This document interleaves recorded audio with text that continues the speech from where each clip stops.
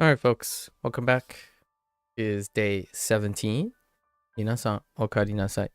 今日は10、17日目です。Looks like today is a review day as well. We have 50 review exercises, which is gonna take like 10 minutes. Yesterday we encountered what? Let's do a little quick mistake. This was a typo. Typo largely because I don't actually know. Is it because I typed cross instead of 10? Or is it because Oh, I Joel. I ended up typing J-O instead of J-U. That's fine. And then of course our proverbial power, which Riku and Doku, right? Riki and Doku. I typed Riku by accident as opposed to Riki. I'll be fine. Okay. And then obviously I think I typed sword, right? Sword instead of power. Alright. So let's get right into it. I don't think I'm not expecting anything to unlock. Maybe a vocabulary word. It's kind of difficult to know about the vocabulary word situation. Everything else is blocked out. So go.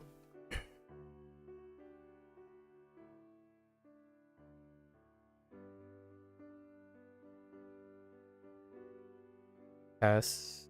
Right. Make sure I don't mistype you again. Okay. Oh. Double checking. Right.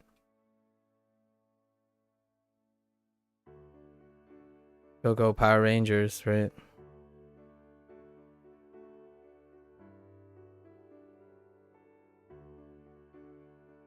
Pass. Whoops.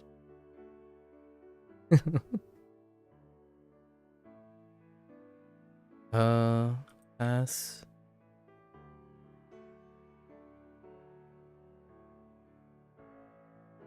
Oh, there, Walter. Thanks.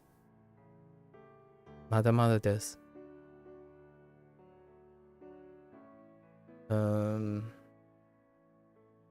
Where was I?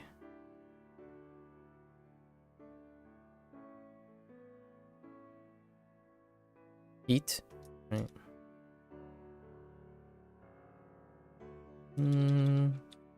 Like the pass. Right. Pass. Hone. For our honing skills.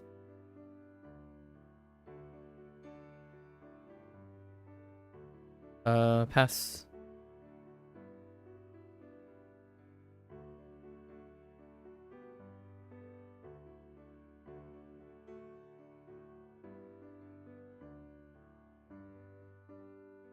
That might be actually for the okay. Because the vocabulary in the kanji has a slight bend to it. Okay. Say or show are correct. Car on fire. Pass. Not pass. Stopping when you need to stop, correct? Pass.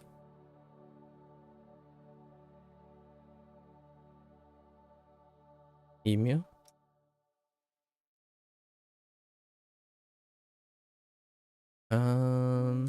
Pass.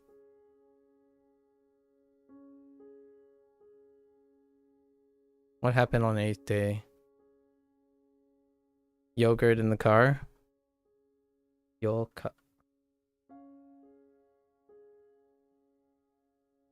Pass.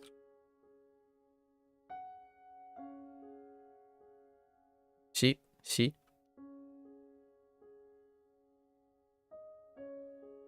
Pass.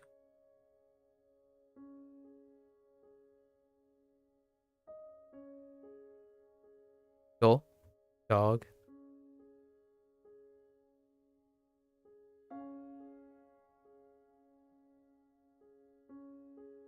Pass. Rendaku. Pass.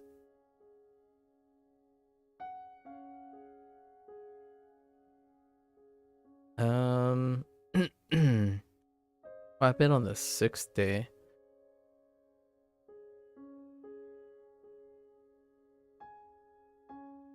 Oh, muy bien. No. Not muy bien. Is it?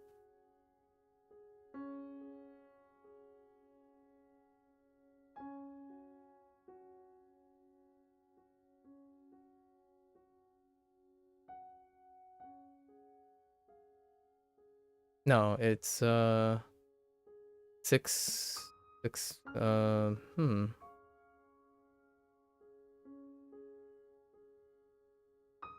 Is it really moose? Probably moose, right? The moose? Yes, moose. Okay. Okay. Okay. Televisions. Pass. Pass with Noma. Pass. Pass.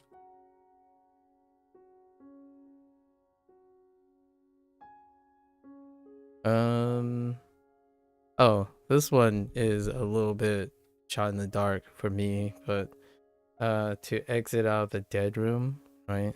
Dead room. Dead. 10. 10%. Ritsu. Ritsu. Standing up. Doorman. Ritsu. Make sure to write the Y. Pass.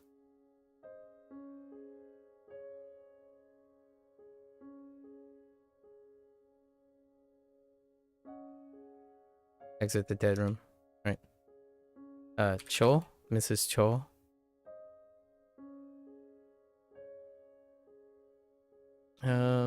Pass.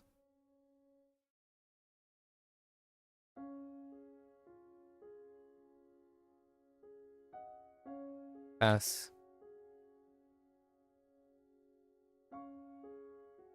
What happened on the 9th day?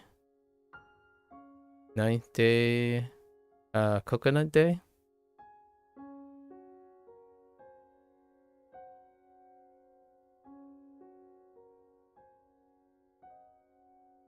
Meh. For sheep.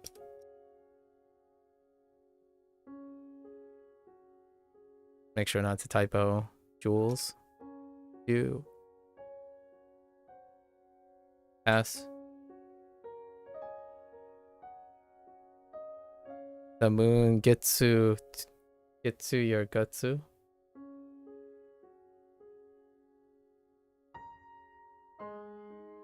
N. Cultural.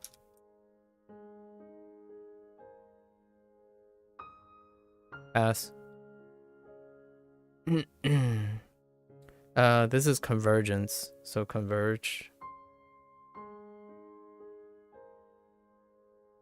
Oh, actually, no. On the 2nd day, no, just kidding. Futsu. Futsuka. So, the circus story. Like a foot car. Yeah. Yabba dabba do. Not really, but I think of the Flintstones. Pass. Pass.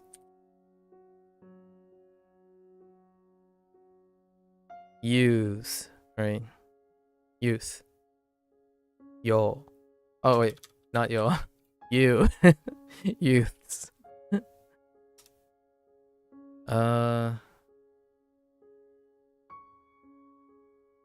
Haku. White iPhone. Haku.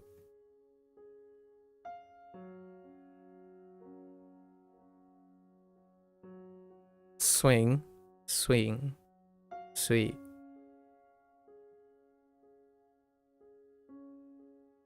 Pass.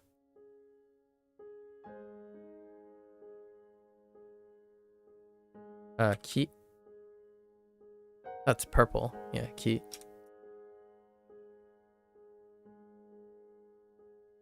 Pass? Pass. Sheep. Sheep in a suit. Sheep. Pass.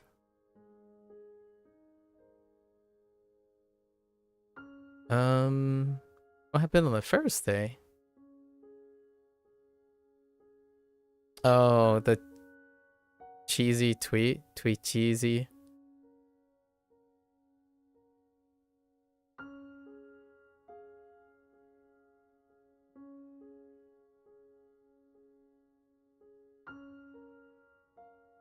Hama. Hamaru. Hamada. Hamada. Hand off the ball. Pass. Pass.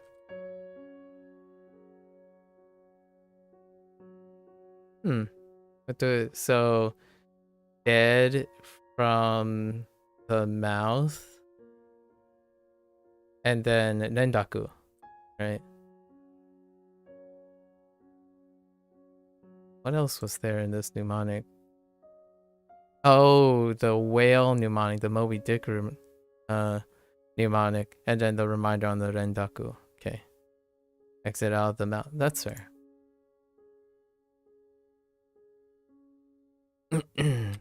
Pass.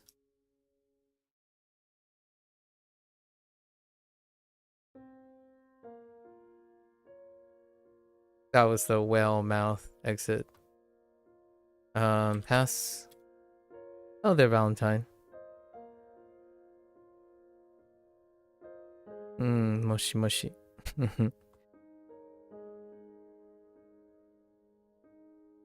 Pass. Pass. Pass.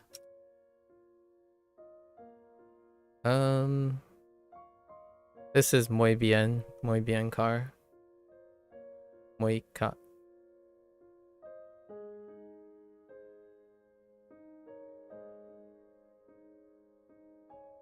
Look at a narwhal from the right. Use. Look at a narwhal from the right. Genki desu. Valentine song wa?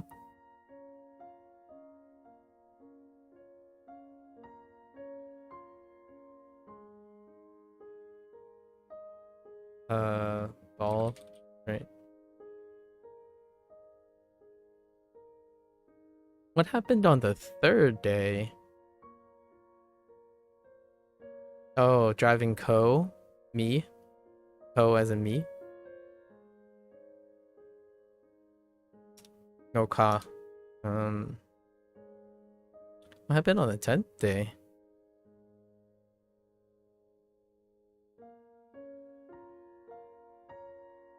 Oh, I'm the talker. Toka. Oh. Oops. Toka.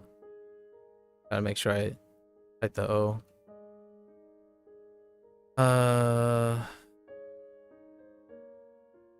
What was it? Oh, nah, no ka. I think this one's one of my favorites so far. Nanoka.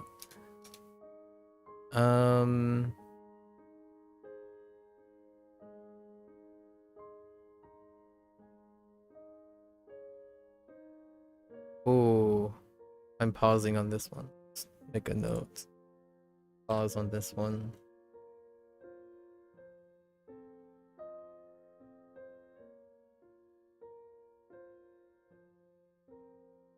Okay. So.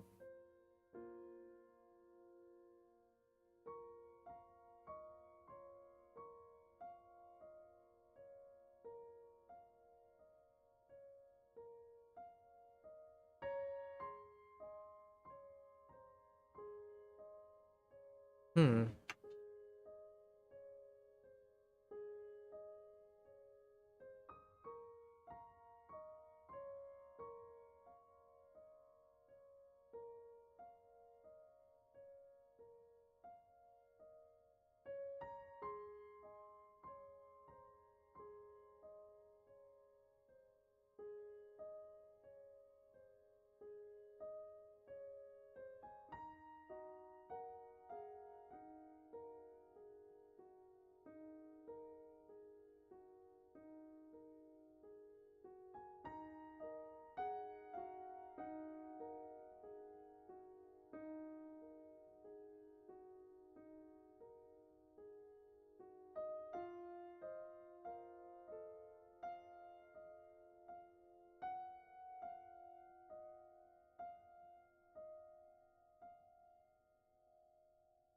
Hmm.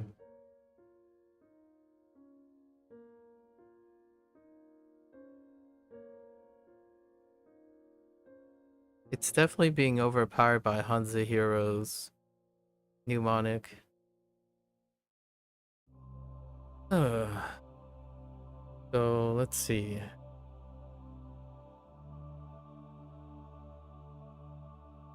Writing sentence.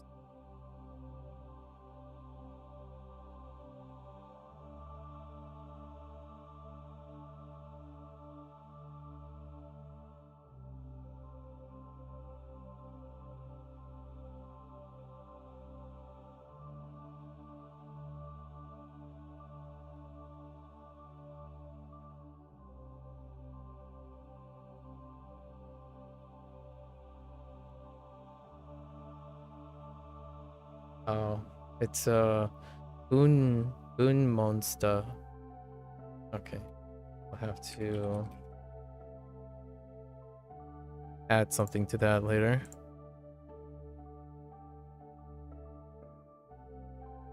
Okay. Pass.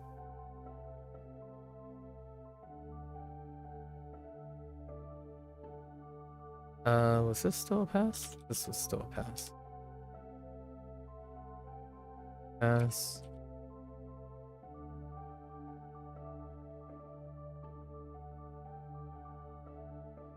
Pass.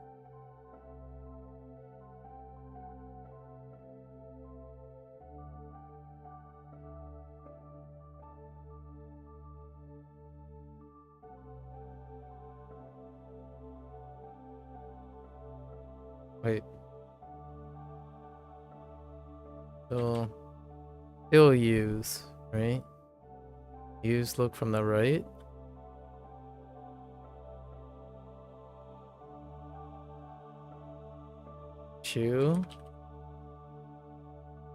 Chewbacca. I don't know why I said Chewbacca that way. Pass.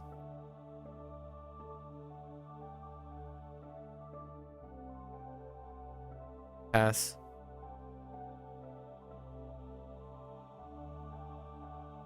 Pass.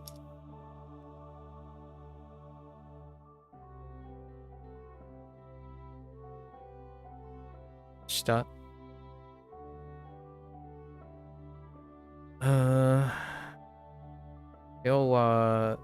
Something, you went to something. Okay. You went to something. Character got the one day. Tomorrow. How does she go to a new game? New 3-day.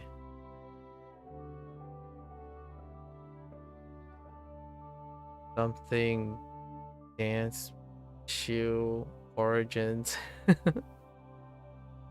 You're gonna buy something that looks like 3 country dance shoe dance pair.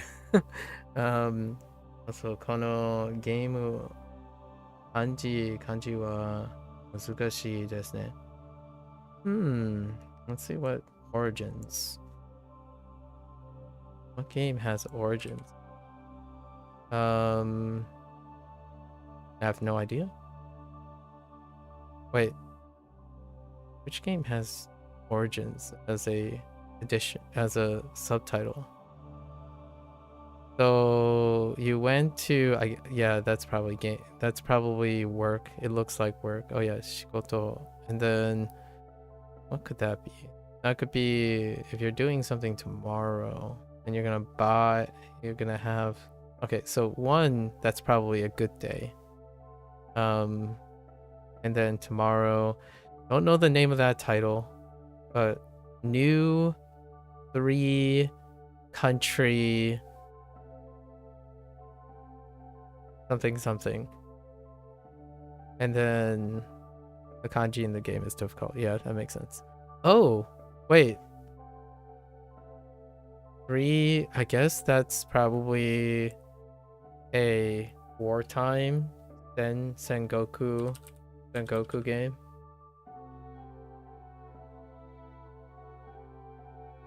I haven't heard of this game, so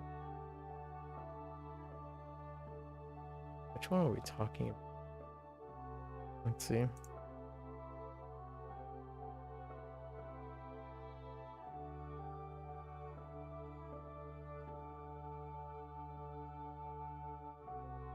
Oh, is that what they call the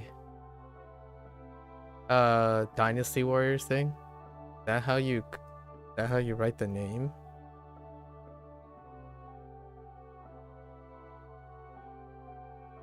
No, I don't think so. Oh yeah, it is. Yeah, that is how you write Dynasty Warriors. Interesting. I keep forgetting that who makes this? I keep forgetting.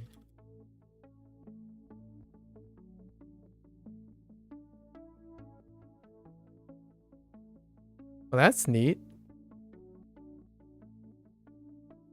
If that is the Dynasty Warriors game, I'm pretty sure that is. The only reason I know that is the Dynasty Warriors game is because I seen it written in Chinese, which is exactly it's almost the same.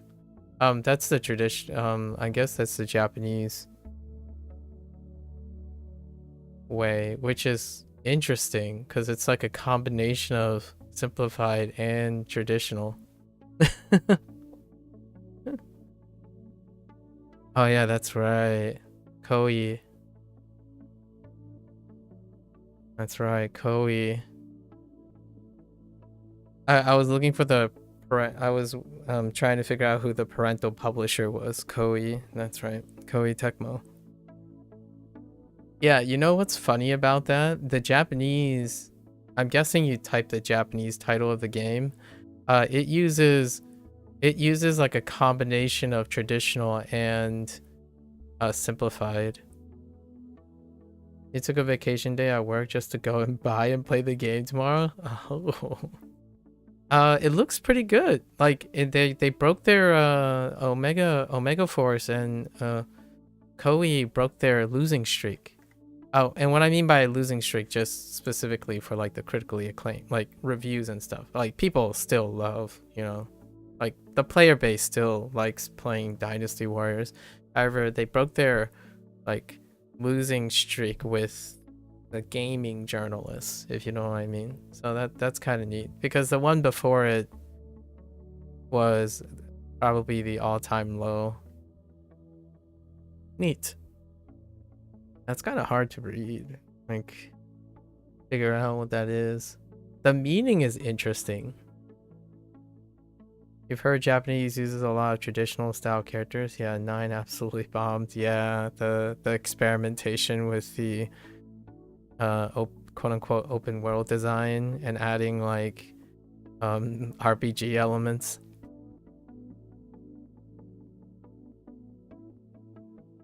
Japanese does use a lot of traditional style characters, yeah. Recently, because I've been learning HanziHero on the side, it runs parallel with WaniKani a lot of times. I've encountered a few characters where the Japanese use simplified characters, which I haven't really noticed as much as I was going, but now that I'm looking at traditional characters too, there's ones that are interesting, especially in names. So in the Dynasty Warrior name, the second character for Guo, as in world or country, Goku. Goku is a simplified character. And then they went back to a traditional character for the third character and the fourth character, interestingly enough. So they kept the third is the traditional character, and then the two flanking it are simplified characters for the name styling. Hello, you're also an artist? Well, that's kind of nice, Linda. Glad to hear you're an artist. Alright, so let's get back to this. Oh wait, that's not the onyomi. Alright, let's not get distracted here too much. We're looking for Joe's toes. Oh. No, we're not. We're looking for the ka that the toe was found in. Okay. I think this is a pass.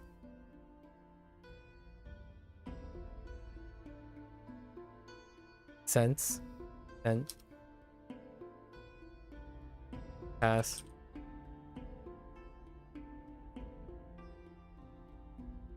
All of them are on the left hand. Saw in the left hand of the Norwals. Age comes, talent comes with age. Pass. Pass. Pass. And a special note about sight. And pass.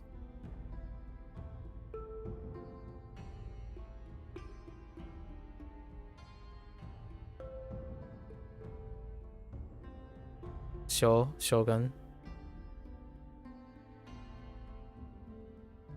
Taco Field.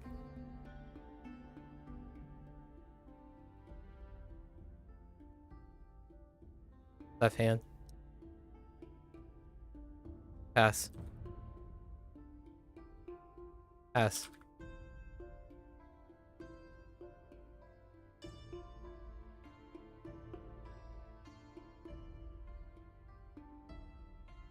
All king. Neat. Oh, we have one extra. Where did the one extra come from?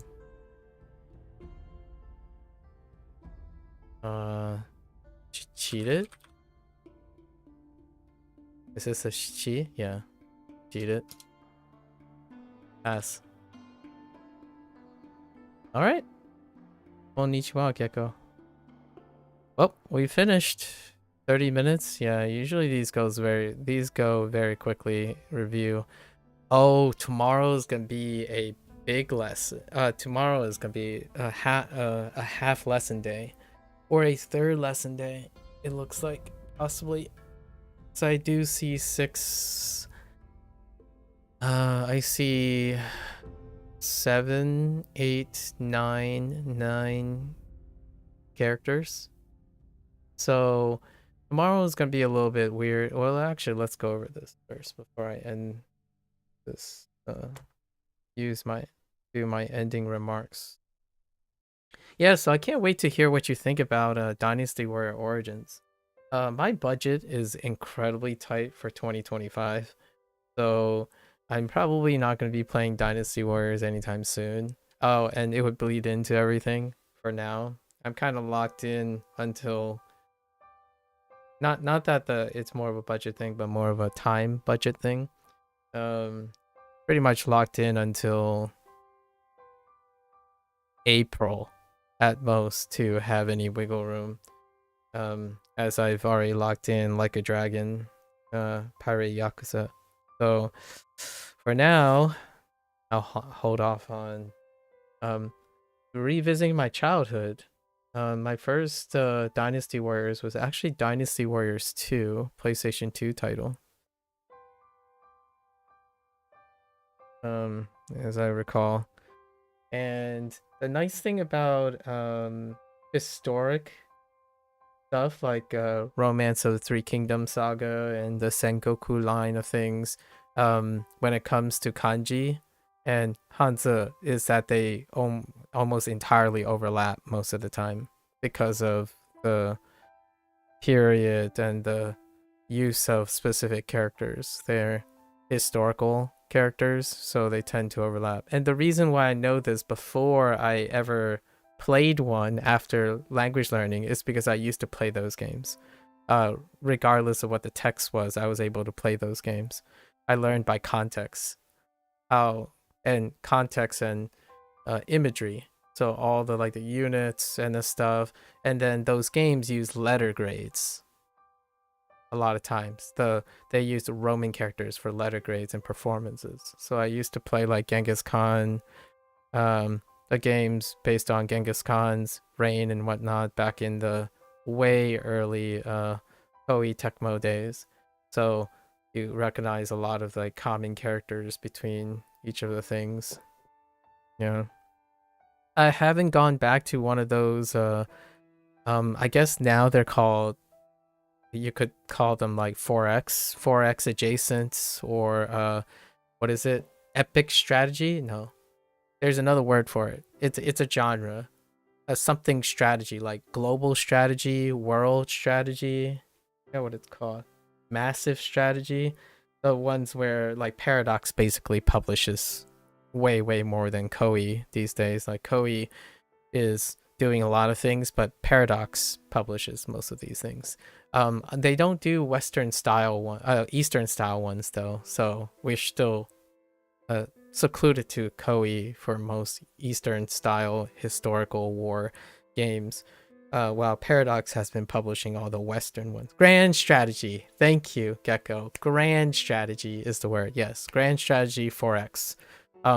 Sometimes it's just grand strategy, sometimes it's 4X, but oftentimes now those games are bleeding together because they have to meet the content demands. So often it's a 4X grand strategy game. Yeah, I haven't played a grand strategy game in a long time. I think one that I've been considering for a while was Crusader Kings, published by Paradox. And then there's the hybrid type of grand strategy games like the Sega's Total War series, right? Was it Sega? Sega's publishing the Total War, right? Or is it someone else? Let me see. Kind of thought it was Games Workshop with Sega, right? Yes. Yeah. It's their other less like kind of decent collaboration with like Activision and all of them. Yeah, the Total War games.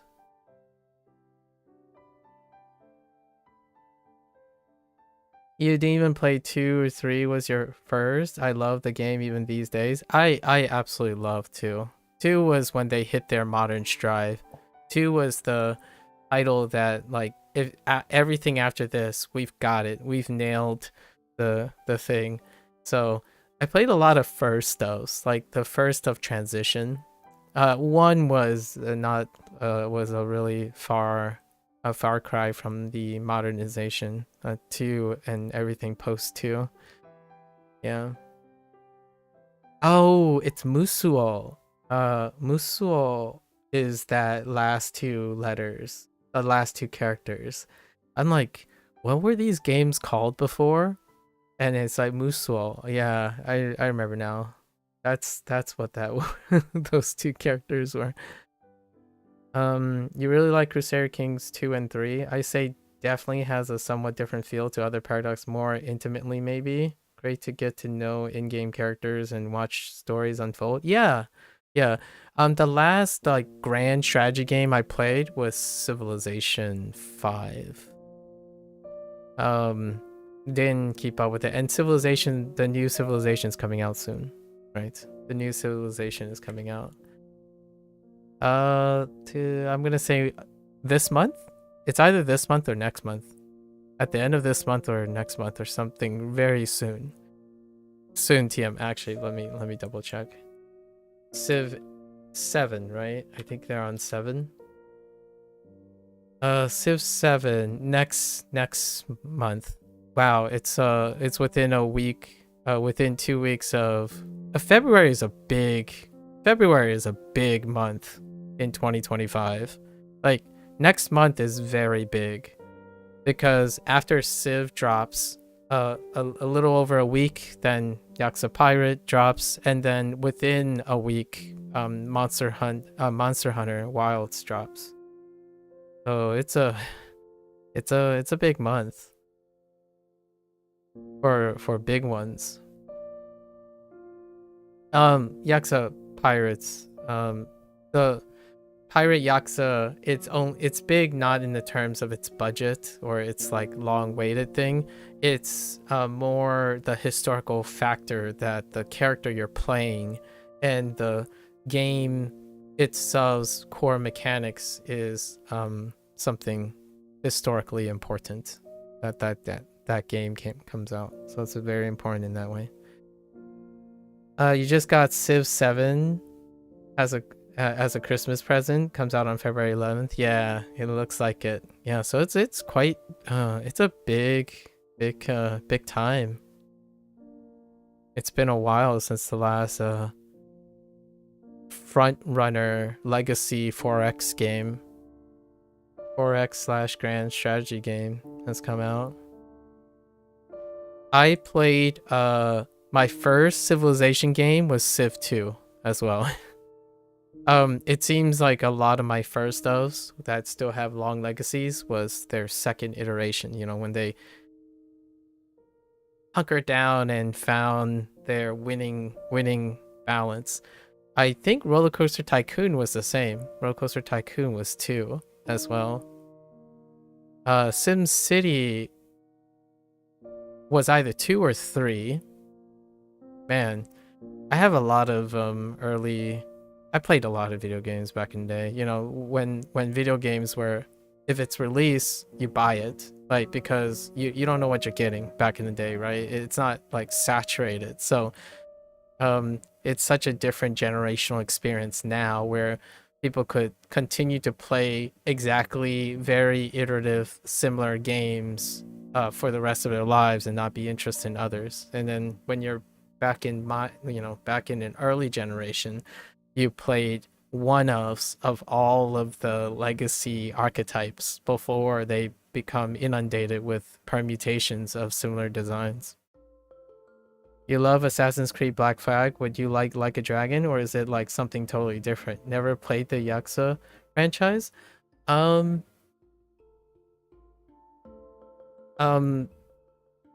Hard to say, because a lot of people's favorite part about Black Flag is the ships mechanic, and that's new to Like a Dragon. However, hear me out here. Like a Dragon series has been absolutely consistent in capturing an arcade nonsense version of very popular formats. Their thing that they do in Sega is they have a showcase side quests, a showcase side mini game within the, like, it's kind of like game within a game. So this, for Pirate Yakuza, it's the Black Flag thing. So most of the time it's if you want depth, like if Black Flag, your favorite thing about Black Flag was the depth of the ship's mechanic and whatnot, you're not going to get that. Sega's like main like front runner side mini game in their games are the most least managed core thing. So it's like if you refine Black Flag, they're probably gonna attempt to capture all the bells, the essence of Black Flag. However, it is still second to the core mechanic, which this game is the combat. I will be streaming it, yes. I streamed every single one of them, and I will continue to do that. So when it comes to mini games, in this case, the returning mini game from the previous game was the simulator, the base building. I think there's elements of that base building from the previous game. So they did a light version in the previous game, a light version of your casual sim game, your building base and like farm simulator game, like your Stardew Valley, right? So that was their previous game. So every single game has a showcase mainstream side quest. And if you like something and it looks like something, Sega will reduce it into the most streamlined version of it. So oftentimes I would say with a grain of salt that if you think this looks like that thing, think about a bite-sized version of it and only capturing the fun parts of it. But if you're looking for depth, the answer is you're probably going to have to go somewhere else. Largely because that's the side game. Like there's often at least one showcase mini game which tries to capture the essence of something that's very popular, and Sega in general in Like a Dragon has not missed on their mini game yet, you know, knock on wood, because they're taking the essence of the game. So it's not too long, it's not too depth, it's casual forward, right? So you're gonna expect like drifting arcadey ships as opposed to like the weight and then do your, you know, yeah. So the ships are gonna fly around. They're gonna be like driving Tokyo drift cars. I absolutely, like, there's gonna be like, if you're thinking about physics and bouncing ships things, nah. These ships are gonna have thrusters and like you're gonna have machine guns, or you're gonna have cannons that fire like machine guns, and you're gonna litter the screen with hundreds of cannonballs or something.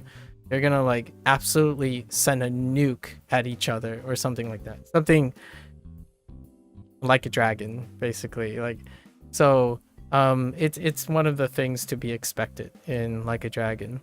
So it's gonna be fun. And then the combat, so this is the combat series of games.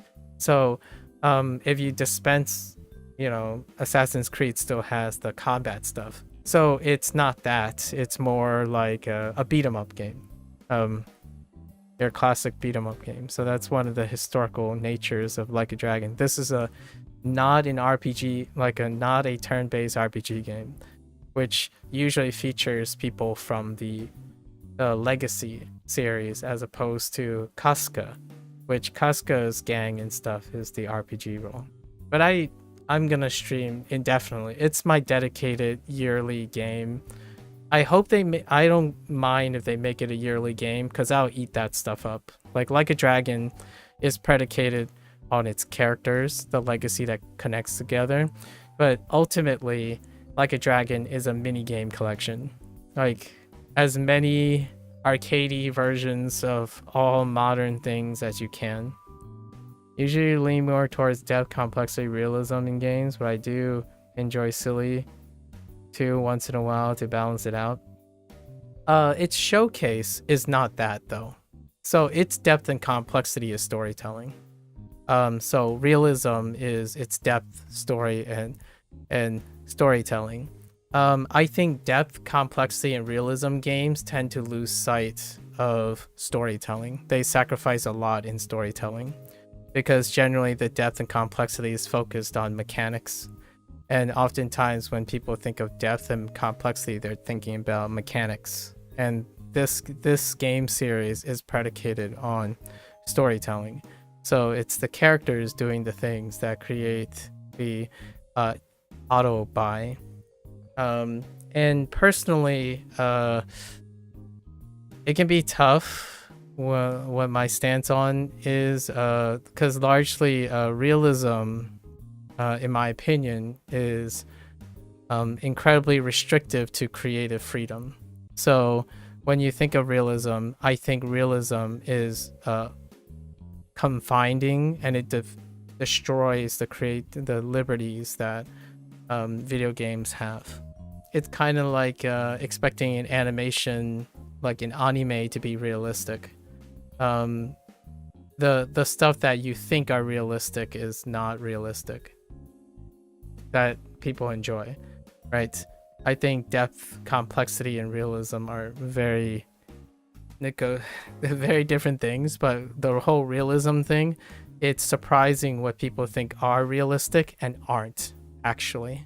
Like, for example, bullet drop and bow dropping. That is something that is a mechanical thing, not a realistic thing. Like being able to...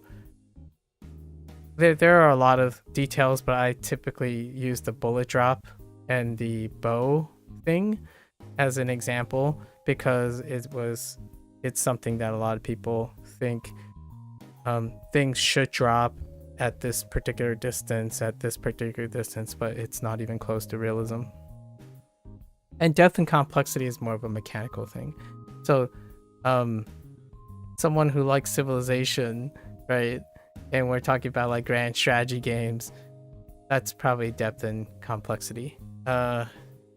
In terms of Like a Dragon, the depth and complexity is being able to explain the plot, the ongoing plot of the games. I mean, it's more like easy suspension of disbelief in the specific context of a show or game. Like a sci-fi story can feel realistic even though it's not close to reality.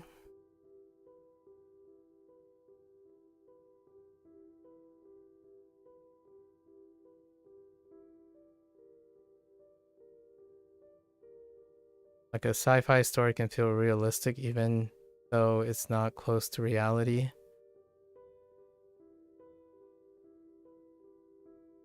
A sci-fi story feels realistic because it is close to reality.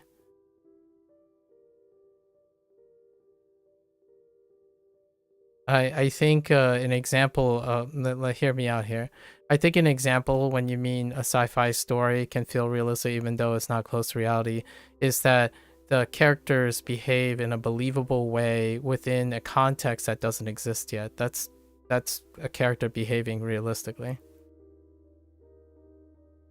So, okay, I'll divide this specific context, right? The specific context could be the context of the world that maybe does not exist, or like how things function, and then there's realistic characters. And Like a Dragon has realistic characters, as in their hallmark is the realism of the characters, and it takes place in modern day, right? However, the suspension of disbelief is for mechanical reasons, right? Mechanical reasons. However, realism itself can be, as I would stand again, confine the nature of character designs, right? Characters do not specifically feel realistic if you're running the gamut of being it relatable. So what is considered realistic is, I guess what you're saying is storytelling, which grand strategy games often do not. Of course, you could say Crusader Kings. That's why probably you're relating to Crusader games on the story front. But I don't want to give you the impression that a game that has a lack of depth and complexity does not have realism, and those things were lumped together. So I couldn't really discern that. That's a long list. They're not interchangeable. Depth, complexity, and realism are not like interchangeable, right? So here in this case, Like a Dragon's most dominant case is its storytelling, which is a mix of not realistic and realistic. The realism is that these characters exist, and the more you know about them, the more realistic they become. However, they might not be realistic because they're Japanese characters, for example. And it would be interesting to see someone's perspective on having a preference towards depth, complexity, and realism, largely due to the nature that realism is it's not the same as depth and complexity. I don't know.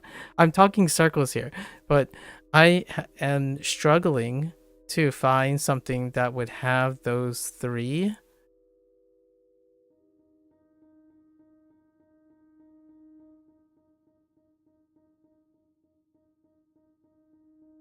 Yeah, no, I'll have to think about it. That's a really loaded statement, but yes. It would be. Do you have a game example that has depth, complexity, and realism?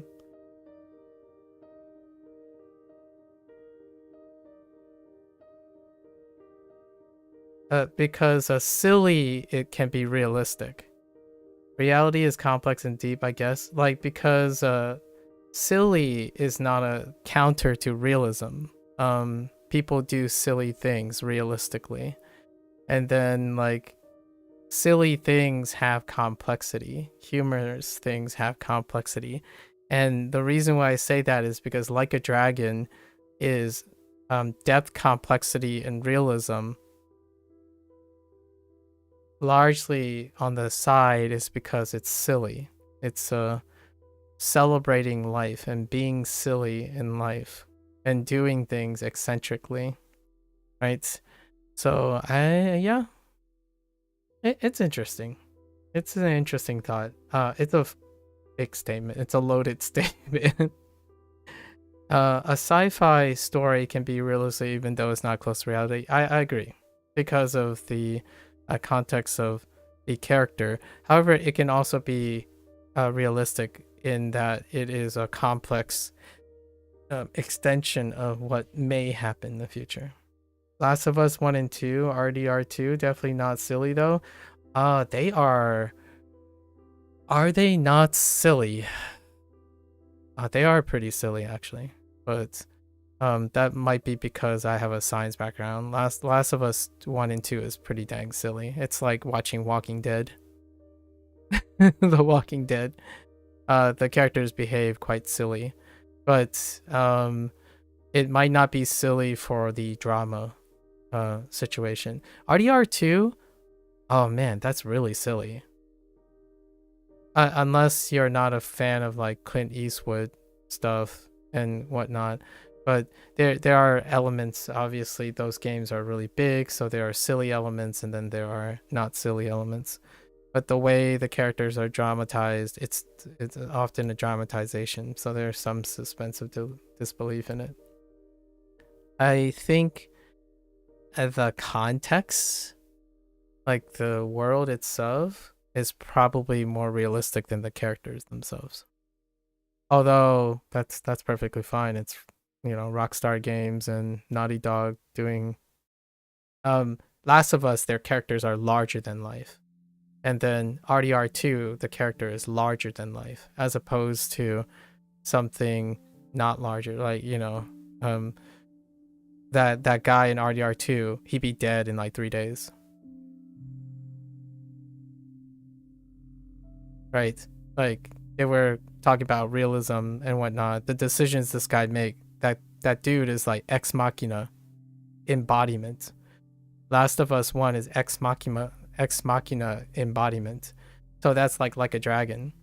Like a dragon's characters are larger than life. The thing that makes them so memorable and eccentric is that they have plot armor. They have effective plot armor that you have to suspend your disbelief entirely over and over again, right, due to their decision making.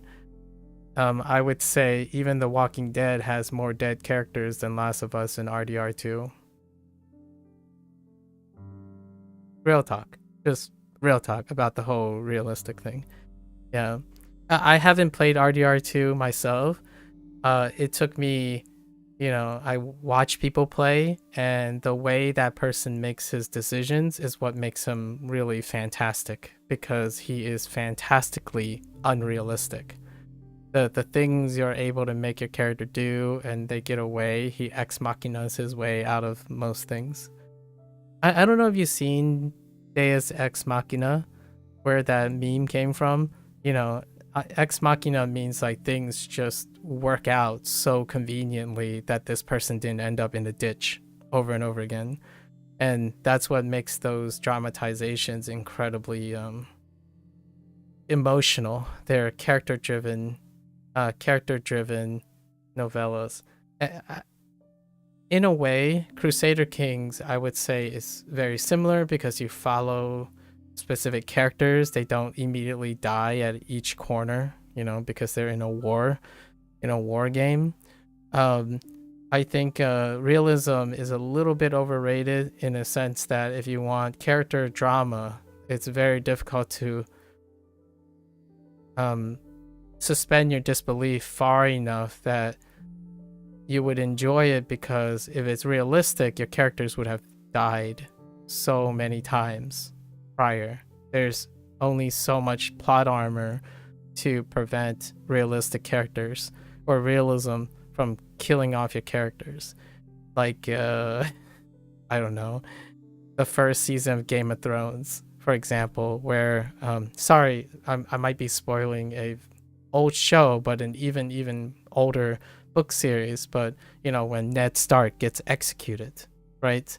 That is probably the closest thing to quote unquote realism when it comes to character consequences than, say, RDR2's protagonist, right? Like Geralt of Rivia from Witcher. That is a little bit more realistic, largely because The Witcher has a long history of demonstrating that they have survived lots of these encounters. I guess you could suspend the disbelief that the RDR2 character somehow is incredibly perceptive, consistently lucky, and also magically skilled in everything that person does.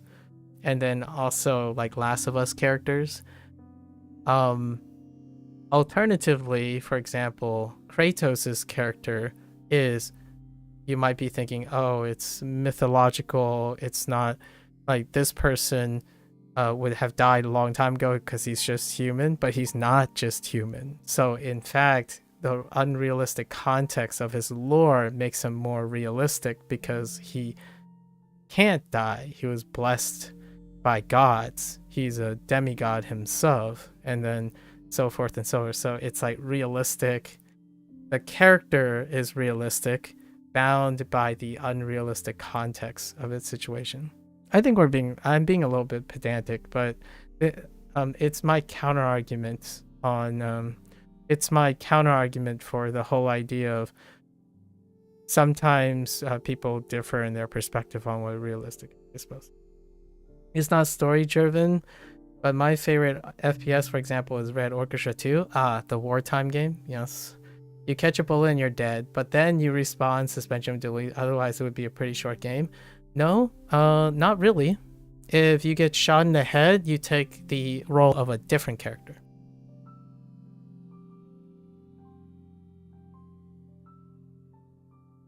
Call of Duty kind of sort of did that in their storyline, where like multiple times where you play a character and that character gets killed, and then you play a different character because that's what happens in war.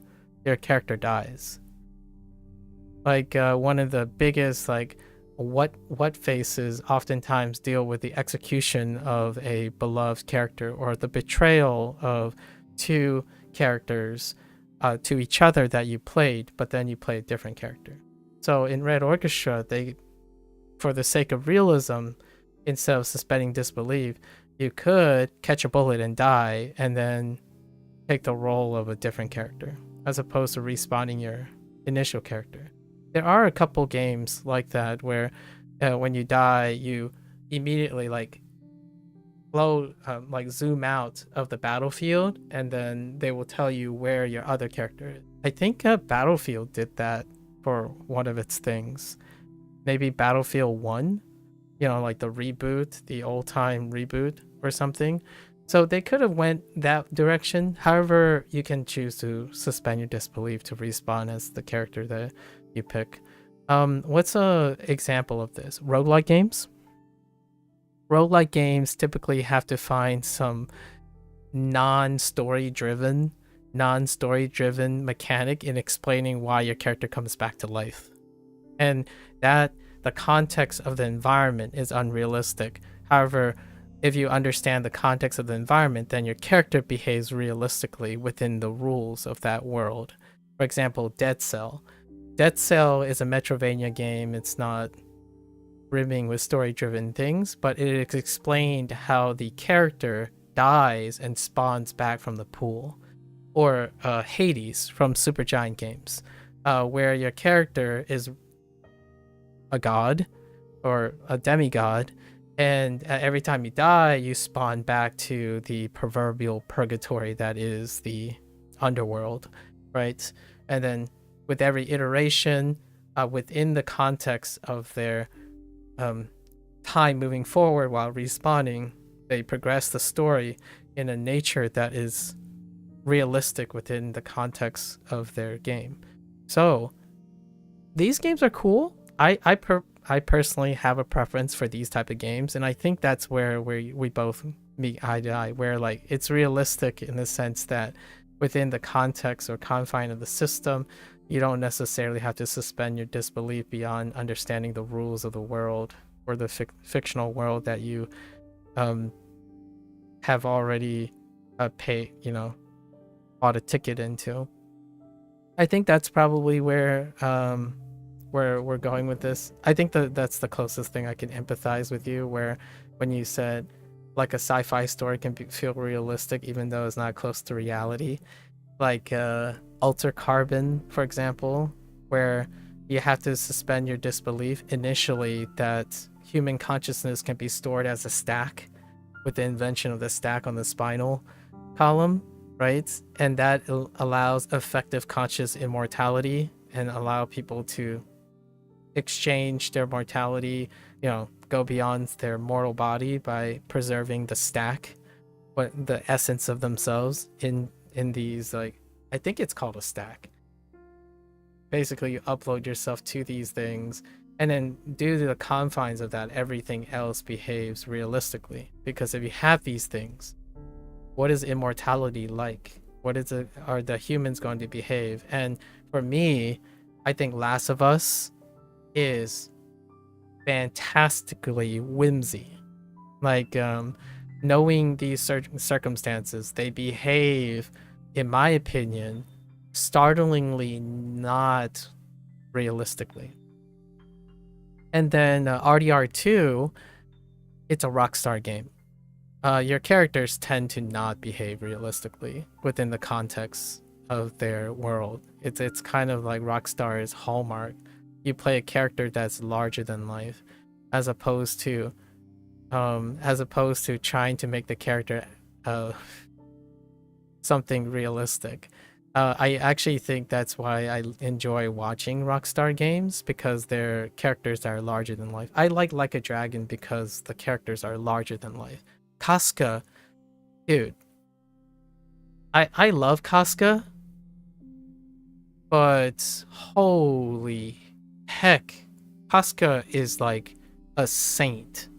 Like, and that's why I really like it. Kiryu is Superman. Like, he's the most he's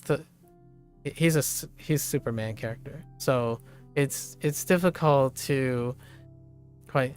You still wouldn't call Last of Us silly though. I do, because of the whole science thing. Like, people interacting with violent post-apocalyptic things. Generally, I think Last of Us is like it's shy of The Walking Dead, which I guess I did watch all of it, didn't I? The full just The Walking Dead, not like all the spin-offs. Although maybe realistic is not the word either. It's grandiose. Last of Us is filled with melodrama. It's incredibly melodramatic. The actions you make, the choices you make, exceptional kids, all their main characters are absolutely exceptional. They are far from average characters, and they ex machina everything. Like, there's no consequences except for the one pivotal. Sorry if I'm spoiling Last of Us, but except for the one pivotal consequence. I think Telltale Games is the Walking Dead series is would be what Last of Us would look like if Last of Us had realistic characters and not larger than life plotted armor characters.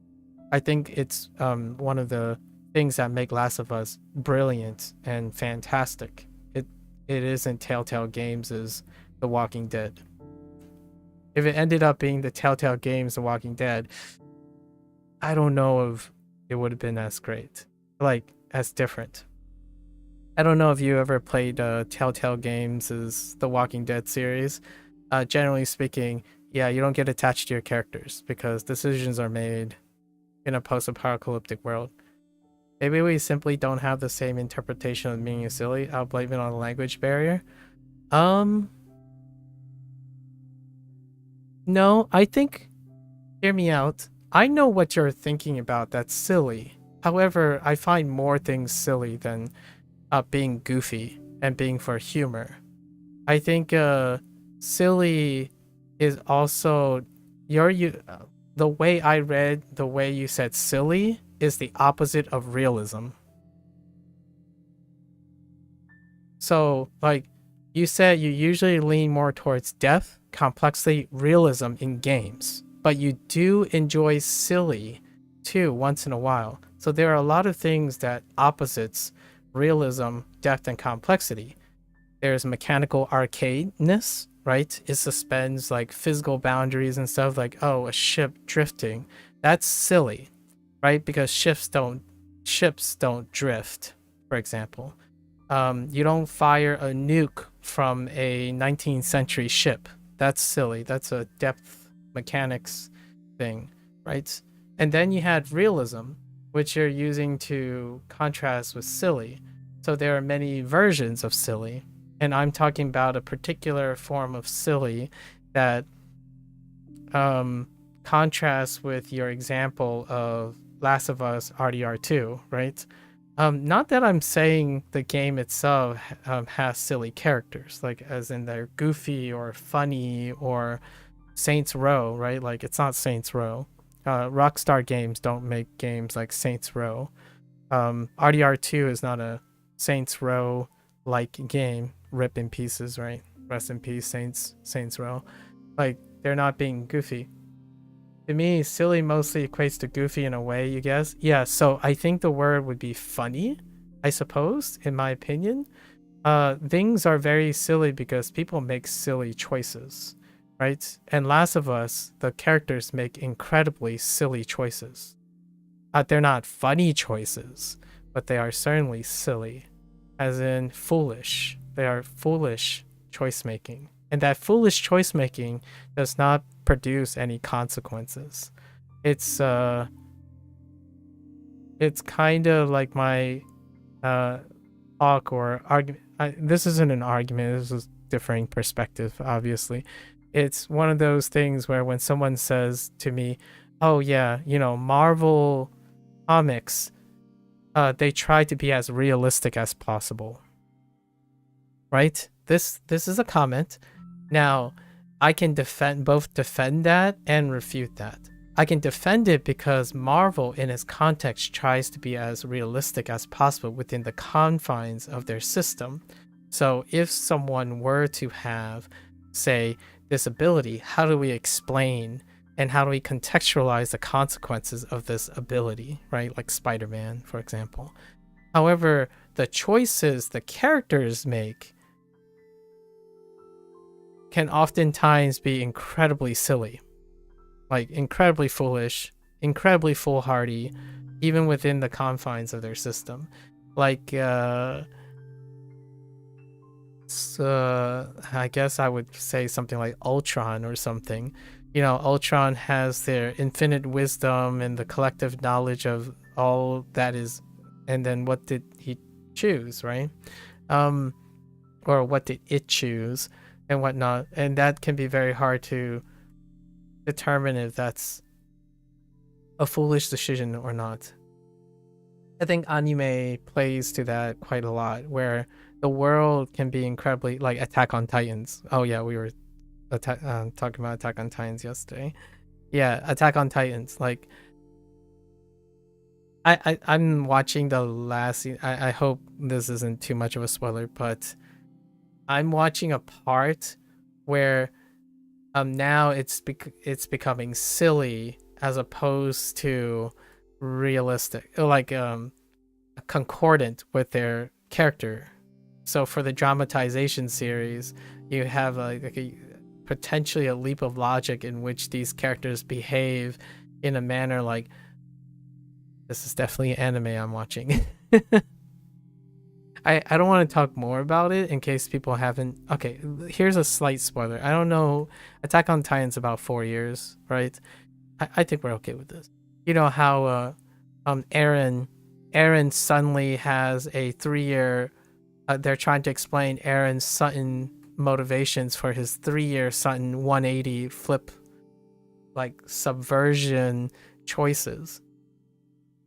I guess you do associate silly more with funny than with foolish. I was not joking when I mentioned the language barrier issue on this one, though. I don't know if that's just a wrong interpretation from you. I don't think so. I mean, I know what silly fun is as well, for sure. Like a Dragon, like for example, Like a Dragon is silly fun in its arcade mechanics, like in its complexity and depth is silly. However, the characters themselves are often not. They're silly in the sense that they're incredibly melodramatic. They're melodramatic, and they make decisions that are a bit bonkers a lot of times. Like for example, Kiryu, can't tell you how many times Kiryu was like, all right, I gotta solve this problem. How does he solve the problem? He decides that the best course of action is it's all on him. It's his responsibility. So he decides to walk up this 100-floor building and beat up every single person. Barehanded. All the way up, and he survives. And that's silly because it's funny. Like, it's funny, but also very, very serious. Like, it's realistic for his character to do that because his character believes that he is the righteous person. He is always right, like in his intent. So it is his will that allows him to accomplish these feats. And Last of Us is those are the types of characters that you have. And then when you lose a character, it becomes all that more weighty. Meanwhile, you have war films, right? Like war films, the character you have might not even stay on the screen for more than 10 minutes. Largely due to the nature that those characters, if they make silly decisions or foolish or weird, awkward decisions, they largely no longer persist in a realistic world. Although I still think you need some of that. You need, often it's a balance, right? It's a balance between the two. Like Band of Brothers, the series Band of Brothers, they're going to have characters that they're not long for this world, kind of thing. It's funny. I like this discussion. Foolish, funny. I'll have to reevaluate. The reason I'm so involved right now in this discussion is largely because one of my genre of choice is often sci-fi. largely due to dealing with hypotheticals, right? And the hypotheticals, the conversation of realism comes into play all the time, largely due to the idea that's science fiction.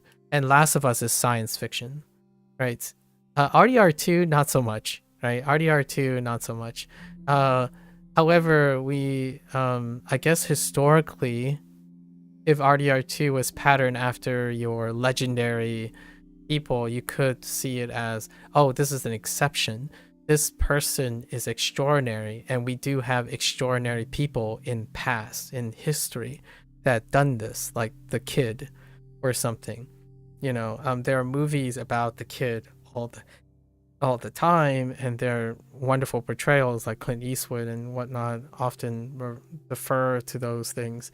But those are like, oh yeah, this has happened before, so that's realistic. It's realistically possible. Meanwhile, Last of Us is science fiction, and the way they approach or find things and the world they paint is often for dramatic effect, as opposed to this is my personal bias. I love watching these. I actually love watching Last of Us, largely because it's unrealistic, not because it is realistic. You know, whenever I hang around with some of my colleagues, they're like, dude, why are doctors and scientists always the mad scientists? That's my personal take on things. Like, why is the scientist so like dumb? That kind of thing. And the words would be used like, why do they do this? Like Sweet Tooth. Oh man. I enjoyed it. But holy heck. I think the doctor is the people who are educated, the scientists and the doctors and stuff, they are silly characters. They do the most wildly, like, it's so interesting, but at the same time, like, since it's science fiction, you could say, oh, it's believable, you know, because it's science fiction. You don't know what would actually happen if a contagion happens, right? And usually most of these like zombie related things are contagion related things. Reminds me of Vinland Saga. The setting is overly very realistic, but it also embraces the legend aspect. Yep, exactly, like a Kratos situation and whatnot, like the God of War series and whatnot. And I actually love when games are a balance of both. But yeah, this is definitely worth investing. We'll be talking about this far more when we're playing video games. Like anime, this type of discussion happens, in my opinion, when you get really into anime. Anime happens, this type of discussions all over the place, largely because anime characters can be both silly in the haha way and silly in the what the heck are they thinking? Like, what? That can't be the only choice. Like, I'm sorry, I'm like stuck on Attack on Titan because I'm trying to like finish Attack on Titan. It's like, what? That can't. Dramatic effect. The season 4 is, whew, season 4 is like, whoa. Like at first, you know, the first 3 seasons was like, okay, I see. Oh man, that's gonna be bad. That's gonna be so brutal. And then fast forward 3 years, it's like, okay, all right. I'm gonna have to hop on this boat. That's these are the decisions they made. I'm like, all right, that's fine, I suppose. And so you gotta play it along, like, because so many of these characters have suddenly, the pivotal characters and whatnot have suddenly have a change of heart, and you're trying to believe that through the characterization of like a few flashbacks. It is really epic though. It is incredibly epic, which brings in the saga and legends aspect. So like anime has this wonderful trend, right? We're learning Japanese. Anime's got to be in the discussion, right? when you have anime, there are so many ones where I like this world. It's very realistic. It's basically high school, right? How many times have you said that? It's basically high school. Wow, these kids are really going through trouble. And then it happens. And then it's no longer. However, then you are like, okay, I'm going to suspend the disbelief that these kids behave like 21-year-olds who have like 60 years of experience and have the perceptions of an omnipotent demigod. I'm like, okay, I got it. Okay, now everything else is realistic. Knowing that they have these things, knowing that these characters are these things. I can't. I don't think I know of a show or a video game or show or a like television series or something that takes place of an average person. Do I? Like they follow through so hard that it made it compelling. I'm not entirely. The closest thing I have is modern life. So there's a genre, in my opinion, a subgenre of Western indie films. A Western indie film that's it's a modern life indie film. So these characters are typically not larger than life. They tend to overcome things that are of modern society. Like there is a little bit of gag and whimsical in it, but generally speaking, those characters are incredibly quote unquote realistic, and usually those are modern life situations. So like one that I would the one that I have recently watched, The Holdovers. The Holdovers would be something like there's like 10% of whimsiness and then the rest is a modern life. It doesn't leave you great. It doesn't leave you feeling great, like awesome. You don't have a character that you fully suspend your disbelief that like they're not, like there's noise in their personality and whatnot, but they don't hit like Last of Us. They don't typically hit like RDR2.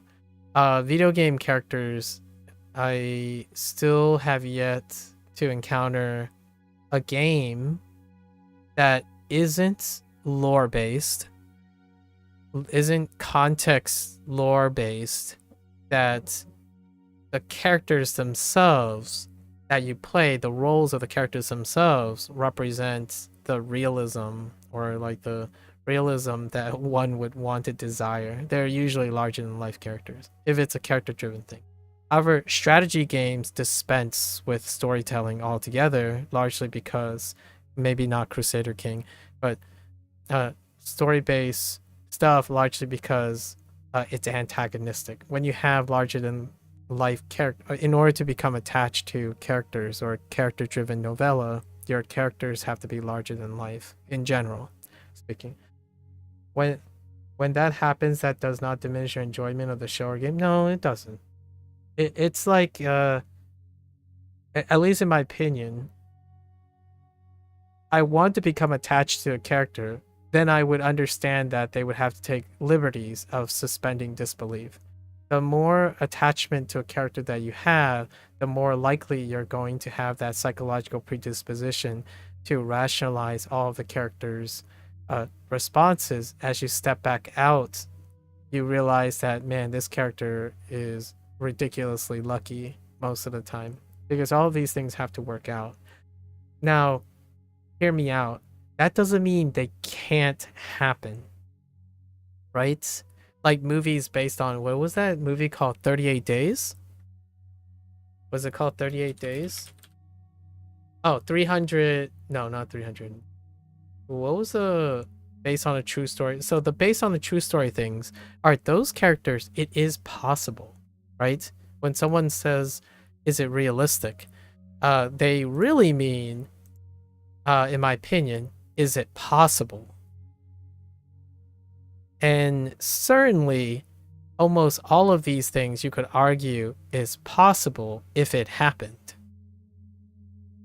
So you have like movies where that guy who was trapped in ledge or the boulder or something for a specific amount of days and he lived, right? The question is, yes, it is possible. Now, is it realistic?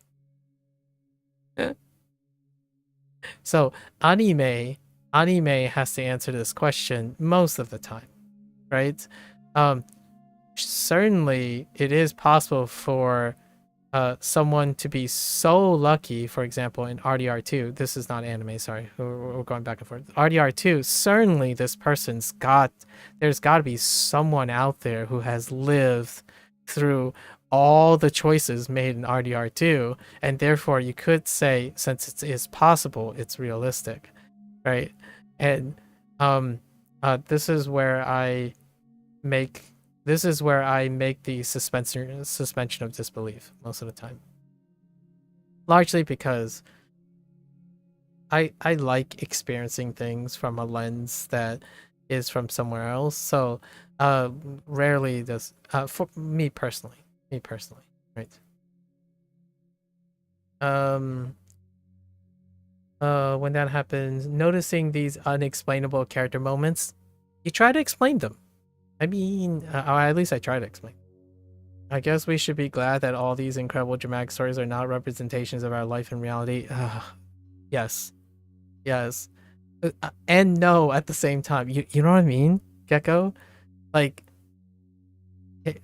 hear me out here. Hear me out. This is a big hot take. At what point do exposure, I'm gonna talk about mental health again and mindset. At what point does exposure to these dramatizations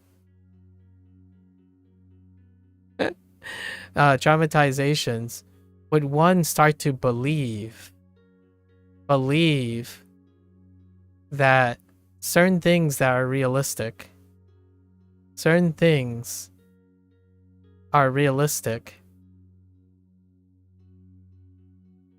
because they're possible. So like, if a zombie apocalypse happens and you do these things, is it realistic because it's possible, or is it realistic, or is it not realistic because this person is special? It's a cruel reality. It's a cruel reality. One anecdote, if you can call it that stuck with you is in the movie Schindler's List. Yes, they toned down some of the actual violence and cruelty because they thought people would find them unrealistic. Yes, but that, yeah, you see what I mean? Like, it's such an interesting thought. That's a good example. That's the reverse example, right? So like the cruelties, right? The cruelties that humans are capable of, right? Actually, Schindler's List isn't the only. Oh man.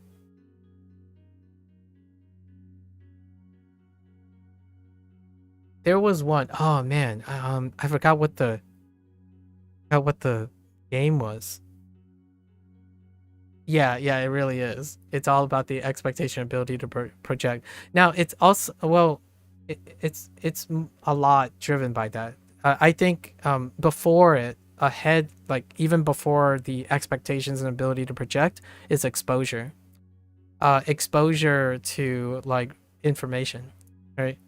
So if you keep seeing a car explode, do you think it's realistic?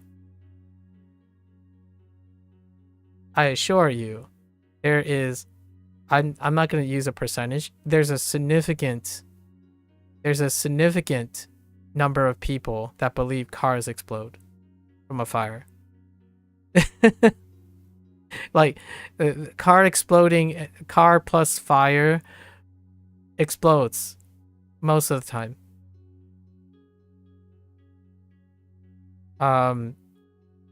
Conservatively, that's not true. Not most of the time. That doesn't happen, right? Or like anything with gunfire. Maybe like structural integrity of buildings. And then in terms of character development, right? I think, in my opinion, yeah, all the Hollywood tropes, man. Like 2 seconds of exposure to chloroform. Oh my gosh, that struggle would be so much longer. Like, and it would be cruel, in my opinion. It's like not you know. Here's my opinion. On something that's interesting about Schindler's List. And maybe let's also talk about anime, right? Sometimes realism is portrayed by the range. This is This is like a working theory, right? A working theory. I've been saving this for a while for video games when we go back to playing video games, but we'll talk about it here. Realism is often related to the range of exposure. So if your movie has this range of, let's say, intensity, I don't know, you can imagine anything. You can put anything in here, like love, sadness, sorrow, violence, etc. If this is the range, right, and this is the expectation of realism, then a movie that has a larger range than your expected realism would then end up being unrealistic. And often this is like a 1 and a 2, a 1 or a 1 and a 0 often. Not talking from personal experience, by the way. It's fair. It's fair. The 2 second exposure to chloroform. So here's one that's also interesting. So if a character, like for example, if a character, and I'm guilty of this, if a character behaves within the range of realism, as in like once you suspend your disbelief of whatever context this character has, and then they behave within a range of their decision making, then it continues to be realistic. However, the moment they make a decision that is outside the range of this, they no longer become a realistic character, right? They suddenly become larger than life. And what's interesting about this type of thing is it could be all of this range can be in the context of something incredibly unrealistic. And that's kind of how I feel about when people talk about their preference in realism, right? And I like that you put realism in quotes, where it's the nature that either the context or the character does not violate or go way off the handles. So RDR2, and here's where I'm going to capture RDR2's realism. You have come to expect that the main character does certain things. And when they do certain things, they can be realistic, they can feel realistic within the game. But the moment you step out of the game, you realize that the character is larger than life. And to me, that's my consensus of how I totally understand how people think RDR2 is realistic.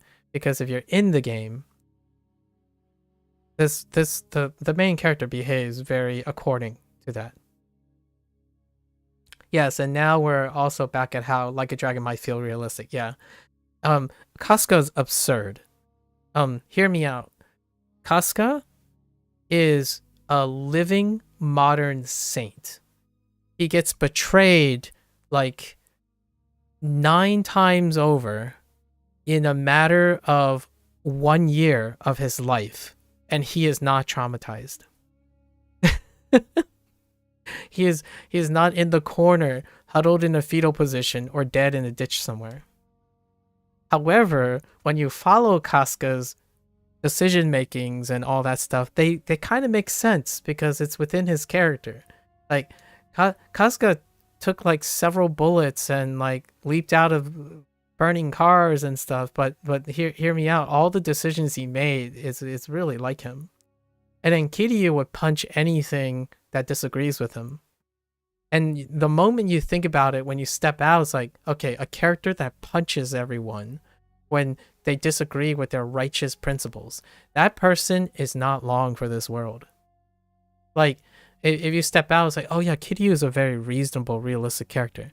And then you step down, it's like, wait a minute, he just punches and grumbles at people who disagrees with him all the time. Like, is that a realistic human being? Well, I like to believe that most human beings are not like that. So they're incredibly... And then I think, what's the Last of Us main character? Or the first Last of Us main character? What was his name? Joel. The decisions that Joel make, absolutely. Like, oh yeah, this is his character. And then you start thinking, if we took a poll of how many people would make those decisions in those way, very, very lucky. Or even better, Drake from Uncharted. Naughty Dog's special, right? Drake from... Wait, is that his name? I hope that's his name. Wait, what was Uncharted's main character?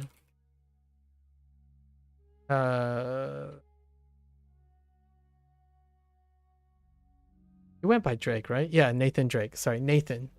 Yeah, Nathan Drake. It's a good talk. Like here this is also funny, right?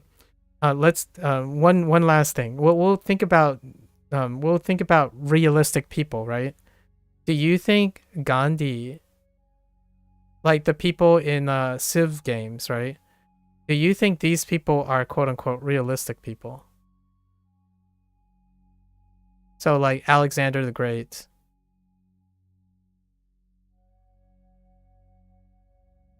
Nero. I don't know. I'm naming like very obvious ones. Napoleon. So the question is, do you think these people are realistic people? I have asked myself this time and time again. Like, if what is possible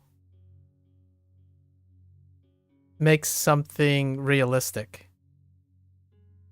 And I think to me, it's even more of a, it's not only an English, like a language barrier thing, it also deals with like the psychological perceptions. And we're going to encounter this all the time. Gecko, you and I can see myself, you and we're gonna have long discussions, teasing apart like a case by case, because these people are real. They're real people,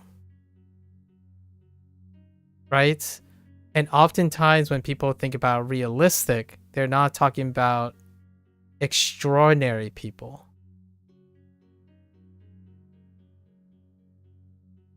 And then there's the other group, a larger other group, is if it's possible, then it's clearly realistic. So like shooting an arrow, 1 in 1,000 chance that it's going to hit something. Is that realistic? Because it is possible. That person could, at that one time, at that very moment, shot an arrow in a 1 in 1,000 odds, hit the fuel tanker of a helicopter going like 100 miles per hour in one direction. It is possible. Now, the question is that realistic? I love this question because it brings up Ex Machina. Right? What are the odds that Legolas can skip around um multiple barrels while on a river rapid, while also having the dexterity to shoot accurately with a bow and arrow. and why would you do that? So in what case did Legolas decide the most reasonable way is to skip around on multiple barrels that are in a river that's rapidly moving around while trying to shoot an arrow? Shoot an arrow from his bow. Like that's kind of the thing. I'm thinking of a very specific scene. He doesn't actually shoot an arrow, but I'm thinking about the later Hobbit trilogy where people pandered at Peter Jackson's overzealous use of set pieces, and then those set pieces are quote unquote too fancy, too extraordinary, right? And obviously this is a fantasy movie, but at the same time it became too fancy. At least I've never perceived the Civ leaders as very realistic. I have not. I actually think they're incredibly extraordinary people, right? I don't want to make myself sound like I'm a defeatist about my own personal importance, but video games, even historical video games and wartime video games and film and movie, they have an element. And that element, when it comes to the characters, are that these characters are extraordinary. And these extraordinary characters can behave realistically within the context of their situation. However, they can make outrageous decisions if you step out of the context of the video game or the movie. And honestly, I'm okay with that. With real historical, they also usually get highly romanticized by the oral and written stories told about them. Yeah, they become larger than life. They're legends, especially in the general population. I'm not talking about proper historian, possibly. Yeah, and then you have like the cynicism flow in the back of your head, right? The victors write the history, right? Nowadays, let's think about this. Think about it here. I got a really, really good one last digression, because I love this topic. I absolutely love this topic, and it comes with anime in general, like where anime is inspired, right? Nowadays, we live in the post-internet age, right? Now think about the post-internet age. Now we have a realistic portrayal of extraordinary people, or what is seen behind the lens,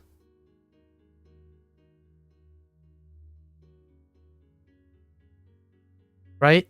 And has that changed at all? Has that changed at all now that the vast majority of people online are exposed to a really large chunk of realistic portrayal or avenue of realistic portrayal of the anybody?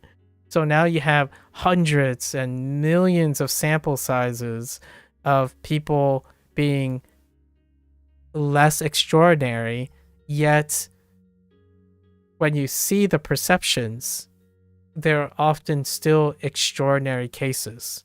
So now you're thinking, well, now what does the general population believe? Do you think kids think that it's not realistic for a person to make millions of dollars, spend millions of dollars, and continue to do it? And then you're wondering, how does this relate to Japanese stuff and learning Japanese? Well, let's think about what is a realistic interaction when you're constantly being exposed to Japanese culture or extension of Japanese culture and the language. Do you think that someone is going to go up and say, kawaii desu ne, you know, over and over again? Or do you think it's like, oh, hai, sugoi desu. Like, what? This goes way past now. Now we are having this discussion about what is a realistic interaction when, quote unquote, I'm going to use the language learning buzzword. What is a natural? What's a natural interaction using Japanese? Well, some people might think, oh, obviously, a natural interaction is a Japanese person talking to a Japanese person. That is definitely the normal way. I'm being a hot topic right now. Sorry, I know I'm gonna get some flame in the future for this. I don't think I'm gonna stand down from this stance, but when you're thinking natural, what is the natural environment that you're gonna interact with, right? The idea is, oh yeah, you gotta learn from Japanese talking to Japanese. Like, here's two Japanese people talking to each other. That's what I imagine. My Japanese has to be like this. This is the natural way of interacting with Japanese. Meanwhile, my first thought is, if I'm going to use that as my point of reference, where am I in the equation? Like, is this normalizing the idea that your expectation is somehow, as a non-Japanese person, you somehow magically became a Japanese person, and therefore, when you think about what your interaction is going to be like with Japanese people, you have normalized that you're going to sound like a Japanese person who lives and breathes and is a Japanese person talking to another Japanese person. Now, I'm not saying you shouldn't watch these things and know how Japanese people interact with Japanese people. I'm talking about you also need to know how a non-Japanese person interact with a Japanese person, or a language learner interacting with a Japanese person. When you predicate your entire exposure and expectations based on idealism and romanticization, it's gonna throw you into the unrealistic territory, quote unquote, the unrealistic territory. And now we brought it back full circle to language learning. How's this relevant to language learning? The perception of realism, right? I have no doubt in my mind that if I see a Japanese person talking to another Japanese person, my situation is different because I'm not a Japanese person. So there's this whole idea of natural interactions. The natural interaction for me is I'm an English speaker talking to possibly other Japanese people, but usually the realistic outcome is I'm talking to another language learner.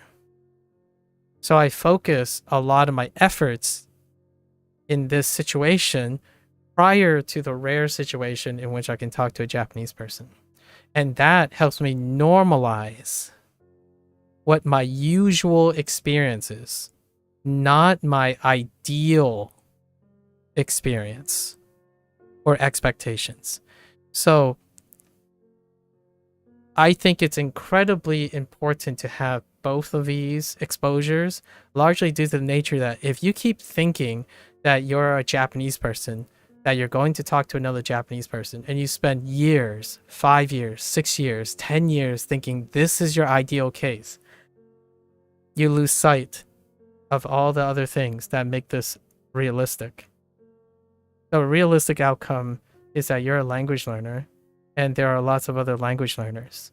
Understanding that natural environment, because that's the most realistic and natural environment that's going to occur, having an under appreciation for this, largely because you expected this, is cognitive dissonance. It's a practice in cognitive dissonance.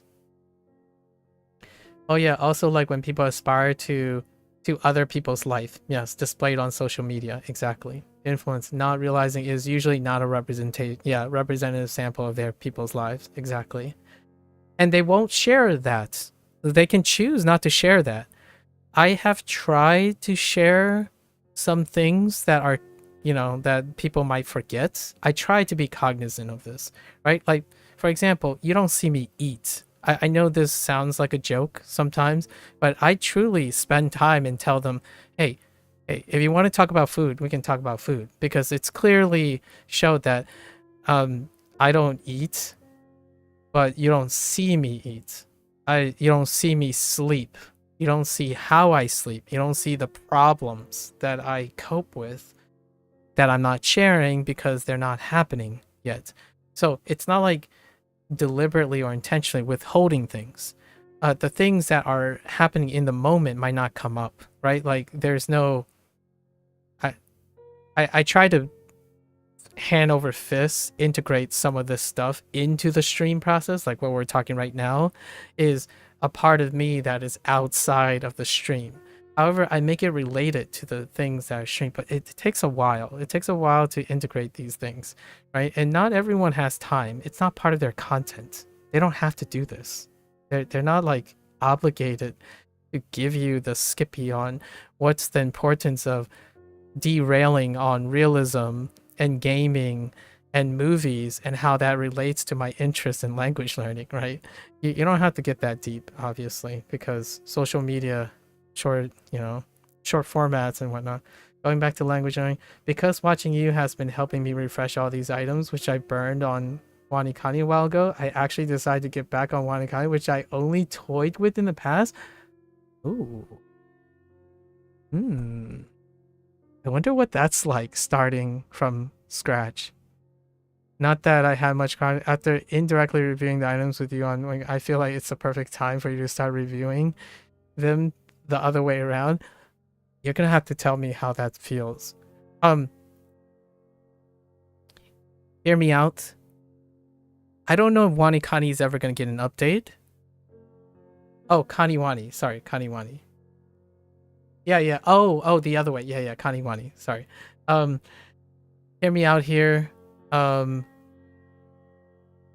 go back to things whenever I can think of another way to consume it. So, Kaniwani would be a great example. Now, for Duolingo, I have often had the aspiration to go back and learn English using my target language. So, that's kind of like Kaniwani. So in Duolingo, you can switch your speaking language and then you can reverse the role, right? Which that has been on my to-do list for a while now, right? So absolutely, like experiencing them through like a different lens, and that's pretty neat. I'm gonna have to consider. I forgot that. Yeah, somebody already mentioned Kaniwani to me. And there's also other ways to experience this. For example, I read more forums. I read the community tab each day before WaniKani. And one of the topics was someone said they recommend that the only way to use WaniKani is Anki mode. And my first thought immediately was, both? Like, why only WaniKani Anki mode? Are you an Anki user? So why not experience the WaniKani thing without it?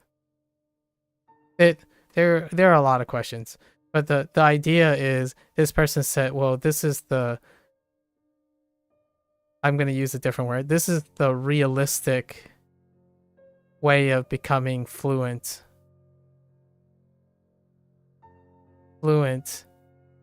in Japanese faster, right? They didn't use this word. They said something like, this is the best way. And I'm being kind, in my opinion, because best is usually not realistic.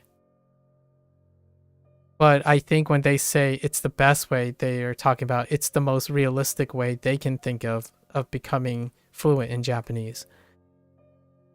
I'm playing around with words because the days that we live in now goes back to video games. It does go back to video games. It goes back to video games, movies, like books. Maybe less so books because there's still a quite eclectic way of books writing. But movies and video games, when they're portraying realistic things,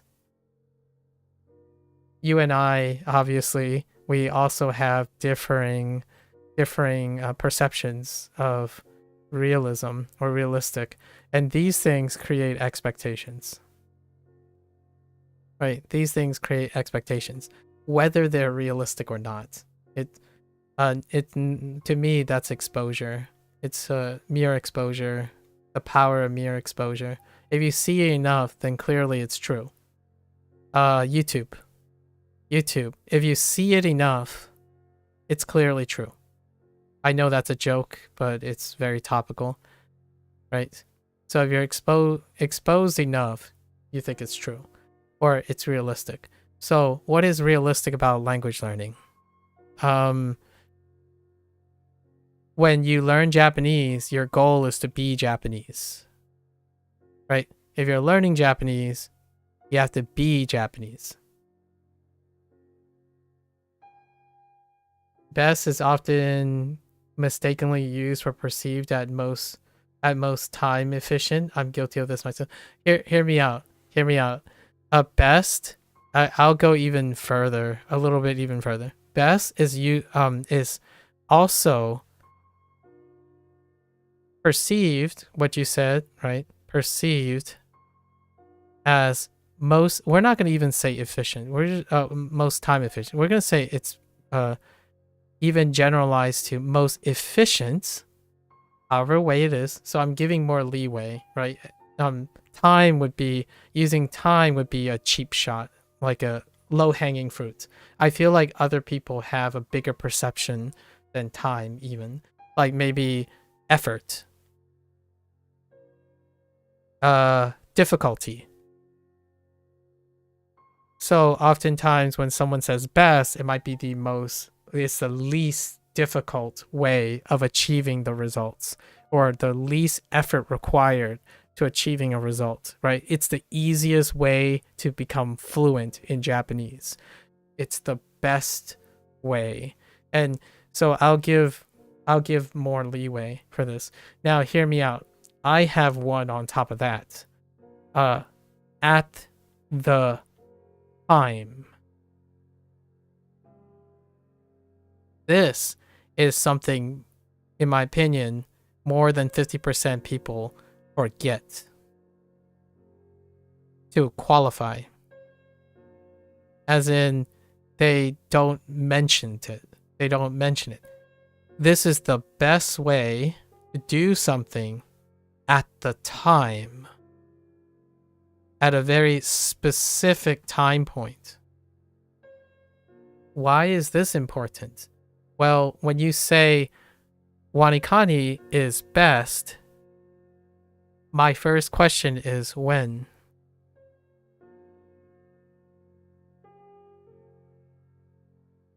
I could ask like who said so, or according to who, but usually this is pretty well informed. People collect enough names to back them up. Nowadays, it's when someone says something is the best, I ask when. Largely due to the nature that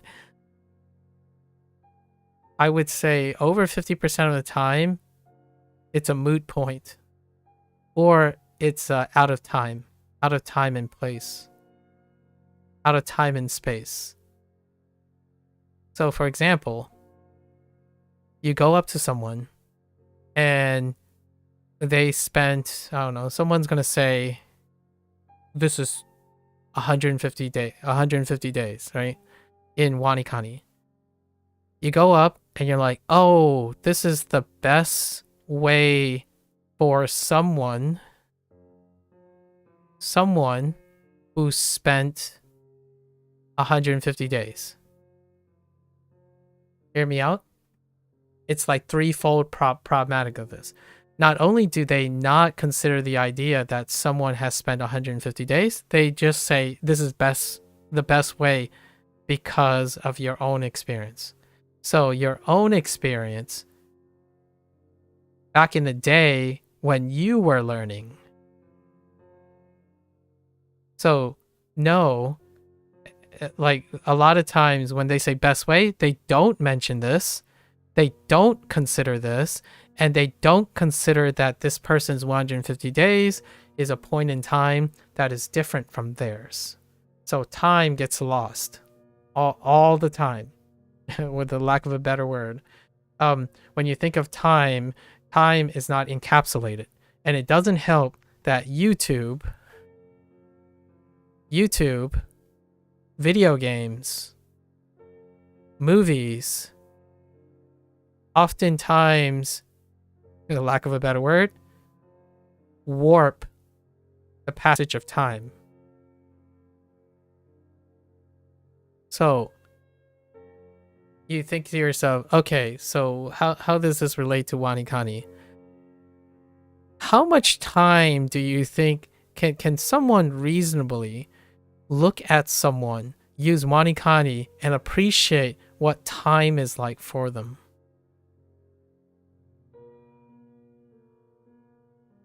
Or are you going to base all your things on exactly one screenshot and then assume something? Right? So oftentimes time is ignored. And I don't think there's a format. There's a very trendy format that can illustrate how time works from a perception standpoint. You can argue, well, objectively, time clearly moves in one direction and it never changes. Well, okay, I'll give you that, like based on this fact. All right. Now, what changes with time? Literally everything else. Not really. I'm kidding. It's like almost everything else changes with time. So when you're saying, oh yeah, so time will always move forward. So if it's bad now, it's got to be worse later. It's like, no, that's not the logic. That's called a leap of logic. If you make the mistake now, and you don't correct it right away, it's obviously going to get worse later.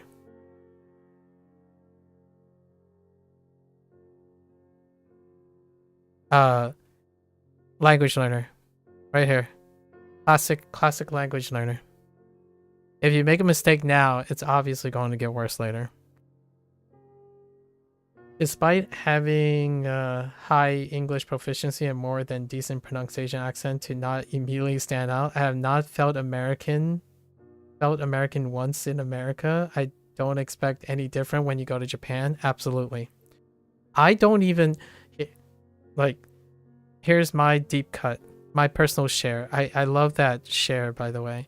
Here's my deep cut about feeling American. I'm in ABC, right? There are times when I feel American, and there are times when I don't feel American. and sometimes I have control. Sometimes I have control. And sometimes I don't. Sometimes I feel like I'm Chinese. And sometimes I'm not Chinese. And it goes back to feeling like I have or I have not. So, and this is a state that I stay in my entire life, right? This is my entire life. So, my perspective can't meet any other person's perspective when they identify with one thing.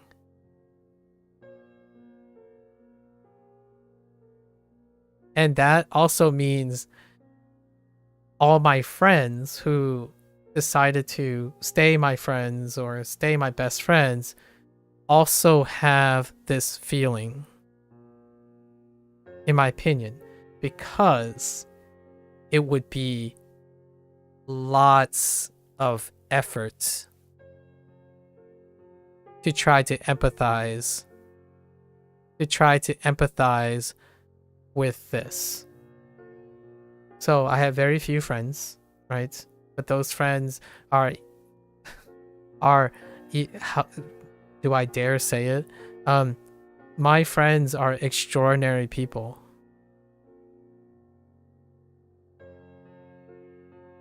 But they are extraordinary in a way that may not matter to other people.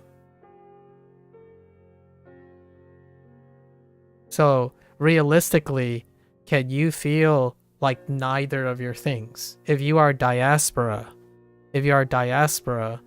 from a country, right? Your parents are the first gen. If you're a second gen in another country, you are effectively in the minority of people. In like modern day situations, there are more people who are associated multi-generationally with a singular identity from, you know, born to older. And there are even people who are in my situation which decide to reject one side in order to join the greater 50%. I'm basically just saying minority and majority. I don't actually know the percentage. However, I would wager that more people would want to identify with one particular group as opposed to another. And that relates back to the idealism that when you're learning Japanese, you have to be Japanese in order to be naturally interacting with a Japanese person. I don't think at any point that I think I say I speak English, therefore I'm American. Or I speak Fujianese, and that's what qualifies me as a Fujianese person. It's an empathy that I lack quite a lot. Like I cannot, it's so hard for me to empathize with someone who thinks that speaking a language somehow is natural for you to become that culture. The answer is all of the above. For me, it's all of the above. And that's how I come to be very associated and motivated to learn Japanese. I learned Japanese because it's something extra to me. It's extra. It complements my person. I don't have to actively reject something in order to become something I am not, right? However, if that keeps you motivated, right? Wanting to be Japanese for the rest of your life, unattainable goals, and ideal goals are motivation, so it can be motivation for a lifetime. You can be motivated, like for example, I want to be a kind person, right? That is when I'm telling myself I want to be a kind person, that is unrealistic. It is idealistic because I don't get to choose when someone thinks I'm a kind person or not. But there will be someone in this universe that comes to me and say, you're not a kind person.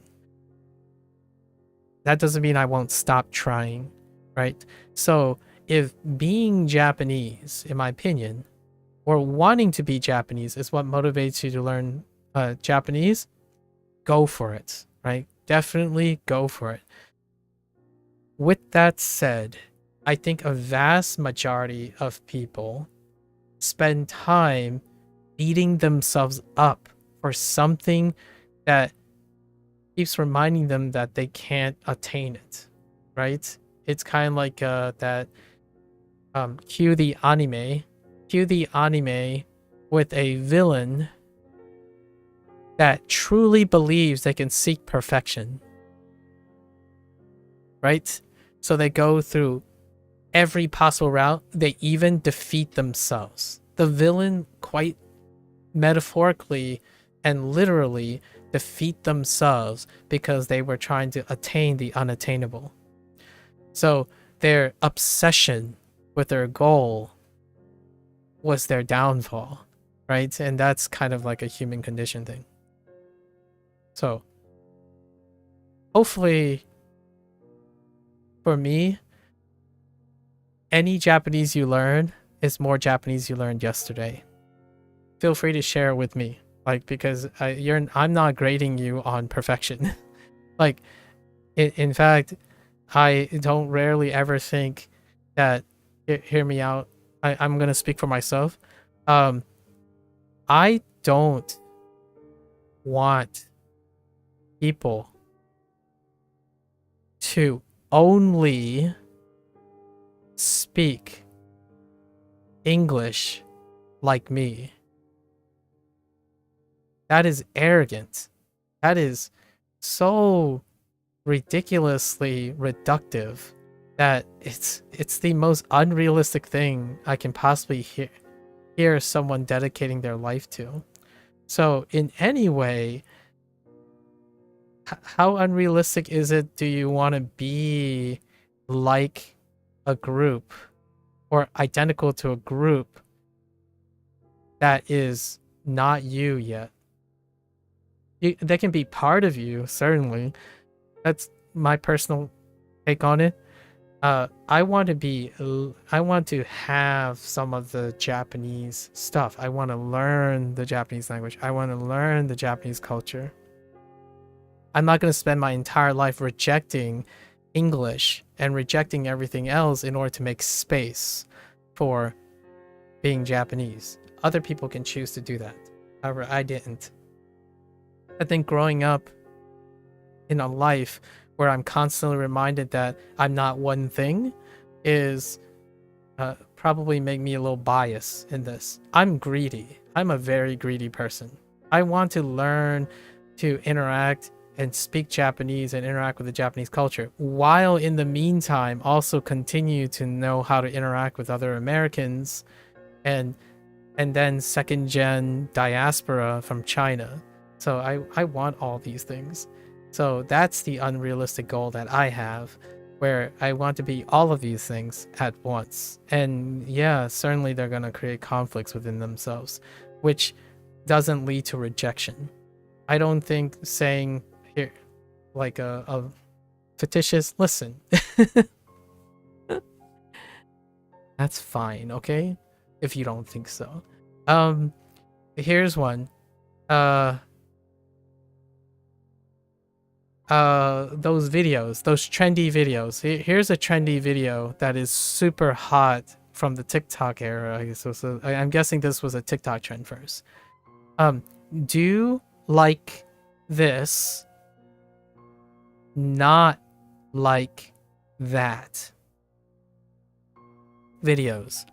When someone says something like they pick apart something, right? There are lines. Here's one. Usually they would use a Japanese train station. Japanese train station. And then they would pick something like New York City train station. And then it would be a hot take because it would be like a 30-second clip, right? Do like this. It'll show like Shinjuku Station or something. Shinjuku Station. And then suddenly it's like not like this. And it would be like Grand Central Station in New York City, right? And then immediately I'm thinking, this is probably the highly likely case because of how the internet works a lot of times. My guess, the deduction is there's a higher than 50% chance that this person is a disgruntled American who wants to be Japanese, like who wants to be a simulator of Japanese culture, because not only does this video take all of this out of context, there's no balance in representation.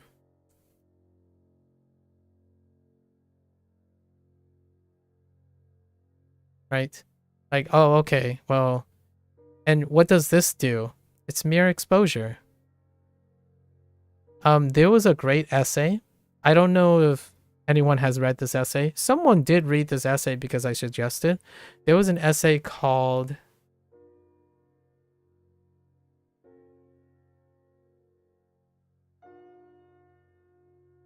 I think it's called The Myth of Asian Superiority. It's called The Harmful... Oh, sorry, here it is. It's by Ronald Takaki, I think. Hang on, let me... Yeah, here we go. I think it's Ronald Takaki. And he wrote an essay called The Harmful Myth of Asian Superiority. And while it is somewhat of a persuasive piece, it gives like a bit of relevance to how perception is through mere exposure. It's so topical now. It was written way long ago. Like it was written kind of at the early onsets of the internet age. So it's largely pre-modern, hyper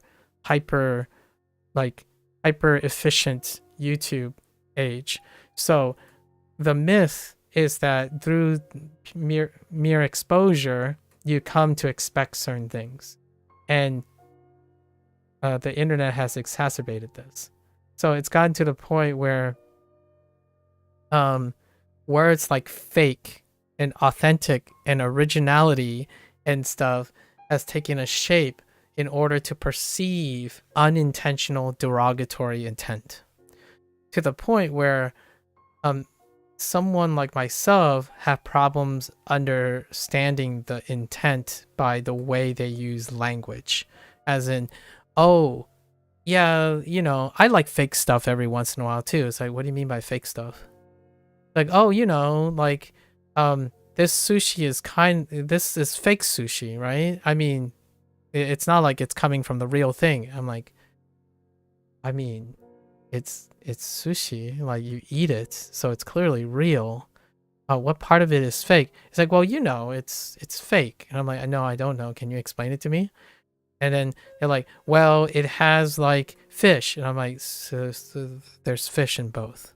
It's like, well, you know, the way they prepare the fish is fake. I'm like, well, they're chefs and they prepare the fish. Like, well, do you know exactly why it's more fake than the other? It's like, well, it's an imitation of the real thing. Like, okay, can you distinguish between how it's fake and real? Like, can you give me a more in-depth perception? It's like, oh no, and then it comes down to like, well, it's not prepared by a Japanese person on Japanese land, so it's clearly fake. I'm like, oh, okay. I mean, that's fine. Like, if they're able to explain it and I can't refute it, then certainly that's the reality. It's disappointing that the word fake has been associated with something that requires an arbitrary condition as to the location and the type of person. Now, hear me out. You might be thinking, well, it's just the person that matters, right? No, it doesn't. Because when a Chinese person makes Chinese food in the United States, it's fake. Yep. Fictitious knew where this was going. The reason why I bring this up a lot is because it was part of my early life. Like, it's still part of my life, not as much anymore because my parents has retired from the Chinese food, like making Chinese food for people in the United States. However, now you get to the point where let's do something topical. Italian food. in the United States. I'm not Italian, right? I'm not Italian. However, I can tell you, I grew up alongside Italian Americans.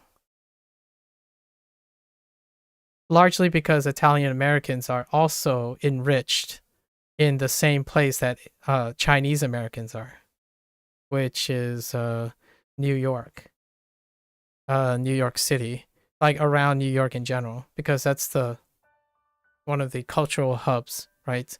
And you get to this point where someone comes up and is like, "Oh yeah, this is fake pizza," and I'm like, "Okay, all right, can you tell me what's fake about the pizza? Like, is there a reason for that?" And they're like, "Well, it doesn't taste the same." And it's like, I know one is made here and one is made over there. So, what does that? How does that make it fake? It's like, well, I like the taste of one better than the other. It's like, oh, so everything you like the taste of is real, and all the things that you dislike is fake, or like less is fake.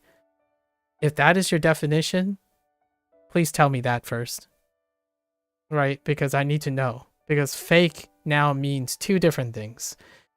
It can be fake if it's not made by the people in the exact same location, and then it can be fake because they don't like the taste of it, because they taste a better version of it. Now you're getting to the point where you have the YouTube perspective, right? You have YouTube perspective. What is a YouTube perspective? Something is fake when it doesn't meet the idealistic definition of any singular person you meet online. Now, do you tell me if that is realistic? We're going to go back to our first theme today. Tell me, is it realistic to use vocabulary in English? We're talking about English right now. To use vocabulary in a way that designate idealistic expectations to communicate with other people. And that is what I've discovered when I'm learning Japanese and Chinese. I've discovered that while we love talking about the specificity of Japanese language and Chinese language, like how do you say this specific, how to say that specifically, it reminds me mostly, a lot of times, the people who are using English, they use English like this. They use English idealistically. And my first thought was, boy, howdy, what would happen if Japanese and Chinese, I don't actually know. I haven't gotten a chance to ask a Japanese person or a Chinese person. Do they have this conflict of interest all the time with their language? Like, if a Japanese person says, oh, this is a hamburger, right? A humbug steak or something. Are they saying this is fake hamburger? Or is this real hamburger? Like, English has become a very touchy subject, right? English is the vehicle in which controversy is built because it's the bridging language. Now, the question is it happening with Chinese or Japanese as well? I have yet to find that out. Learning Chinese and Japanese have constantly reminded me that English have been kind of a different aspect now. It's been accruing a different aspect, and that's kind of like an aggressive layman colloquialism. I'm sure a linguist and an etymologist of linguistics and stuff will have a better explainer of this. But this is my anecdotal experience. I have not encountered this type of thing so aggressively until I started learning another language. I've often been described, so not having a clear accent I like to think I speak international English, whatever that is. Yeah, I speak international English as well, actually. Even though I spend most of my time in the United States, I think I speak international English. And what is international English other than the internet? International language? English? International English, perhaps? Or I'm learning how to speak the internet English because I need to understand what fake means and all these things now, because I don't usually speak this way, right? You've often been described as a perfectionist. I'm working on it. I still struggle with it, especially when speaking. Yeah, I think it hurts me a lot when someone keeps beating themselves about. If you're happy though, I understand that. Sometimes I think the most disappointing thing, and it's a twofold problem. It's at least a twofold problem. When someone has idealism in language learning, especially for natural language, if they chose a natural language, not like Python or C++ or something like that, right? Not a computer language. Idealistically, oftentimes, if you encounter some form of toxicity, which was something we talked about the other day, toxicity, it usually comes from a kind place, I feel. It comes from a kind place. However, oftentimes, what is disappointing to me is how upset the other person is.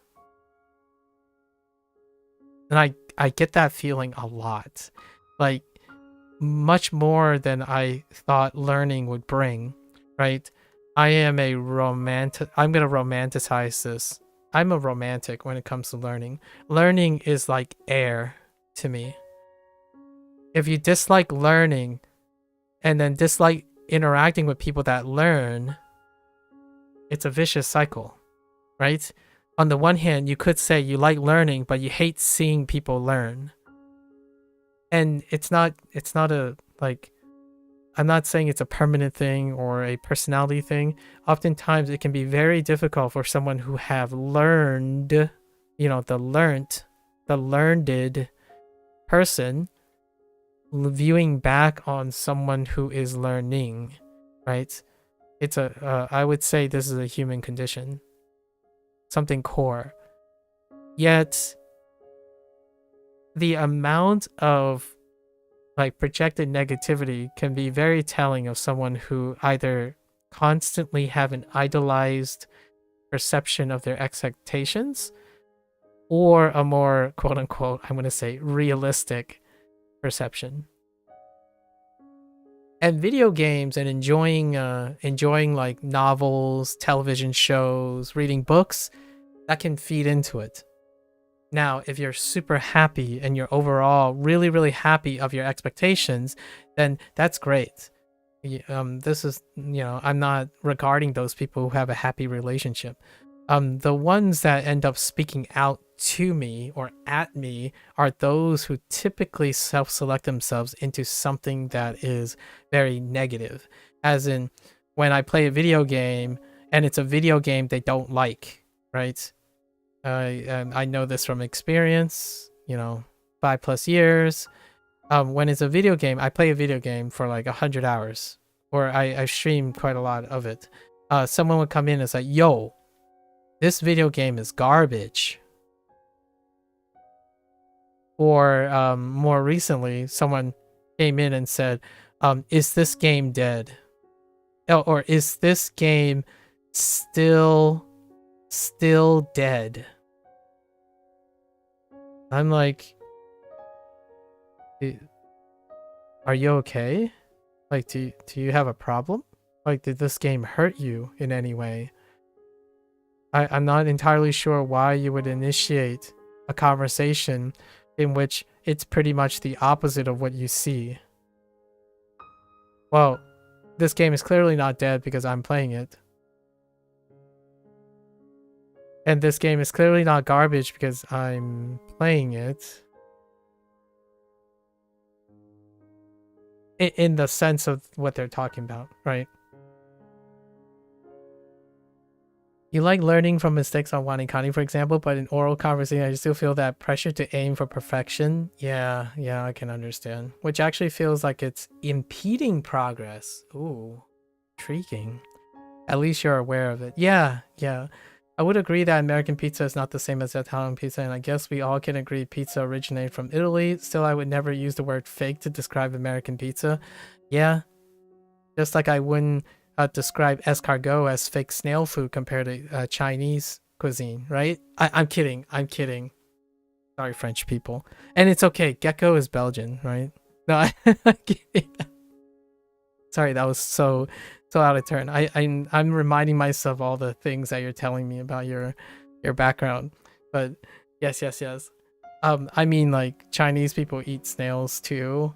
So it's funny that whenever hear me out here. One last funny like fake. One last funny fake situation from my own stories. When someone was surprised that Chinese people have a dish that serves snails, and they said, "Oh, so this is like escargot, but fake escargot." And I'm like, "What?" And then I asked them a question like, "So, what is fake about it?" Like, well, it's not escargot. It's like, oh, okay. So your only qualification is if it's not like escargot, then everything else is fake. It's like, okay, I'm okay with that. It's past your bedtime. Yeah, take care, Gecko. It's always been a pleasure to have these discussions. Great talk again. Yes. Wow, the only thing I have against Chinese right now as a language is that I keep trying to read it as Japanese.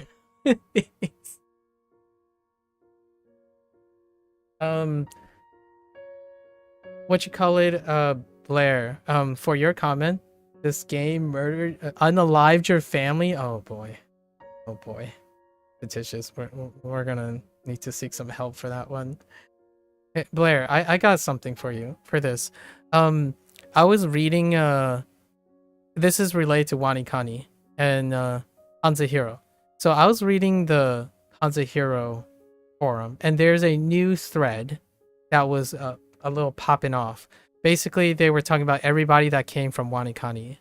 So because there's a connection between WaniKani and HanziHero, not only by their app design, but also all the people that use it, right? Because Chinese and Japanese, right? Japanese here, Chinese here. And there was a growing discussion about language laddering.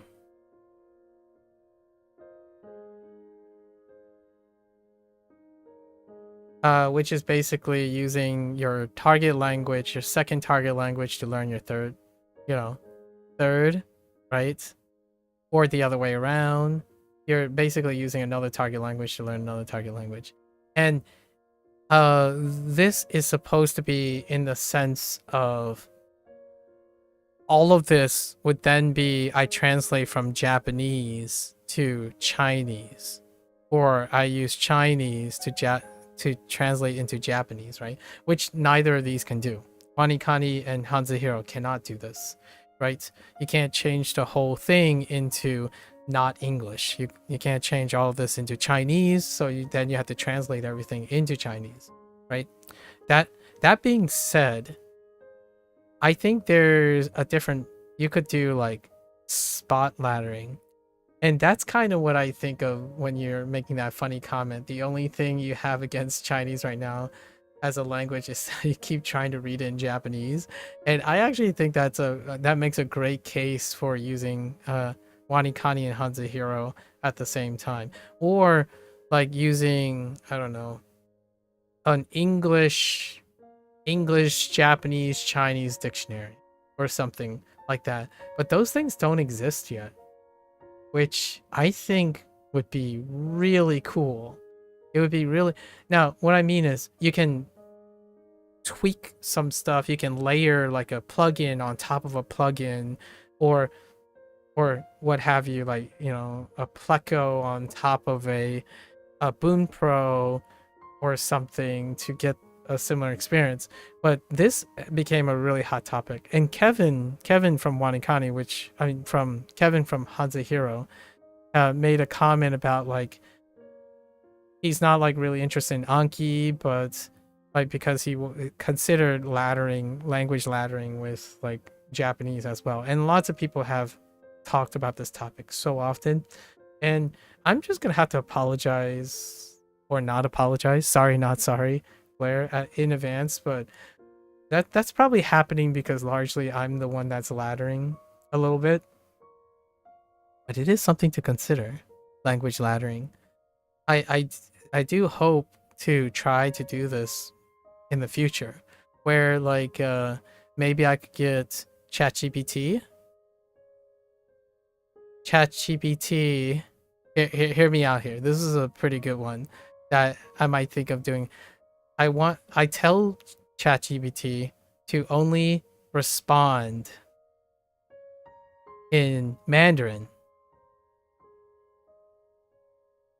However, or I want them to respond in Mandarin when explaining things. However, when I'm role playing with ChatGPT, I want it to output in Japanese. Meanwhile, on my end, I'm then doing these two things into English. That's what I think is going to get me into a situation where I'm going to be able to spend one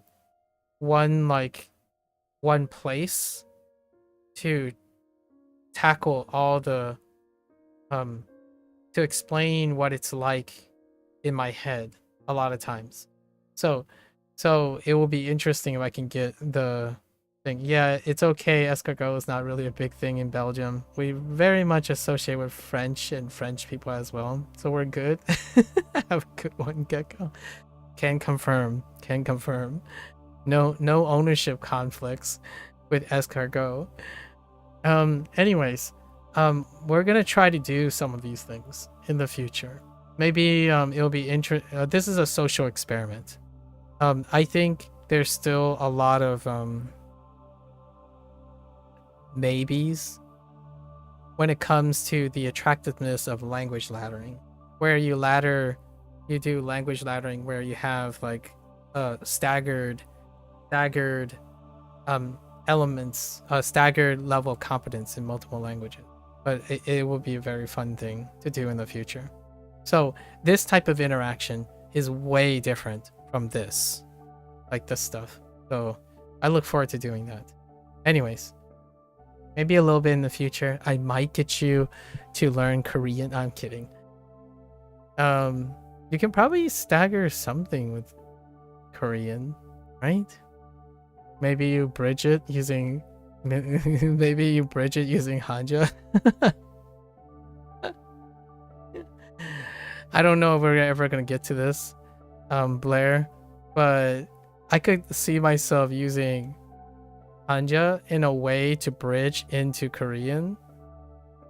That would be really fun. So like in the future is like, how do you reinforce Chinese and Japanese while dabbling in Korean? You could use this in order to translate into this. Largely because you're proficient in Hanzi and Kanji. I thought that would be a thing to consider.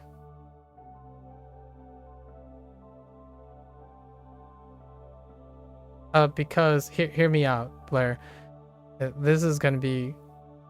I don't want to pressure you or anything, but if you know Japanese and you're invested in Japanese, it gives you a way into Hanzi, right?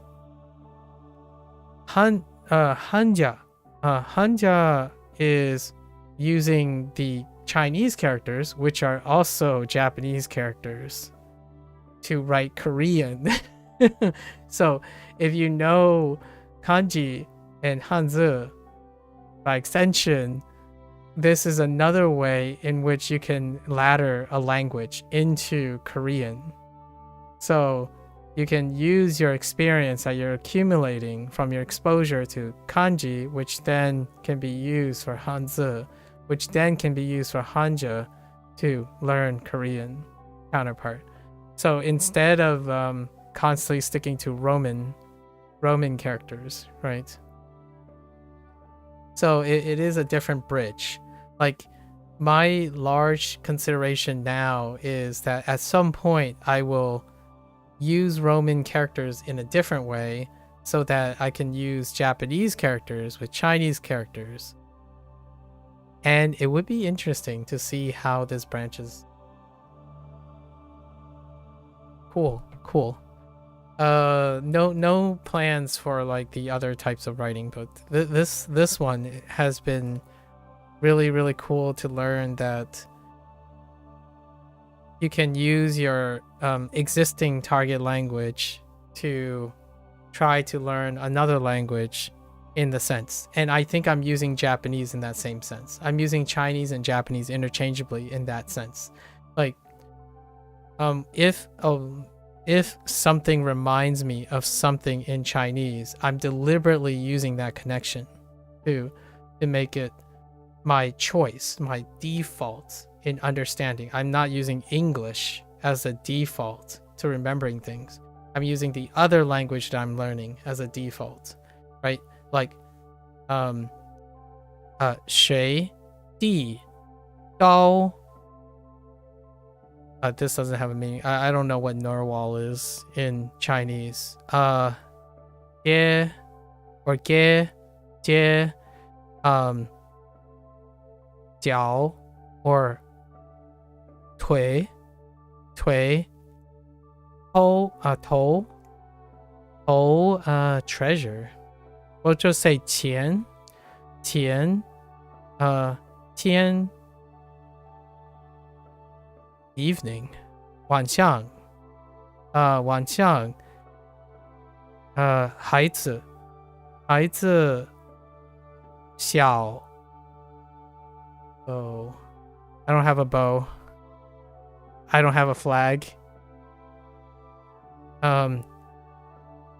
头发 五天小文月 right? 平 we're gonna use 才火 高 and king 晚上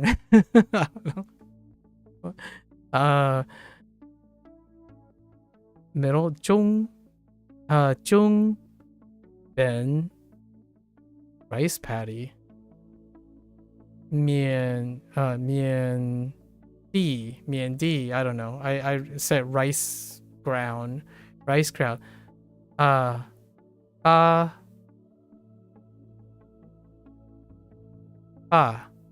Actually, I'm not sure about white's tone. 眼睛 stand, to stand up. Question mark. 牛 and private. I don't know. 自己 myself maybe, or something like private, myself, being with myself. So yeah, so not like it was relatively quick, right? Relatively quick, and that's what I'm thinking most of the time as well. So it's not only English but Chinese, and you can. And I actually said knife. I didn't say sword, right? For those who know Chinese, I'm basically using Chinese to best translate what I know in English, which is for Japanese. And I think that goes a long way. In my opinion, it's a lot of fun. I don't know, that's how people think of things when they're laddering, but yeah. Or I can do the opposite, which I will use like this is water in English, so it's 水, right? in Chinese. So you could use English to bridge the two as well, or you can jump straight to it. Which in this case, since it's these are characters, it's to me, quote unquote, it's more habit forming to go straight to Chinese, straight to Hanzi, right? Because it literally looks like it. So now not only are you discouraging yourself, or like, quote unquote, if you want to not use English, right? When someone says not use English, then you don't have to.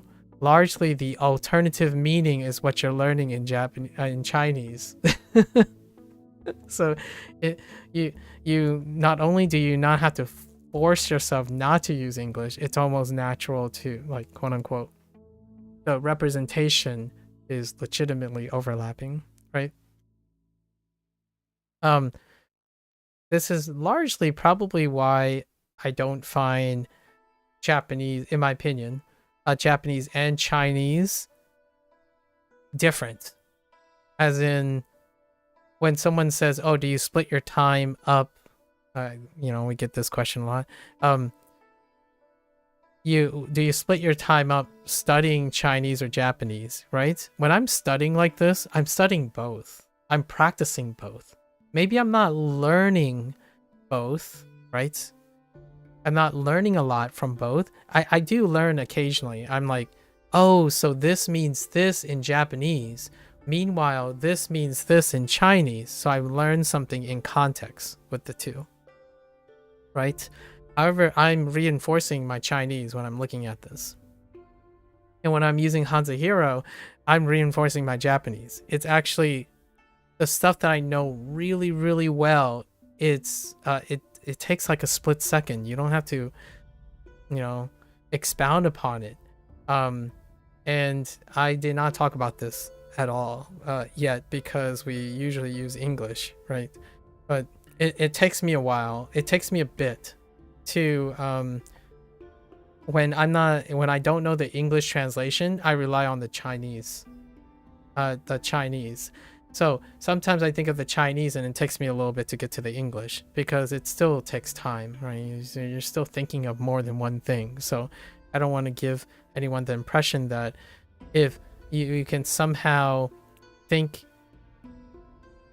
of a lot of things and not use more time. When you think of more things, you use up more time. Now you can become more efficient at all those things, and then what took like 3 minutes can be like 1 minute still, even though you're thinking of more things, because it becomes easier to think of those things, like faster to think of those things. Like this stuff is not faster if I didn't learn Chinese, in my opinion. Like personally, if I wanted to give like a different take on this that isn't like someone who's only learning Japanese and someone who's only learning Chinese, and and answering that question over a lot of times, does Chinese help you or interfere or make learning Japanese harder, etc.? Is it more confusing? For myself personally, no, it's not. In fact, the confusion, the potential points of confusion, are the reasons why things are becoming easier and faster, in my opinion, because there are two different ways now to remember things. One is literal in representation, and one is English. It's in translation, right? So it's pretty cool, at least in my opinion. Honestly, I think Japanese gets an egg in the face because I always start the day with Japanese. And then when I start with Japanese, it warms me up for Chinese. So what happens is whatever comes first, I'm more warmed up for the day than the other. So since I kept this order, I was reflecting upon this because Duolingo review is going to cover this. One day, I think I'm going to switch the order and see if this suspicion is correct. Because oftentimes when you get warmed up at looking at ideograms, when my internet, I still use in American Windows, just so that everyone knows, I still use American English Windows. So every time I type on Google and all that stuff, it's still the majority of the characters and stuff that I see on my interface is English. So it does take a little bit of time to switch over, like, okay, I gotta get used to looking at these again. And when I'm being a little time, it's not noticeable because by the time I start, it takes like a few seconds, right, to adjust. However, it's really neat. I don't want to promise people results. It's something worth trying. It's something worth trying. I think it's fun when you're solving problems with tools that you don't understand yet, or tools that you're describing, right? WaniKani is cool because it's a new tool that is not Duolingo. So while I'm learning Japanese, I'm learning how WaniKani works. When I'm learning Chinese, I'm learning how HanziHero works and how it's related and not related to WaniKani. So I'm learning more than just the content itself. I'm also learning something about the developer's design and differences in the developer's design. Kind of like reading a story, not just for yourself, but also to discover what the person's intent was behind the story. Discover a little bit about the person themselves who made and wrote the story. It's not exclusive. It's not one or the other. It's both. Now, when something is boring to you, it might not be so boring if you phrase it in a way like, wait, the author wrote this. Why would the author write something that I find boring, right? Like what were going across their minds? And then you suddenly have a feeling where like, oh wait, this isn't realistic to me. We're going back to the very first start of this digression. This really isn't realistic to me. But why would someone might think it's realistic to them? Or this character seems like it's out of character, as in like this decision making is weird. Like what the heck? This guy is just being plain silly with their character development.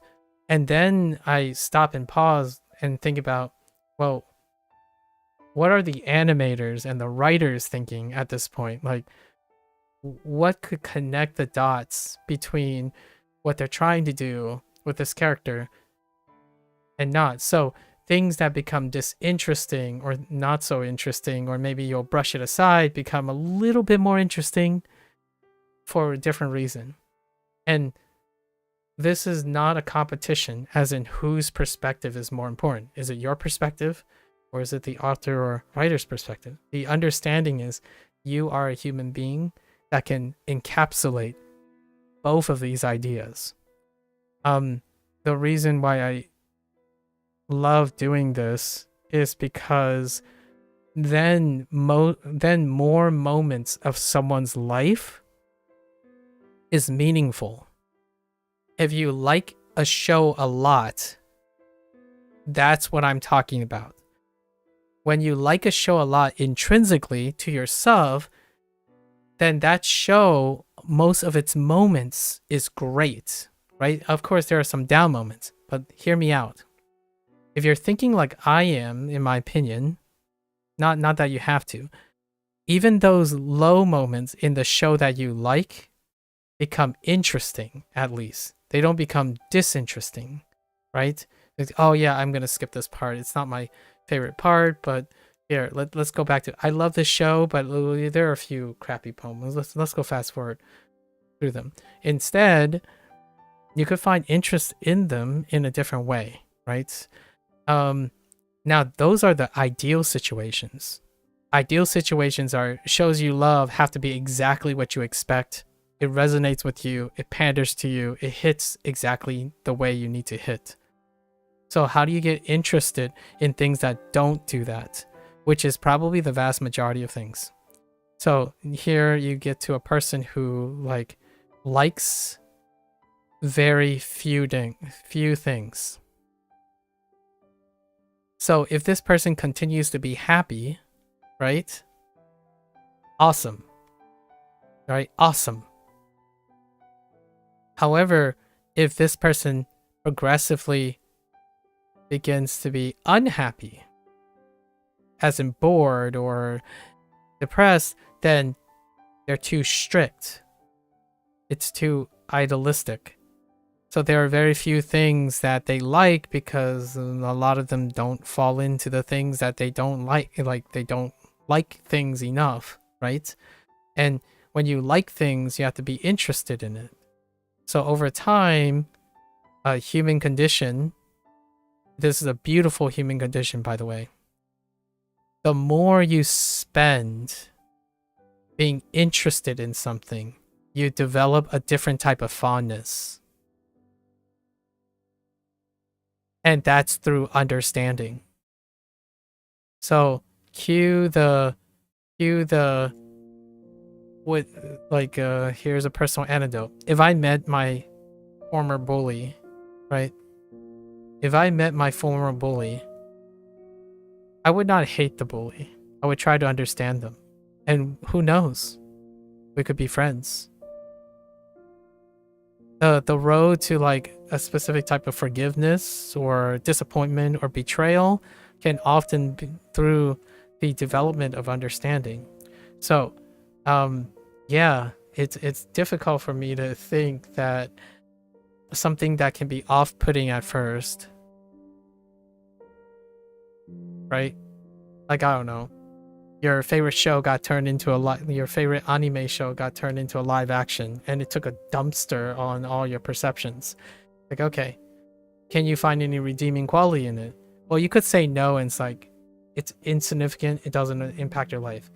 If it causes you to spend day and night or rejecting everything that you want, that you liked before, then we're talking about a situation where this can happen. Like, this would be very pragmatic to do. Like, someone says, oh, season 4 sucked, so therefore season 1 through 3 sucks now. The reason why I'm smiling is because this is the logic that I encounter far more from those who are unhappy in general, or gives me signs of being unhappy. Everything that comes after will impact their perception of what comes before, right? So, what's a comment that will illustrate this? Well, you know, eventually, if a show runs long enough, it will miss. Not if it will miss, or if it misses, it will miss. And then that will sour their experience with everything else. Think about, in my opinion, I like to think this would not affect their interpersonal skills, right? I would like to think a person that says that have reasonable interpersonal skills. Right? Right? Hopefully, right?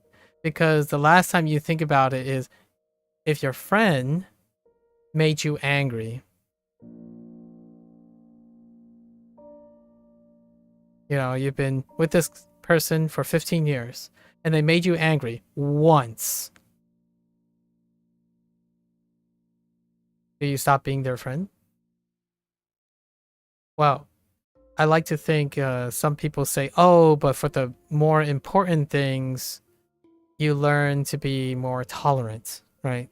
Or tolerant, or understand, it depends kind of situation. You're going to say, it depends kind of situation. And I get that. I totally get that, because friends are more important. It's not the same as a TV show. Fair enough. It's not the same as a TV show. The question is it easier, or are you more reasonable if you behave or practice behaving a certain way when this happens, or you don't and this happens. So oftentimes you go back to how often are you upset? If you're upset all the time, what are the chances that people around you are going to be upset? But probably more likely. So yesterday we talked about comp toxicity. Right, let's relate it back to yesterday. Comp toxicity, like competitive games, right? PvP games. If those people spend 50% of their time, they're just going to choose an arbitrator, the majority of the time playing a game in which they are upset, what are the chances that their interpersonal communication skills are influenced by this? Probably very likely. So when they express themselves outside of this situation, then they no longer are competent in that situation. Here we go, right? And for me, well, let's go back to how we got here, the Chinese and Japanese thing. I think it's cool because I spend a lot of time thinking about Chinese and Japanese all the time, you know? It's kind of a cool thing. Not against, but with. Offering a counter perspective, but also not obligatory. I just expect Blair to be multilingual at some point to match my interests, because I'm very high standards. I'm kidding, Blair. No pressure. But if you secretly know Chinese in the background, I wouldn't be surprised either. All right. Let's do our final review. Today was a short day, so we had plenty of time to digress, right? We met our 3-hour quota. I'm kidding. There aren't any quotas for this. All right, so I'm gonna review my usual review things to end the day. So we're using one word English, right? One word English here. So let's do that. Water, dirt, sword, narwhal, street, legs, head, treasure, 1,000, evening, child, small, bow, flag, hair, 5, heaven, hand, writing, moon, stop, leaf, fire, dog, king, middle, book, rice paddy. Okay, maybe 2 words. 1 to 2 words. I keep forgetting about rice paddy. White, eye, stand, cow, private. Right? Okay, so for kanji, we're going to go over the reads first. Reads, and specifically onyomi. So let's do that first. Okay. So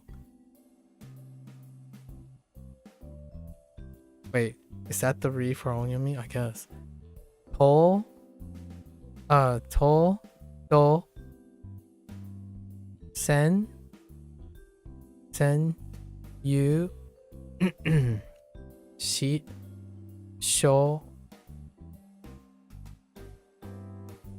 qiao, cho, not qiao, cho, cho, maru, sai,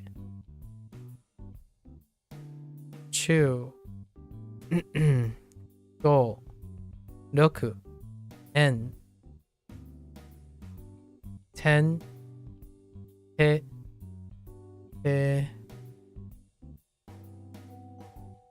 bun, mon,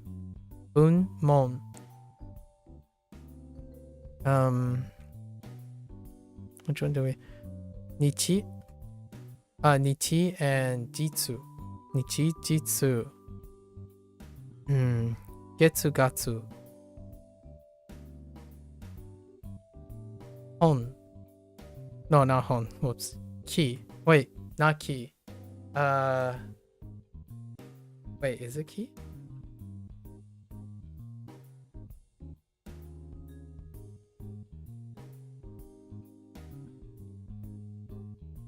We'll go with ki, but we're gonna put a dot here.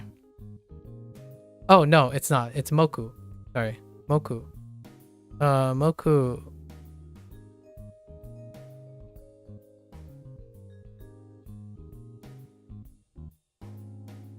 Moku and this a pass too. I think sui, yeah, sui works because of Chinese. Sui. Sui. Ka. Inu. O. Shitsu. Yu. Shi. Sa. Hon. Se. Sho. Ama. Ha. Haku. Haku. Haku. Haku. Haku. Me.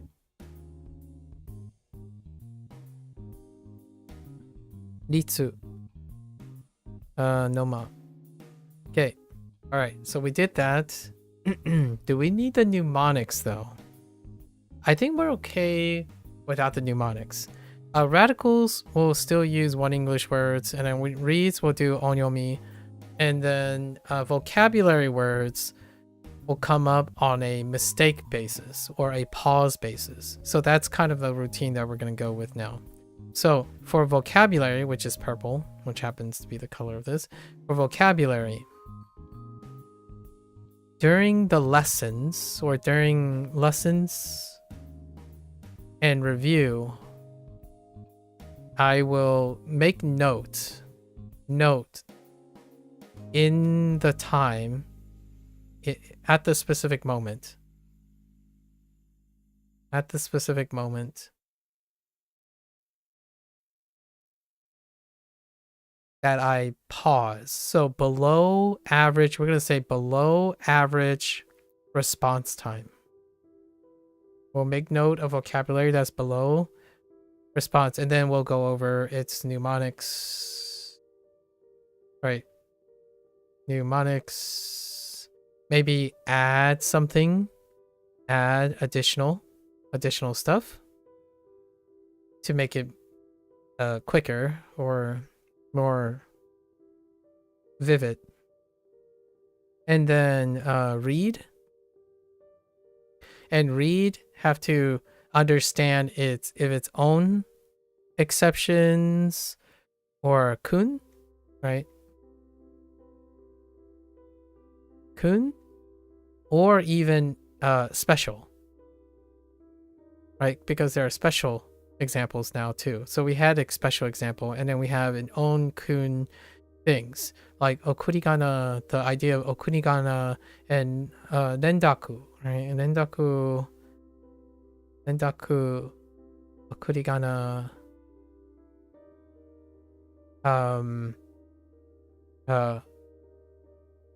kugugo, wait, is it kugugo? Yeah, kugugo, right? And then like numbers and special occasions, that kind of thing. So that's how we are going to review it. And we're going to review it on this right hand side. So it's going to be on this panel, right? And that's what we're going to do for the next maybe 2 months. So by day 60. We'll see what happens in day 60. We'll switch it up in day 60. Something like that. Or at least this is the current tentative way we're gonna do our final review. I don't know what I'm gonna do in the beginning though.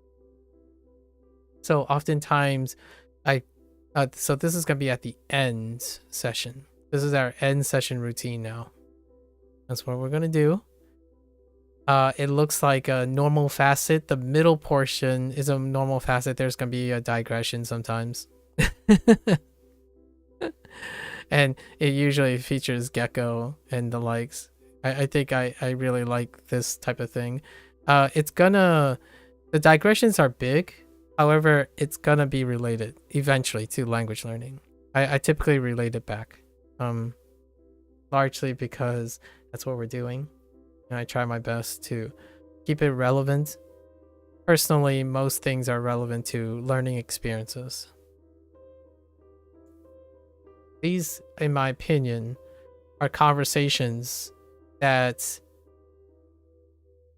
friends and families typically are a very healthy way to talk about things. And I truly believe, in my opinion, that learning and discussion go hand in hand, right? Finding motivation, understanding people, it goes hand in hand, and it's an investment. It's an investment that has unknown potential, but there is potential, right? So it's going to be in the middle. In the beginning, I have no idea what we're going to place in the beginning. I think in the beginning will be where I repeat mistakes. So maybe if it gets to a point where I accumulative in mistakes, we're going to go over the mistakes section. So I did make 2 errors yesterday, which I went over today in the morning, or in the beginning of the session, which was strength, right, or power, and then how I made the typo on Ju, right, or on 10. Those are probably where we're going to go in the beginning. And then at the end, we'll do this. And that's kind of going to be our routine. And eventually it's going to get faster, so then we'll do other things. Anyways, that's a wrap for WaniKani for today. A little bit longer than usual. And as a reminder, tomorrow's WaniKani session is going to be a lot later. Like, my stream is going to start a lot later because I have to go to the airport. My mother is returning from her international flight or international trip, so it's gonna be much later. We're gonna try to squeeze it in, and tomorrow it's probably gonna be a little bit faster because it looks like we have at least possibly 8 lessons dealing with. Oh no, wait. I guess lessons are kanji lessons and radical lessons, right? They're not vocabulary. We might have more vocabulary, but I don't know if it's direct one-to-one vocabulary. But we will be having vocabulary lessons tomorrow, so that's exciting. So something that deals with sword, like these characters, I could see like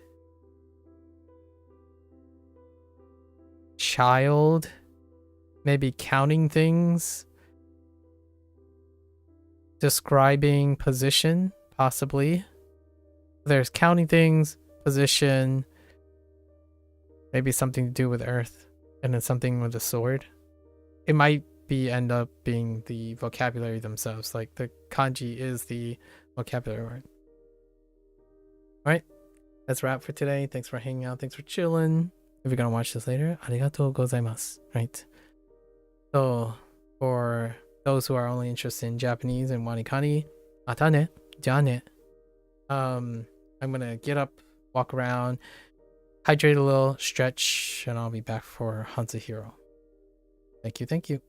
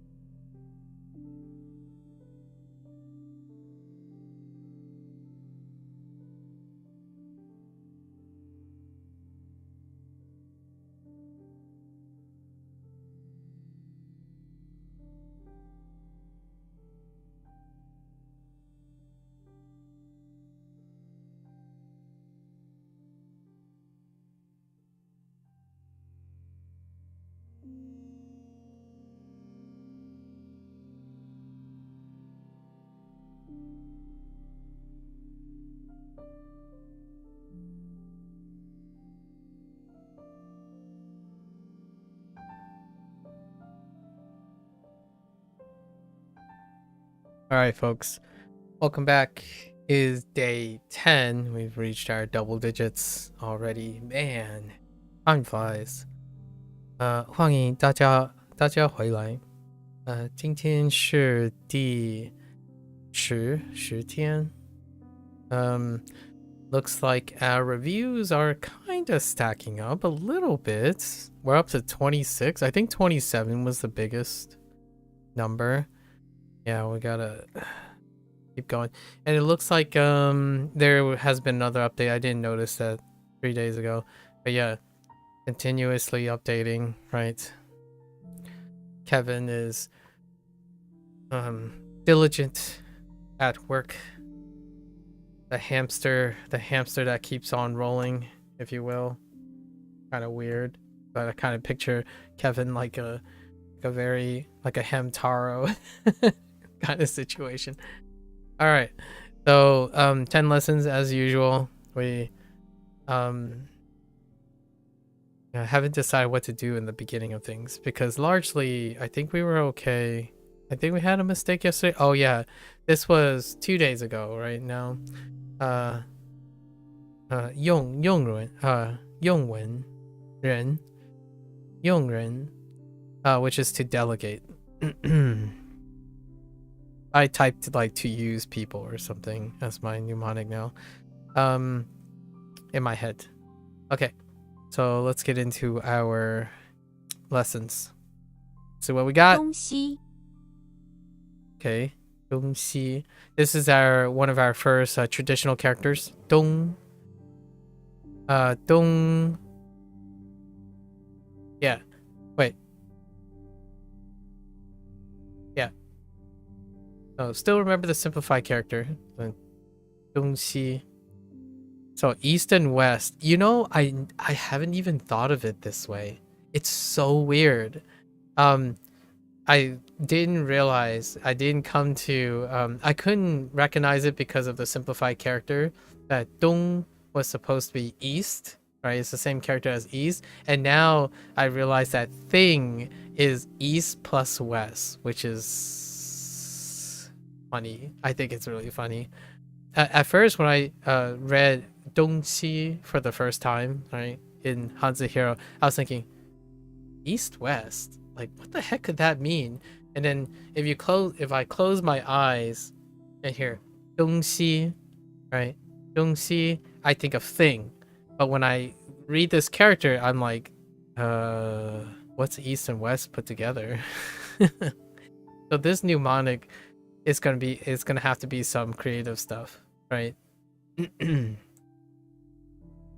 Perusing a museum, you come across an artifact labeled thing, 东西.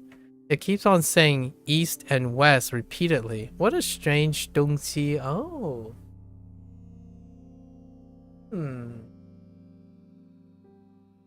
Could the thing be a compass? Oh no, but then it would say north and south too. Interesting. I'm not sure that's strong enough for this. However, 东西, hearing 东西 helps, I suppose. But still, that is a weird one. That thing is east and west. I mean, it is a strange thing, huh? You know? What is that thing? 那是什么? Oh my gosh, that's ma? That has to be ma. Oh my goodness. You can't even make out what the... Oh my gosh, Shema. Holy heck. It's only the bottom. It's even less than the bottom part. Like it's the bottom, but it's cut. From that to this, holy heck. 那是什么东西？那是什么东西？东西贵了，东西贵了。贵 is okay.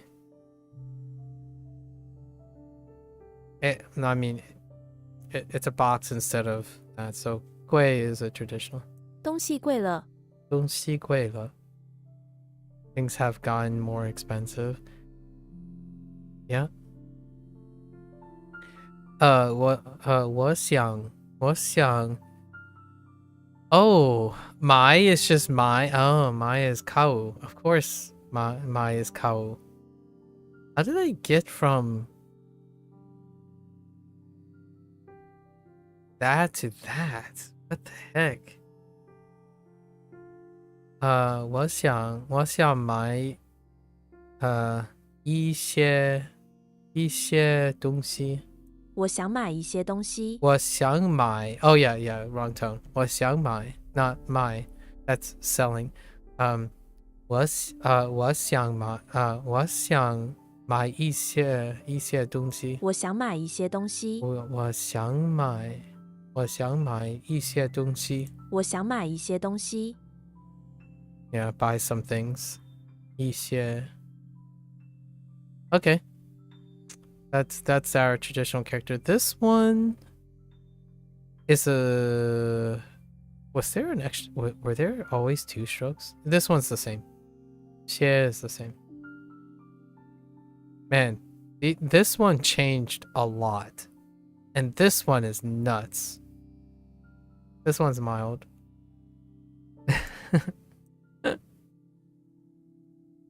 东西东西。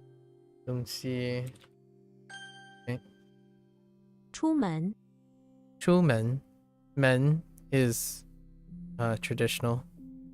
出门 exit the entrance to go out. I mean, writes itself. 出门 If you want to go out, just exit from the entrance. Yeah. Writes itself. Self-explanatory. 我今天晚上不出去 or 出门 Oh, that could be a little... Yeah, 出去 is going out too, but maybe there's a different essence of going out. Right. I said going out like literally going out, 出去, as opposed to 出门. 出门. Okay. What's this? 我今天晚上不出门。不出门。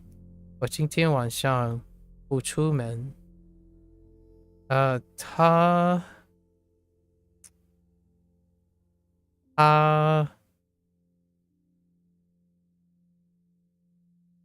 值班。他刚出门。I don't know what that character simplifies to. This is a simplified character. Done. Oh. Maybe like this? That doesn't look like something I recognize. Gun. I know this though. I know gun or like. Oh my goodness. Wait.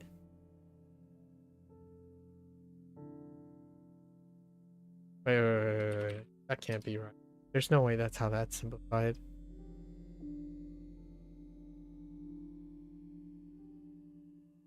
Not Jung. Oh, it is. Oh, it's an X. Oh, it's this one. Oh, gun. It's gung with a G. I was thinking of gun, not gung. Gun, not gung. Okay. Okay. Cool. Neat. Very neat. Alright. Human. 出门 Okay, cool. 门口 门口. What the heck? Oh. Wait, no. I'm thinking of WaniKani here. Menko. Yeah, Menko makes sense. Entrance and mouth. It's kind of redundant. I wonder if they make a joke about being redundant. Like yesterday with Niar. Right? Niar. Oh no. Niren. Sorry, Niren. No wait. What did they make that was redundant? Oh no.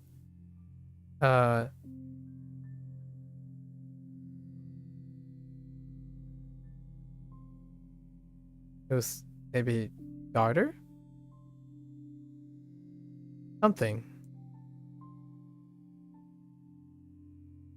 Menko refers to entrance of any building which looks like a big square mouth when it is open. Okay, that's fair enough. Entrance. Here are some examples of the word. See if you can spot the word.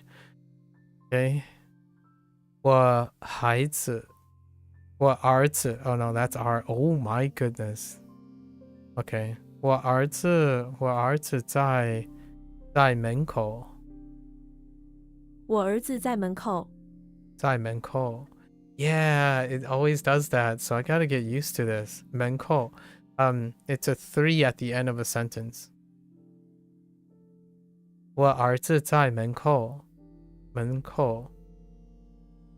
It's like higher in pitch and it goes up a little quicker.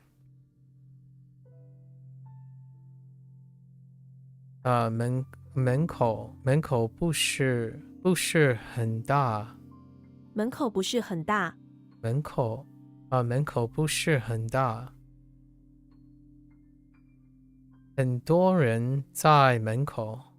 门口很多人在门口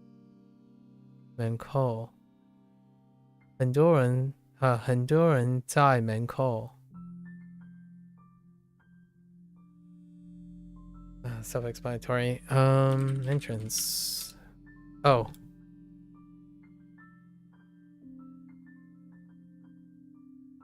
Wait, what? Did I misspell? Oh, that's the pronunciation. Whoops. Whoops. Go. 门口 It wasn't blurred up here. There was no blurry thing up here, so I didn't realize that we were looking at that. I was using the visuals. Whoops. 大门大门. The main entrance, the more important entrance. Da as in big, as in more important. The main entrance doesn't have to be the biggest entrance, but I guess you could remember it that way too. The main entrance tends to be the biggest. The main entrance of any place is usually the most big entrance. Yeah, fair enough.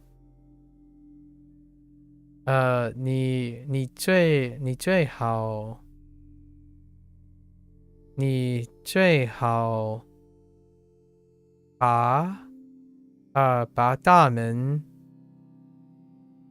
开箱关向 Is that supposed to be Guan? Oh my gosh, is that supposed to be Guan?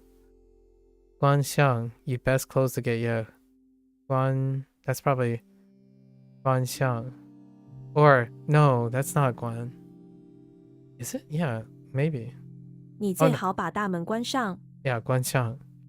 你最好把大门关上。And then this is actually a later grammatical, a much later grammatical thing. I guess it does go. It might. I don't know if it's HSK2 or HSK3, actually.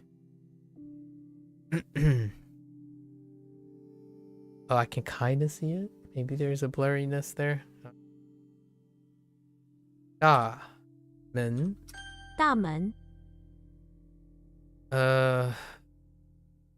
main entrance. Okay. Neat. R. Okay. R. Oh, Master Chief. Oh no. I wasn't expecting to talk about Halo. Master Chief, huh? And the arcade. Arcade. Oh, I gotcha. Alright. Master Chef. Obviously. Alright. In our modified pinyin chart, there are some syllables that have no initial.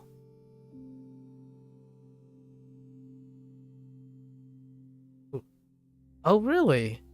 I kind of thought, like, if there's no initial, the final becomes the initial, is how that works. But I guess not. So they don't have no, which refers to a null initial. For ease of typing, we represent it as, okay, it's the other way. Fair enough. But you may in other places see it represented as the null sign. It's a symbolic part of the system. It has no pronunciation. Okay.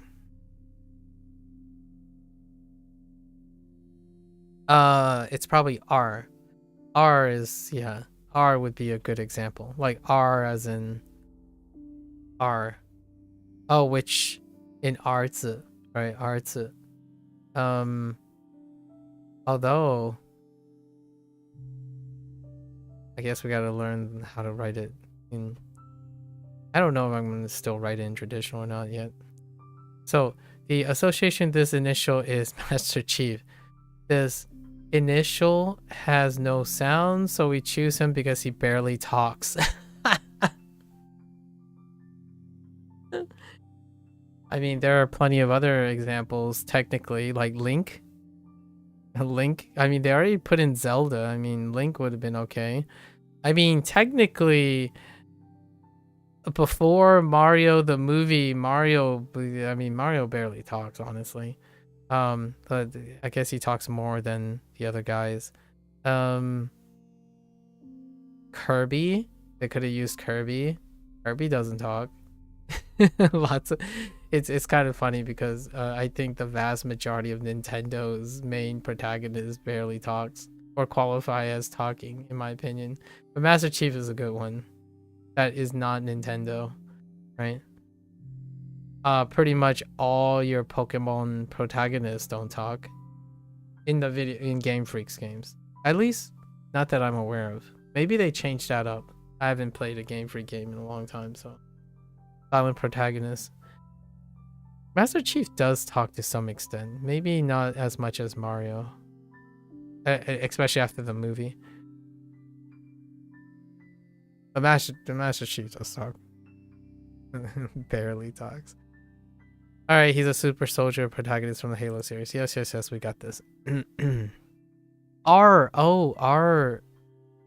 counts as no initial. Oh, yeah. Ah! Oh my god, jeez. Oh yeah, yeah.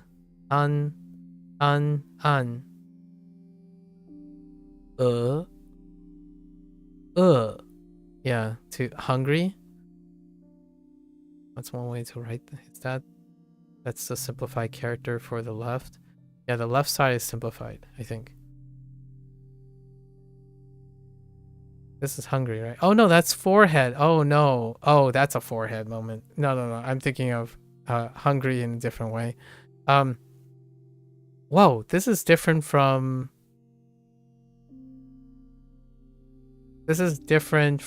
Japanese. Oh, the forehead, not the head, not the face or the forehead itself. I wonder what's forehead in Japanese. It's probably the same. I'm thinking of head. Oh, it's the same. Hitai. I only know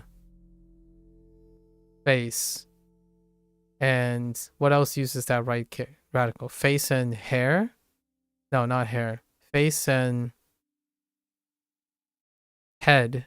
Atama and kao has the right radical, not the left.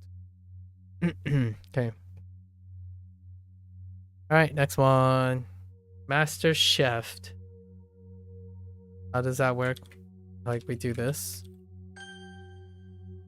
It's the other side of the moody face that I write all the time. R.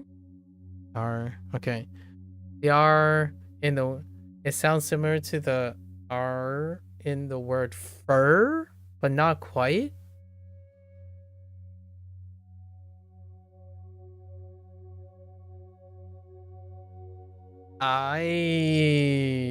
Yikes. In a sense, it is somewhere between the sound and R are pronounced in English.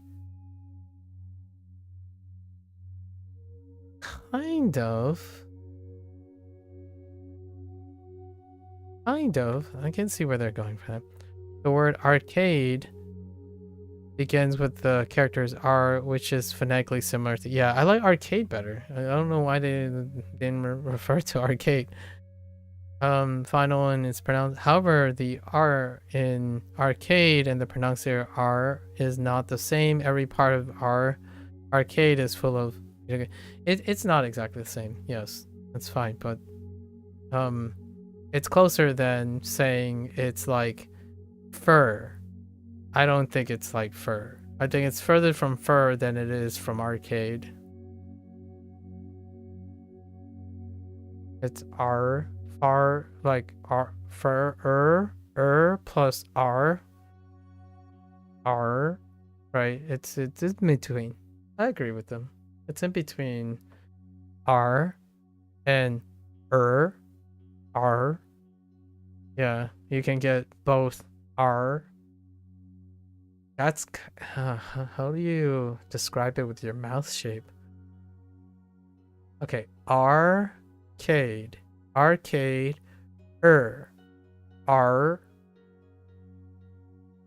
You kind of have to imagine combining them. You can actually sing arcade and then fur.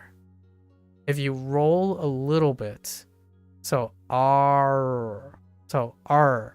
If you have your tongue like in between R and you have R.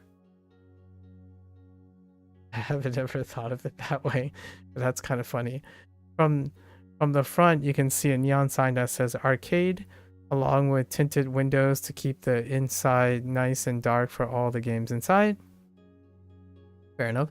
Inside is an old carpeted floor with a bunch of arcade machines like you may have seen when you grew up.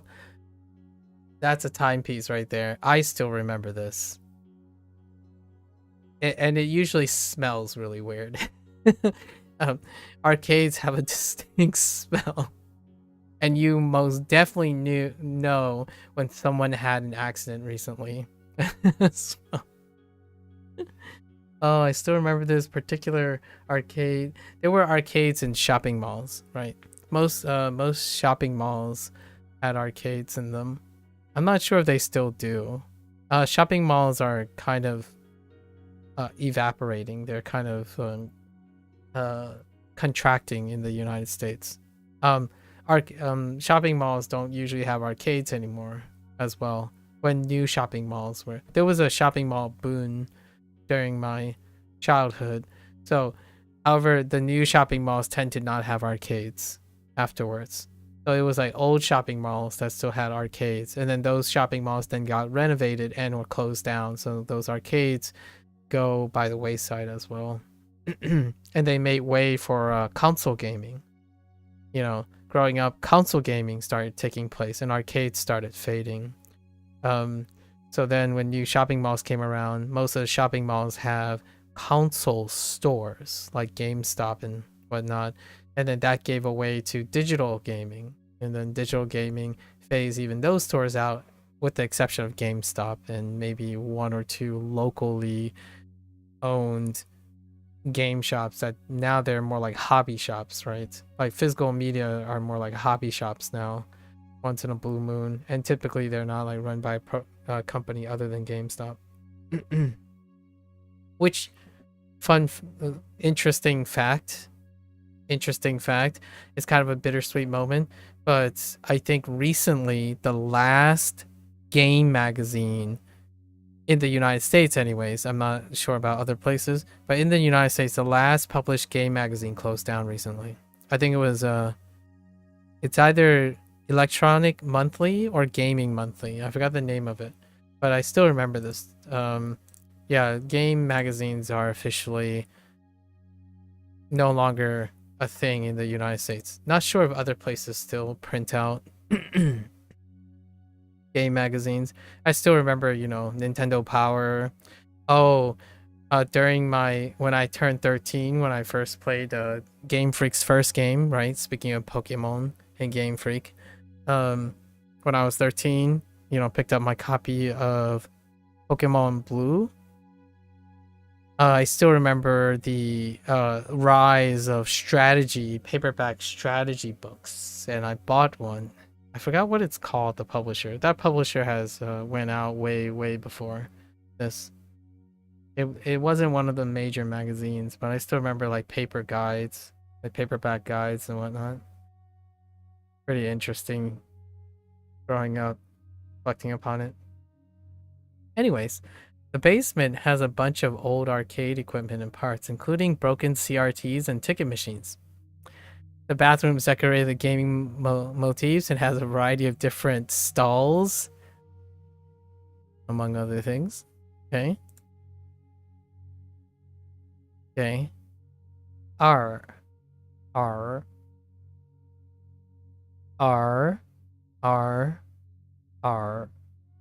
Ooh, what is this? Thus. Okay.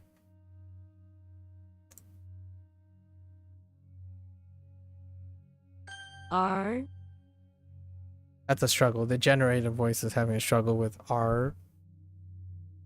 R.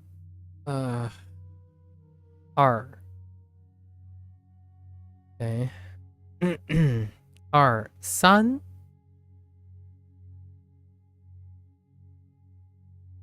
The heck? Oh, the components. Oh, this is a component. Yeah, that makes sense. Uniform. Yun. Jun.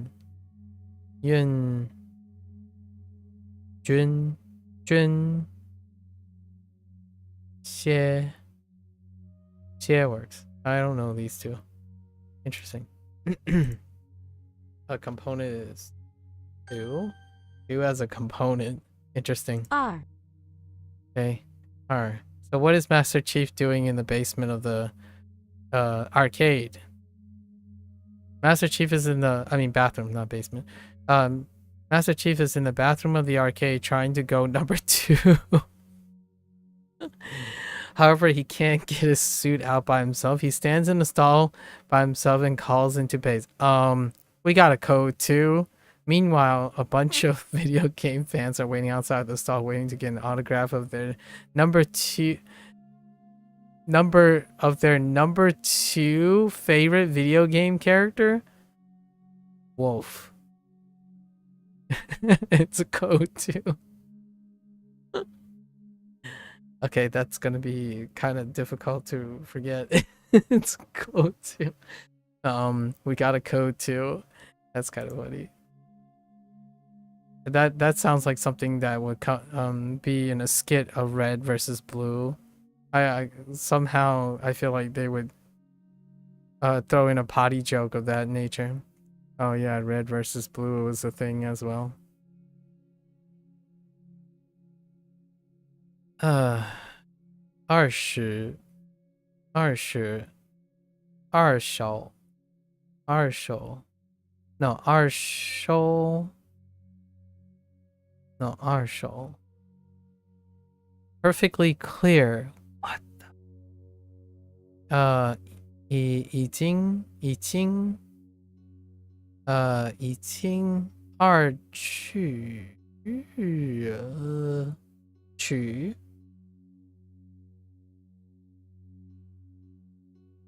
or is that 去? I can't tell. I don't like the stripe thing. The stripe thing is not great. 二阳化汤二氧化汤二氧化汤 okay. Whoops. 二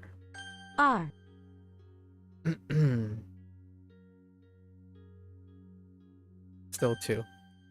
Code 2. Abort, code 2. Okay.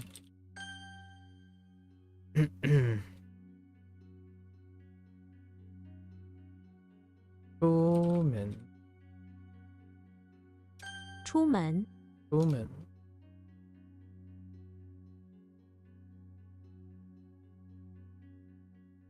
Wait.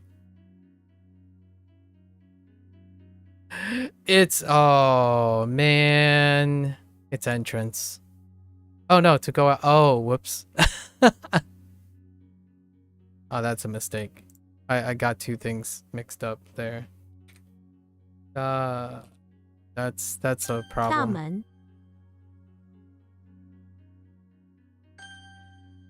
门 Do I have to write? No, I don't. I don't have to. 二 Pass. Yeah, I was thinking this. 门口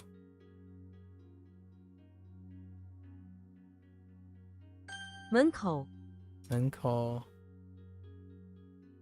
Oh wait, this is entrance. I was thinking this. Oh wait, no, I wasn't thinking this. What was I thinking of? Wait. R R. 东西东西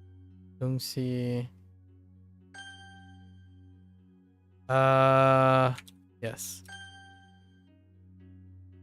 All right, next 5 lessons. Oh, hey, it's our daily bot reminding me I'm live on Twitch. What is this one? Umbilical flagship. Well, I will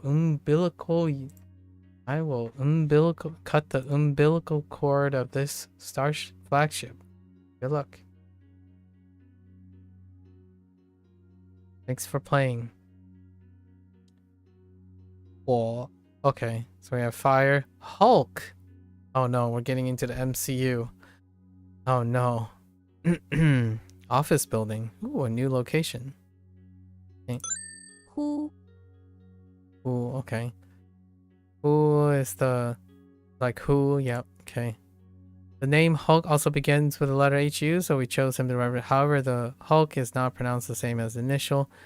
What could I have done for who? Is there anyone named Who that's pretty recognizable? It could have been Doctor Who. They could have used Who as in Doctor Who.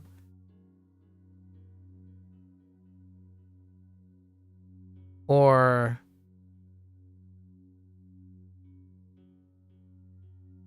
What else has who in it? Doctor Who. Because the pronunciation is who. So could have used missed opportunity for Doctor Who, I suppose. So so we choose him to write. Not that I talked about Doctor Who a couple times already. However, the issue is okay. Hulk is an American comic book superhero. He is a huge, green, muscular humanoid with nearly unlimited strength. Yes, yes. 不会火我湖火火火火火火 火 Oh no, that's just 火 火 I'm not saying what am I saying when I'm saying 火 Oh, 火 is HOU. Okay. Okay. Okay. o Oh, English O but cut short. Yeah, O. The word office also starts with the O. We choose it as a to represent this final. However, the pronunciation of O in office is not the same as yes. A O in office is pronounced similar to an English word ah. Wait, the not ah, but the but technically still, but it's The O in office is pronounced similar to an English sound, office. While the O sound in Pinyin is a pure O sound that lacks a great equivalent in English? No. Oh, with one O. Oh. As opposed to O. Or oh.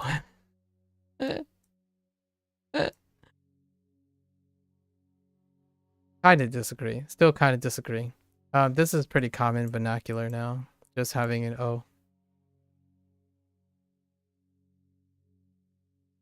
The front of the office has a parking lot and the entrance to the main lobby. From there, you can see clearly the large, many-storied office building. Many-storied office building. Wow. Inside is a small lobby with some minor decor and some elevators. The basement has old desks and office storage, as it should. The bathroom is quite large with many stalls and is a peaceful refuge when taking a break from work. Perhaps. Draw. 着 Draw. Draw. 左 Draw. Oh man. That's a little weird. Draw. 左 Draw. Draw. Yeah, draw. Draw, which is the left, right? Draw. Or. Okay. Fair enough. Office. Oh. Fire. Fire looks like fire. The main part in me. Yes. Same thing. Right, Ash. Fun. Disaster. Die. Looks cool. The 3 carrots is simplified, I think.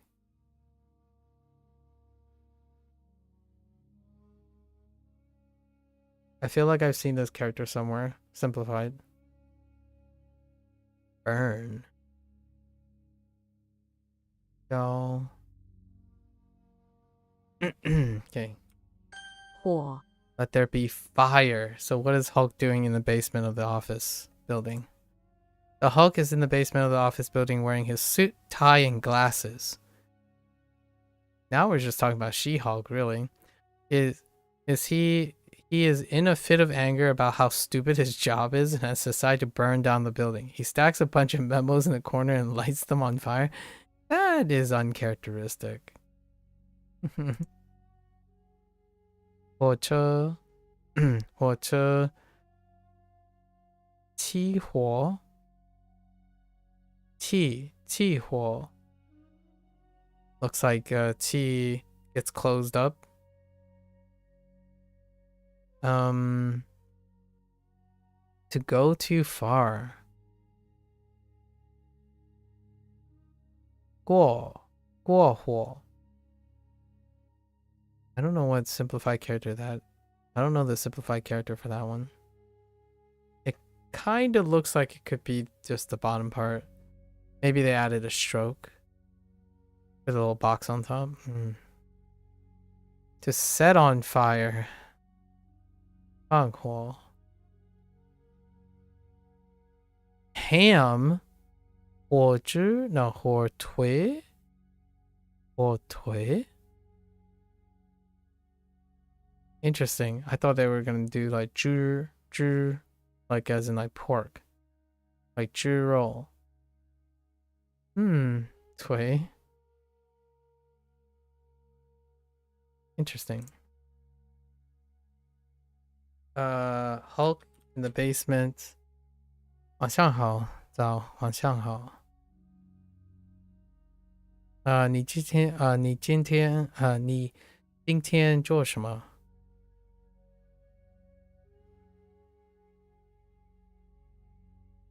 ？Okay, Hulk, right? Oh, Hulk in the basement of the office building, right? 火 And then we get a pass for fire.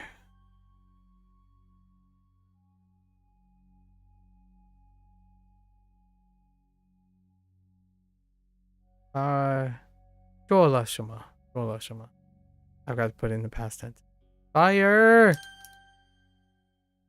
Oh. 呼 Ooh. Oops. Oh. 火 Pass. Neat.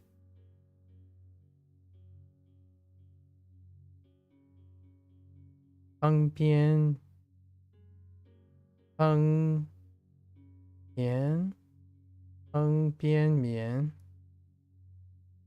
做了 something Thai. Ban Thai. Oh, you did. Awesome.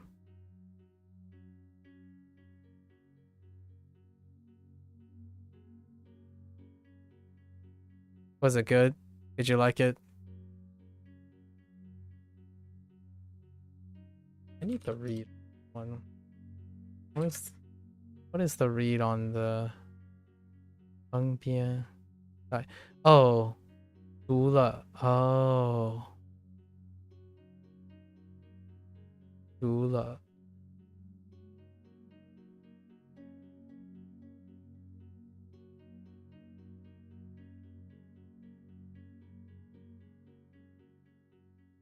Instant noodles. That's how you say instant noodles, huh? It comes off as instant noodles. I see. And then coriander or coriander / cilantro.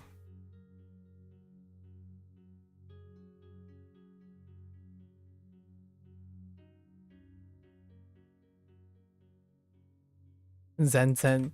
That reminds me of Zen. 当然好吃当然好吃好吃好吃what is that 又简单 oh it's delicious and simple 有 oh and oh right yeah right 有 yes 当然 of course. I was thinking of Japanese for a moment. Of course. How do you say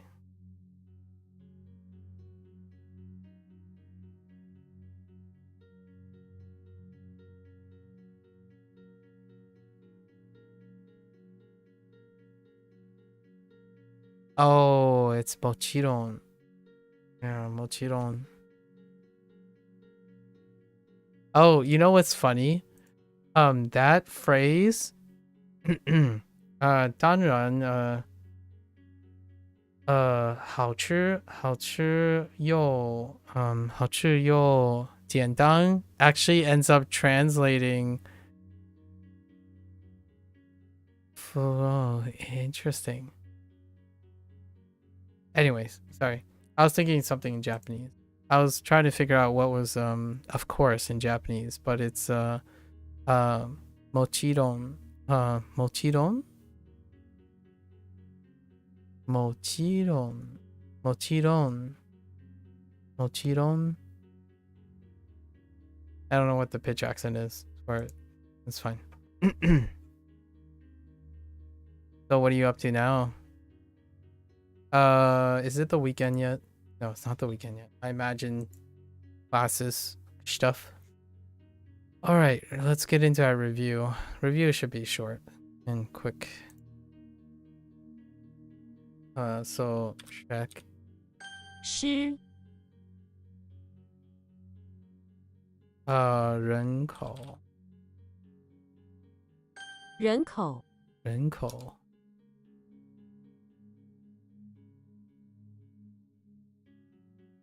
mouths to feed.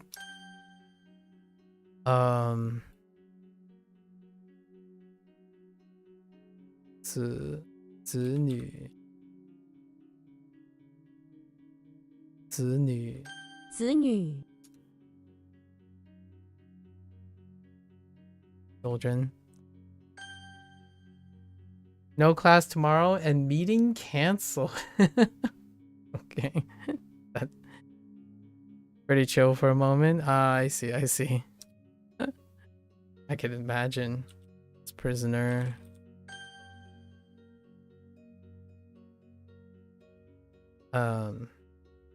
Show.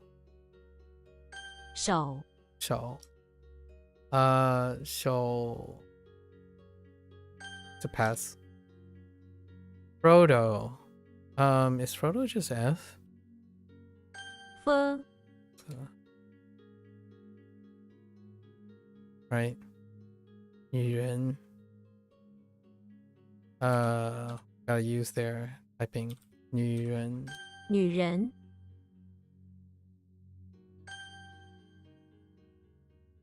Oh, that must have been the redundant thing. Oh, beach.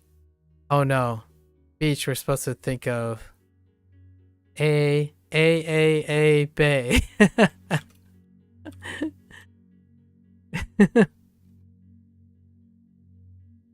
Or hey, A. A Okay. It reminds me of that song. I, boo, I. Hey. When we get to I'm kind of curious if they refer to that song. This is a giant, not to be confused with WaniKani's mnemonic.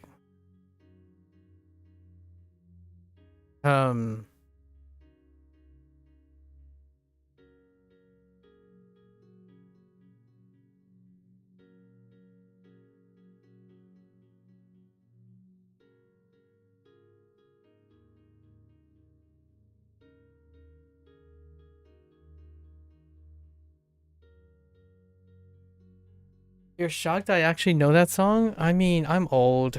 That song was still popular when I was a young kid. Yeah. That artist was very popular when I was younger.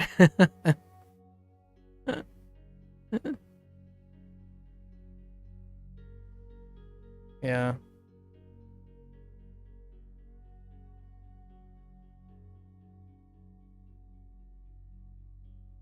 I used to hear it a lot. Or any song by Andy Lau. I used to hear a lot of Andy Lau songs too.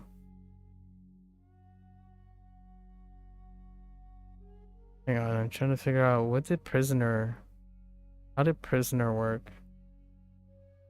Was the singer famous among my age in the US?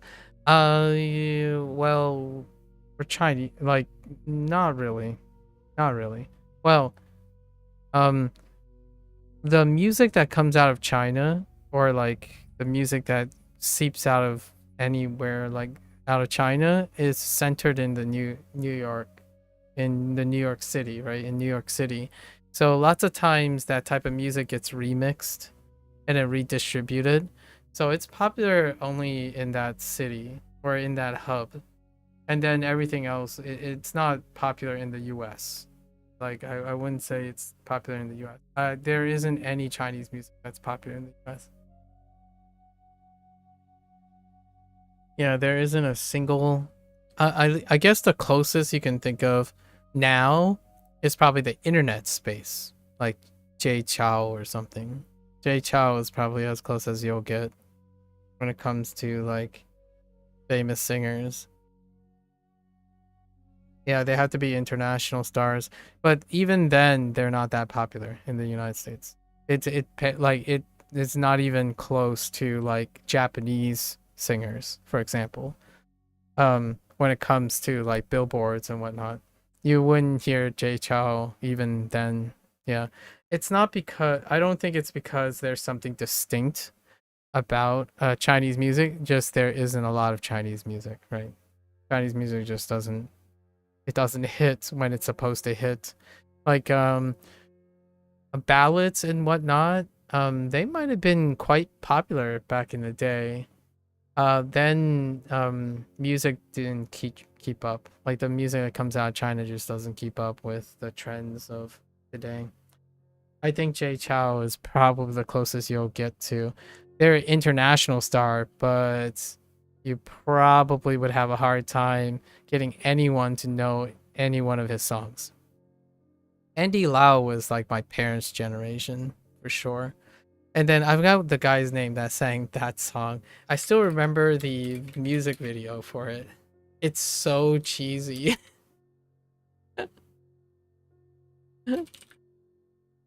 It reminds me of my achy breaky heart. What's his name? Um uh uh at one point I remembered his name. Or her. Yeah, Aaron. Yeah, Aaron Walk? Aaron. I don't know how to pronounce his last name. Was it? Yes. Or was it Alan? I don't know. Was it I don't remember his name, actually. I have no idea what his name is.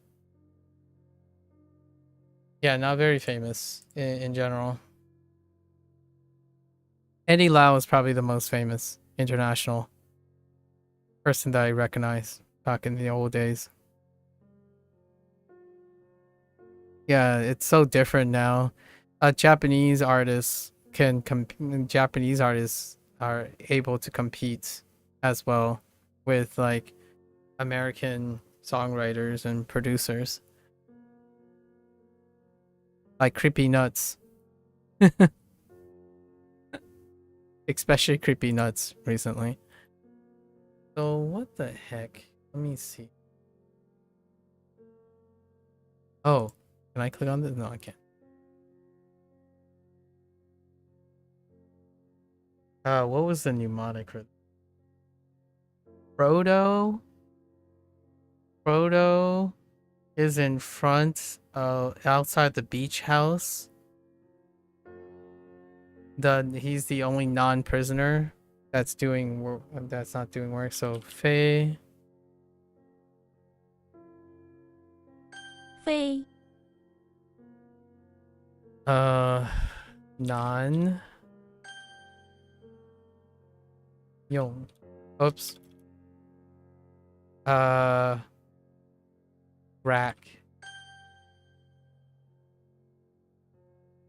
Oh, did Xena have? Xi, Yeah. Yong. Yong, The utilize. This is the Yoshi story.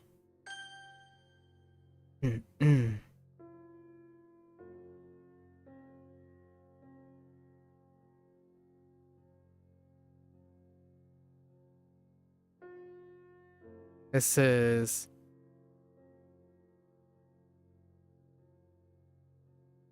What is happening here?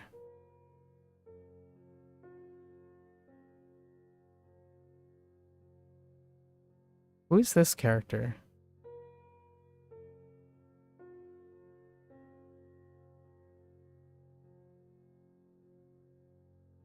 It's I think we only have Yoshi, right? So Yoshi,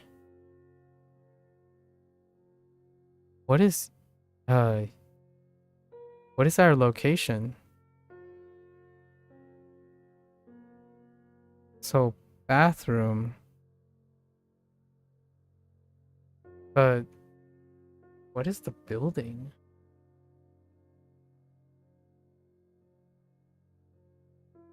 Huh. 月 Can I... Where's the... It is Electro. Oh, it's Yugi. Oh, Yugi. Yugi is yesterday's introduction. Yugi is the guy that used Yugi. Yeah, he's in a bathroom crying because he got locked with his moon companion. Yeah, Yugi is the proper noun from yesterday. Yeah, so his moon companion. Oh, no, wait. Oh, that's character. His... Not companion. He's got stuck with his moon companion for a month. Is what they wanted. Yeah, that's how they're doing. Their mnemonics is based on, person, place, and relative position. So person, location, position, or pinyin, for pinyin stuff. And then it's related to the mnemonics of the characters with relation to the vocabulary. So everything is linked together in a single story.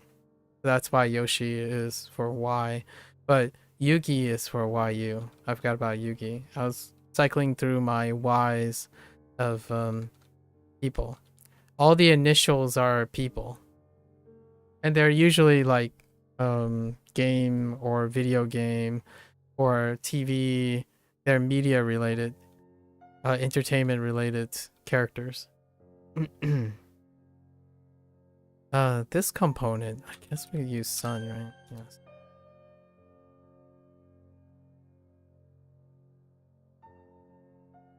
Buddha.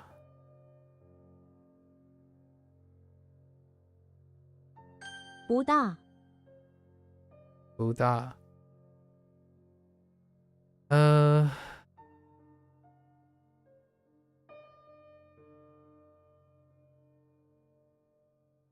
What was the mnemonic for this?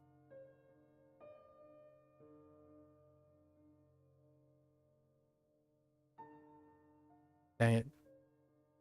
Oh, that's Young. Not very. That's what they were looking for.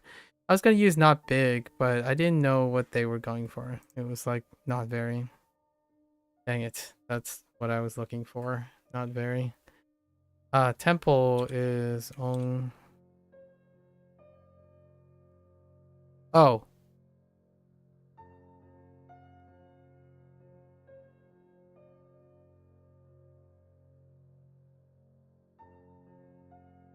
Excuse me? Oh, you didn't need the parentheses?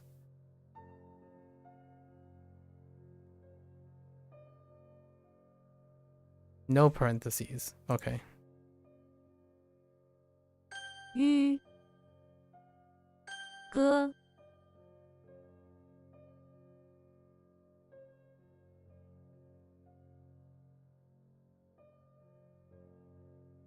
What was this one?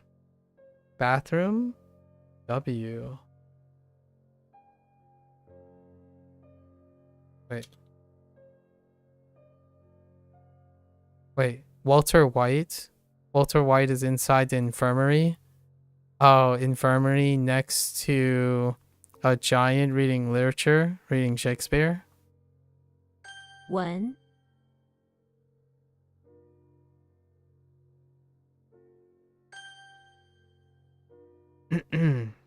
So no parentheses. 嗡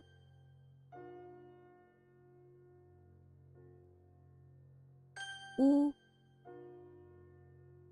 That's the first time I got a down arrow too. I wonder how that works. But I think the own thing, I don't know how I feel about that. Parentheses.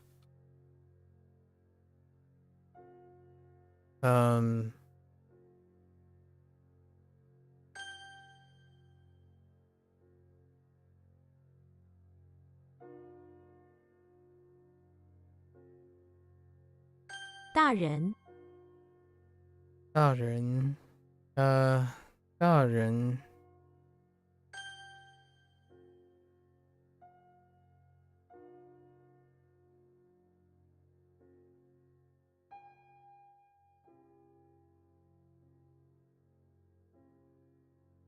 What was this for? This is Robin Hood? No.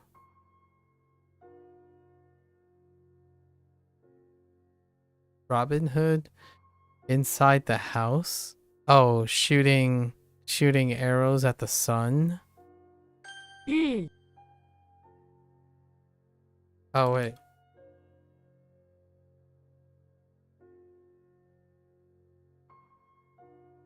Or not?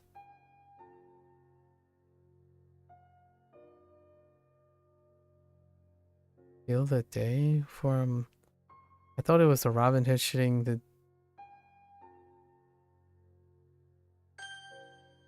Is it not the Robin Hood story? Oh, it's to steal the day from the sun. Alright, that's fair. Fair enough.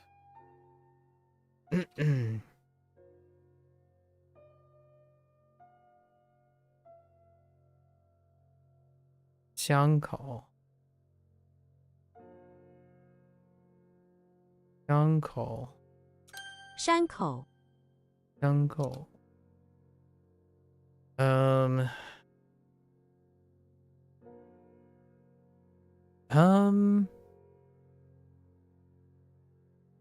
It's the opening. It just explains itself. It's a self-explanatory picture.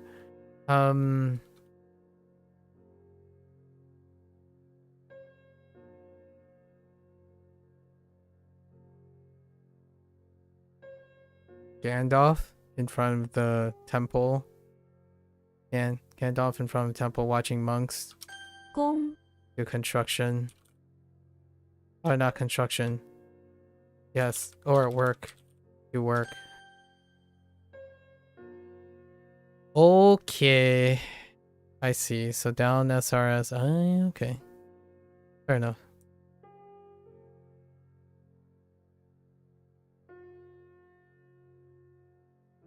So next time, right? Next time we'll start with mistakes. We'll review mistakes at the beginning of things, so we'll do it next time.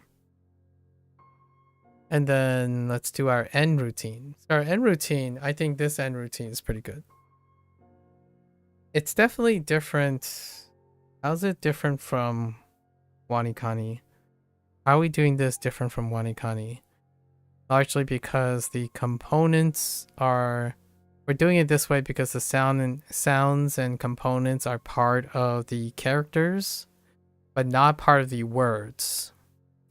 The words use the character meanings to create the words. So they do not use sound, component, and characters in order to relate the words or the words to relate it to each other. In WaniKani,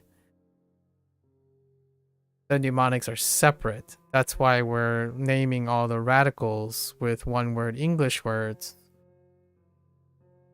One-word English words, and the kanji has the reeds in which we must know the mnemonics for the reeds. And then the vocabulary words are still separate, which is the same as... Right. So, that's fine. That's the way we're going to go about it. Slightly different. Right. To reflect the different ways they're doing this. Okay. So today, I forgot Yugi as well. So I got away with it.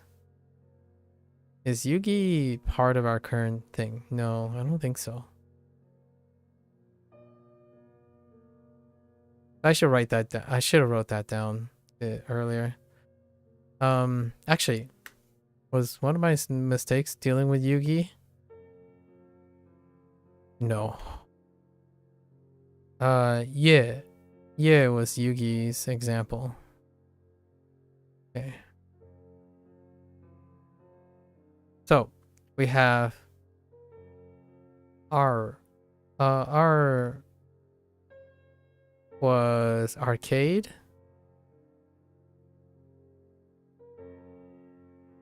Master Chef. Master Chief.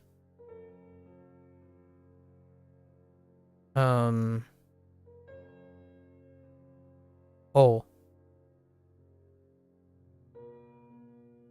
Office building.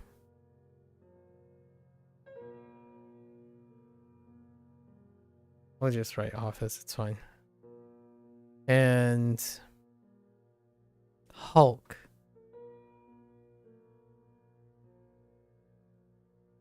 We have 2. Fire. No, R. And 火.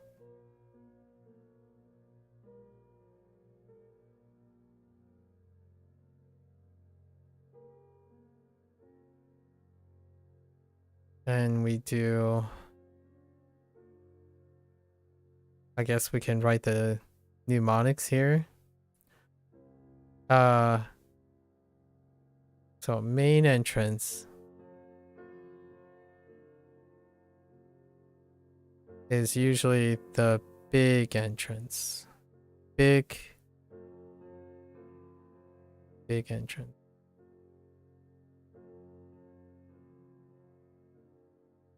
And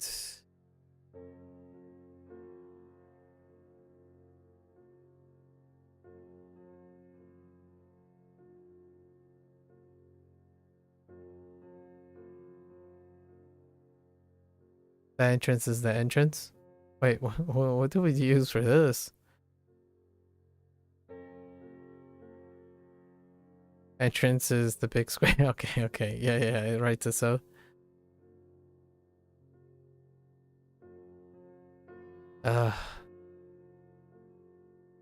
HanziHero does not play nice with this plugin. So I guess the entrance. Actually, I should write entrance.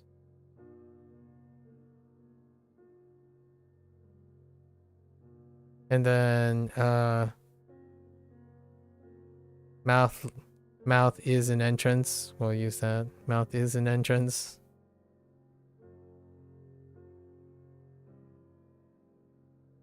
Exit, right? Exit entrance.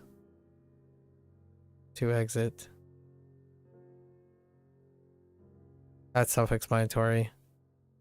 And then we have 东西 thing. And the thing was museum object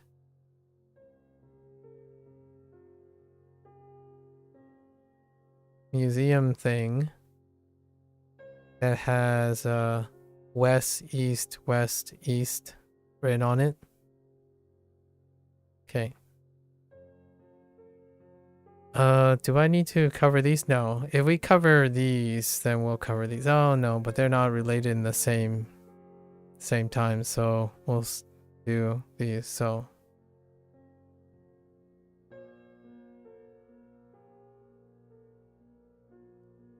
Ramen 门口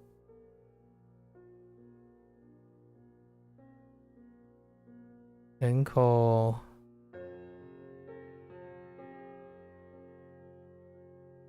区门 and 东西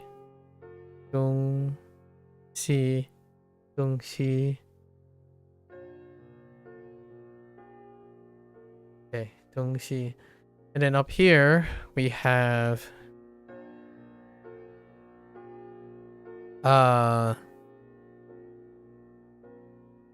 okay. So Master Chief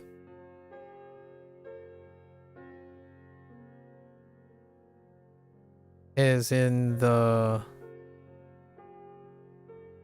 bathroom. Master Chief is in the bathroom of the arcade trying to take a number 2, but his suit, he called for a code 2. That's pretty funny. I like this one. Master Chief tried to take a number 2 in arcade's bathroom. We have Hulk is in the basement of the office building. Oh, yes, basement of the office building in a fit of rage, setting fire to the memos. Right. And that's it. So what were we might as well review our 2 mistakes. What were our mistakes? I was not paying attention to Chimen.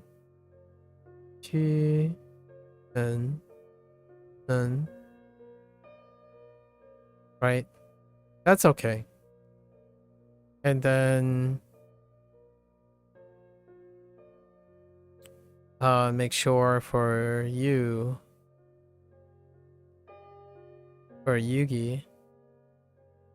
in Ye.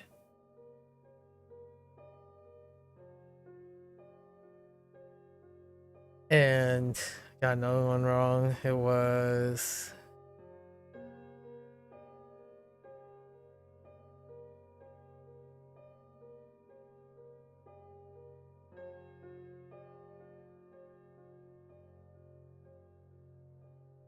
I got 2 wrong. Oh, right. Make sure not to use parentheses for temple. So no parentheses for temple.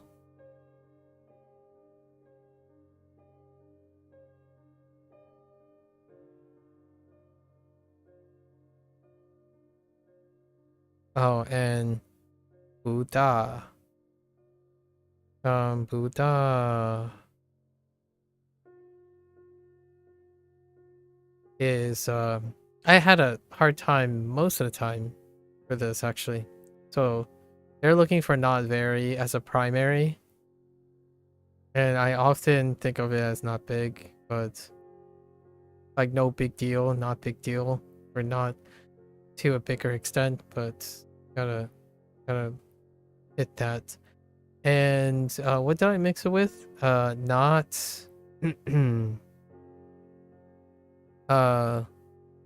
bouillon. Right. Okay. I think that's a wrap for today. Oh, that was 30 minutes. Huh. These HanziHero, maybe it's not. But yeah, that's a wrap for today.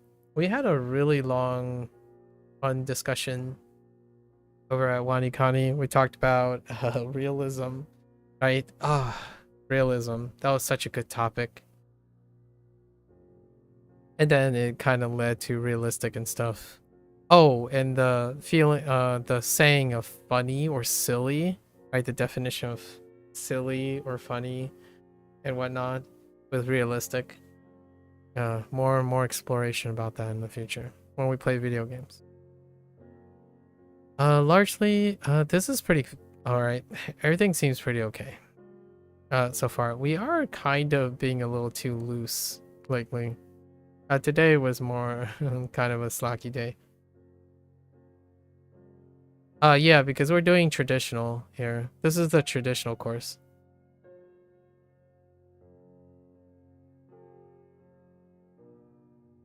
So we're writing traditional courses stuff now, as opposed to using simplified. This app has both simplified and traditional, but we're doing traditional here. Yeah.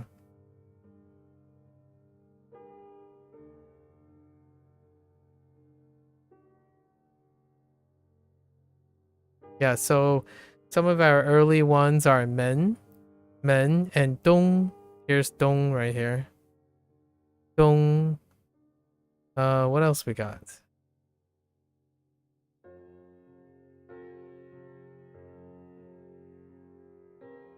I think we have one more early on.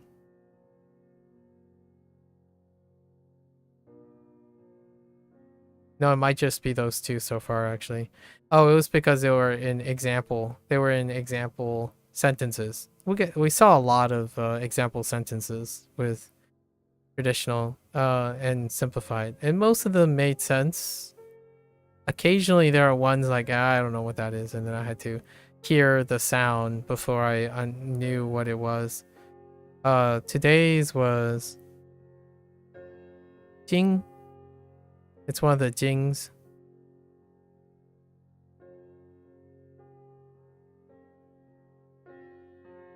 Oh no, not one of the Jings. Gung was one of the simplified ones.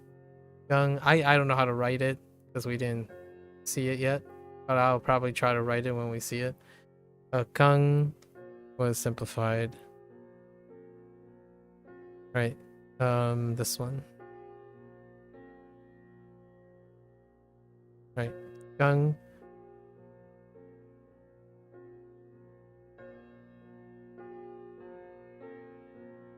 What annotation software am I using? Looks good. This one? Oh, it's a extension. It's called Web Paint Tool. Web Paint Tool. 3 separate words actually, I think. But there's a lot of clones of these, so whichever browser you have should have something similar. It's open source. It's your typical GitHub extension. Yep, here it is. We're done. We're done for the day. All right. So as a reminder, tomorrow I'm gonna be away to the airport. So the airport is like a 3-hour. It's a 3-hour trip there and a 3-hour trip back. Yeah, it is. Yeah. It can scroll. It can save per page too. So like what I mean is I could click on this. Right? Some web pages don't play nice with it. So some of the web pages like in-house apps like HanziHero is kind of a little wonky. But if you go back, right? If you pull it back up. Oh, see, HanziHero doesn't play. You have to refresh. And then you have to activate it again. It still saves between pages.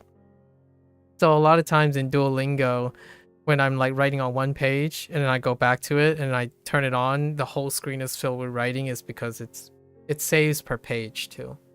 So if you have multi pages on certain things, it can get a little wonky because of its coding, where if you have interactions like this, occasionally you would have to refresh, but it still saves the page. You either hit the back arrow, the undo arrow, like the undo arrow here, or the forward arrow to cause it to show up again. But generally it's supposed to be designed in a way that it saves for the page and also be scrollable, right? So it's kind of nice. It's the one that I've been using for a while. I want more functionality. However, I haven't found one that added more functionality or more consistency with web app kind of things. You have one now? Yeah.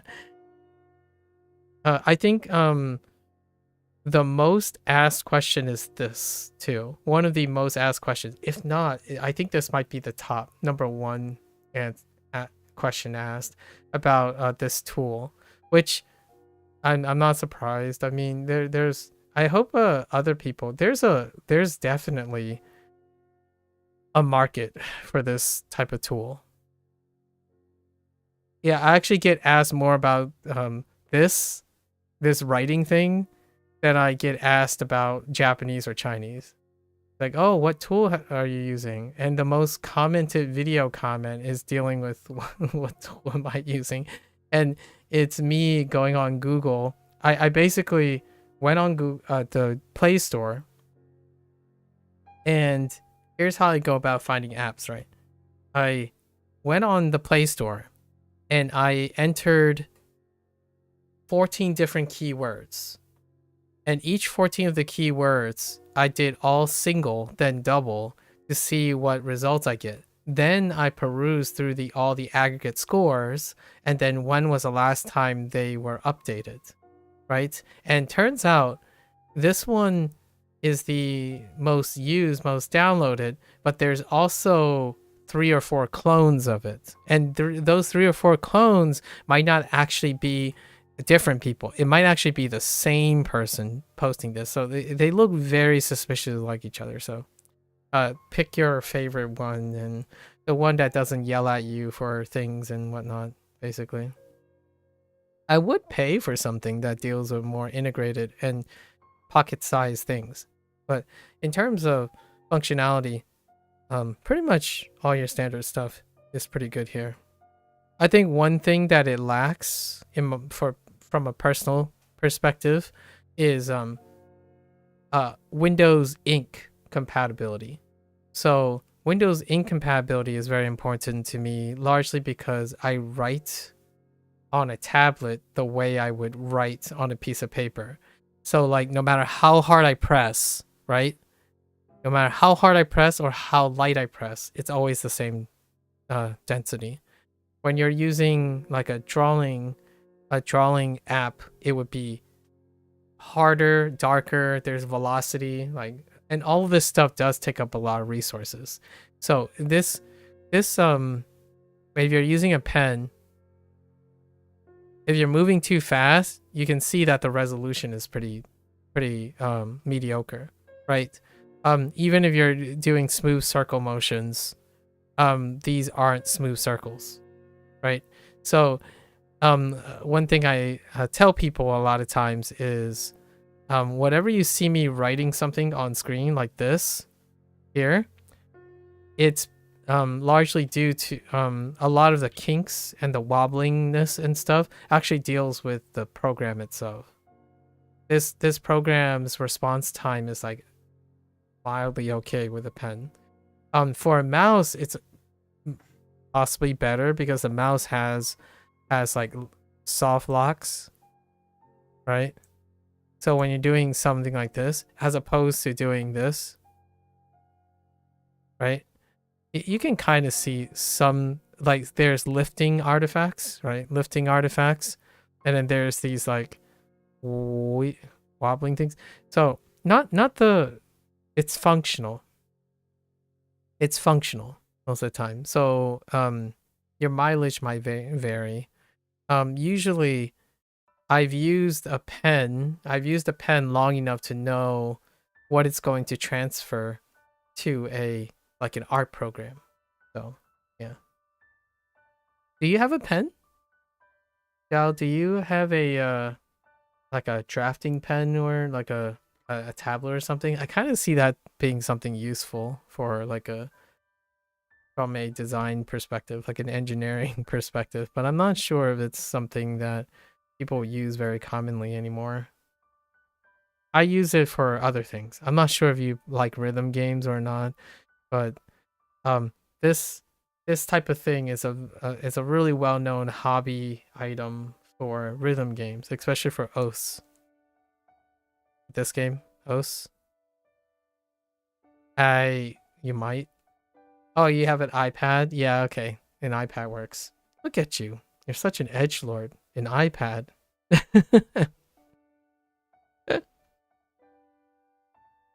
I was gonna make like a Chinese joke, like a international Chinese joke, but it's not really. It's a low hanging fruit. Like, as should. I'm not surprised you have an iPad. But no, just checked. Okay, okay. Okay. I used to play this game. Largely, the reason why I don't play it as often now is it's largely due to copyright stuff. Because of music, right? But yeah, you use a pen to aim. So there is a lot of my aptitude coming from playing that. I think I have some old videos. Yeah, I have a video where I was training stamina, but we didn't play any games in any of the like any songs or maps in any videos. But you could imagine. One of the things about OS is, I guess I wanted to be more. I needed to fit the stereotype a little bit more. I'm kidding. This is a joke, but I wanted to fit the stereotype a little bit more, so I had to play a rhythm game, right? I mean, are you familiar with the stereotype, Jiao, about Asian people are typically depicted as people who go a little too ham on on rhythm games? Have you ever played DDR or anything like that? I did not play DDR, nor did I play Guitar Hero or any of the Harmonix games. But generally speaking, there's this stereotype for like rhythm games. It's a common one outside of China, I suppose. I don't know if China itself have a big rhythm game. Is rhythm game popular? I'm not sure if rhythm gaming is popular in China, like within China, mainland China. Outside is a very niche thing. However, the niche thing is now very trendy because Japanese culture is trendy, right? So anime, it's still relatively niche, but anime, Japanese language learning is on the rise and all that stuff. And along with it comes all the rhythm games. Like Japan is very well known for being one of the biggest industry producers of rhythm games. One of many popular things in your opinion. Oh, okay. I wonder what the versions of rhythm games are there in China. Lots of the rhythm games that I'm aware of obviously does not come from China. It comes from Japan. Japan is the global leader in arguably the global leader in rhythm games. Now, in these particular rhythm games, like taiko and stuff. However, there is also the other side of things, which has seen a resurgence, but has diminished off because Harmonix used to be a big powerhouse, you know, like Guitar Hero, related things. But then it kind of fell off, and then now we have the remainder stuff like Just Dance and Beat Saber, and Beat Saber is probably the biggest in terms of westernized ones.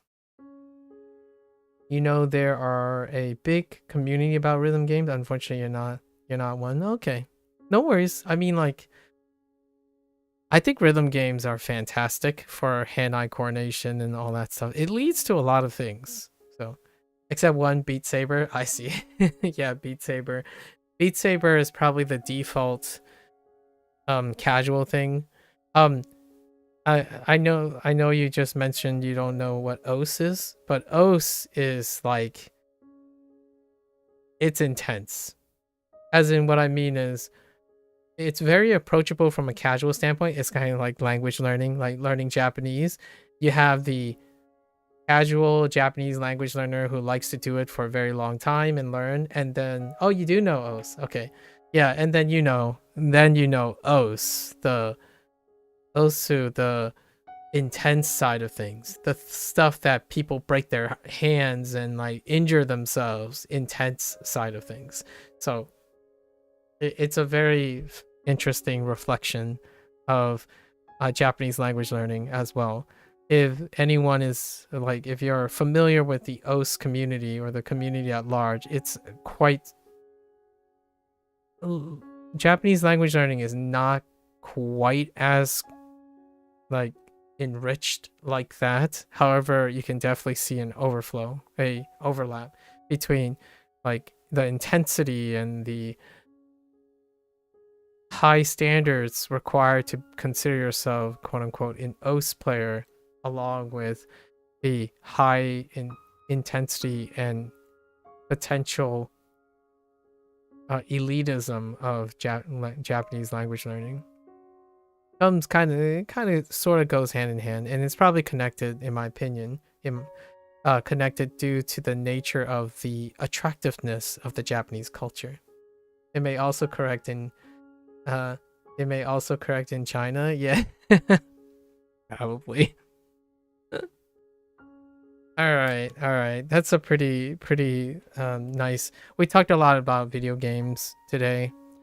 Dynasty Warriors is coming out tomorrow apparently, and Valentine's started the day off with talking about Valentine's is gonna go grab Dynasty Warriors Origins tomorrow and play it. I'm looking forward to hearing what Valentine picks up from Dynasty Warriors. It's been a very long time since I played a Dynasty Warriors game. I might do it. I might play it sometime this year. Anyways, thanks for chilling out. Hopefully your day off is nice, and sounds like you got a scrumptious, simple meal. Once again, want to remind everyone, tomorrow I'll be on late, like really late, probably. 3-hour drive, so it'll be 5 o'clock by the time I get to the airport, and it'll be like another 3-hour drive back. So it's gonna be after 8, which is like 2 or 3 hours even later than I usually do. So we're gonna try to burn the midnight oil to squeeze in WaniKani and HanziHero, both of them.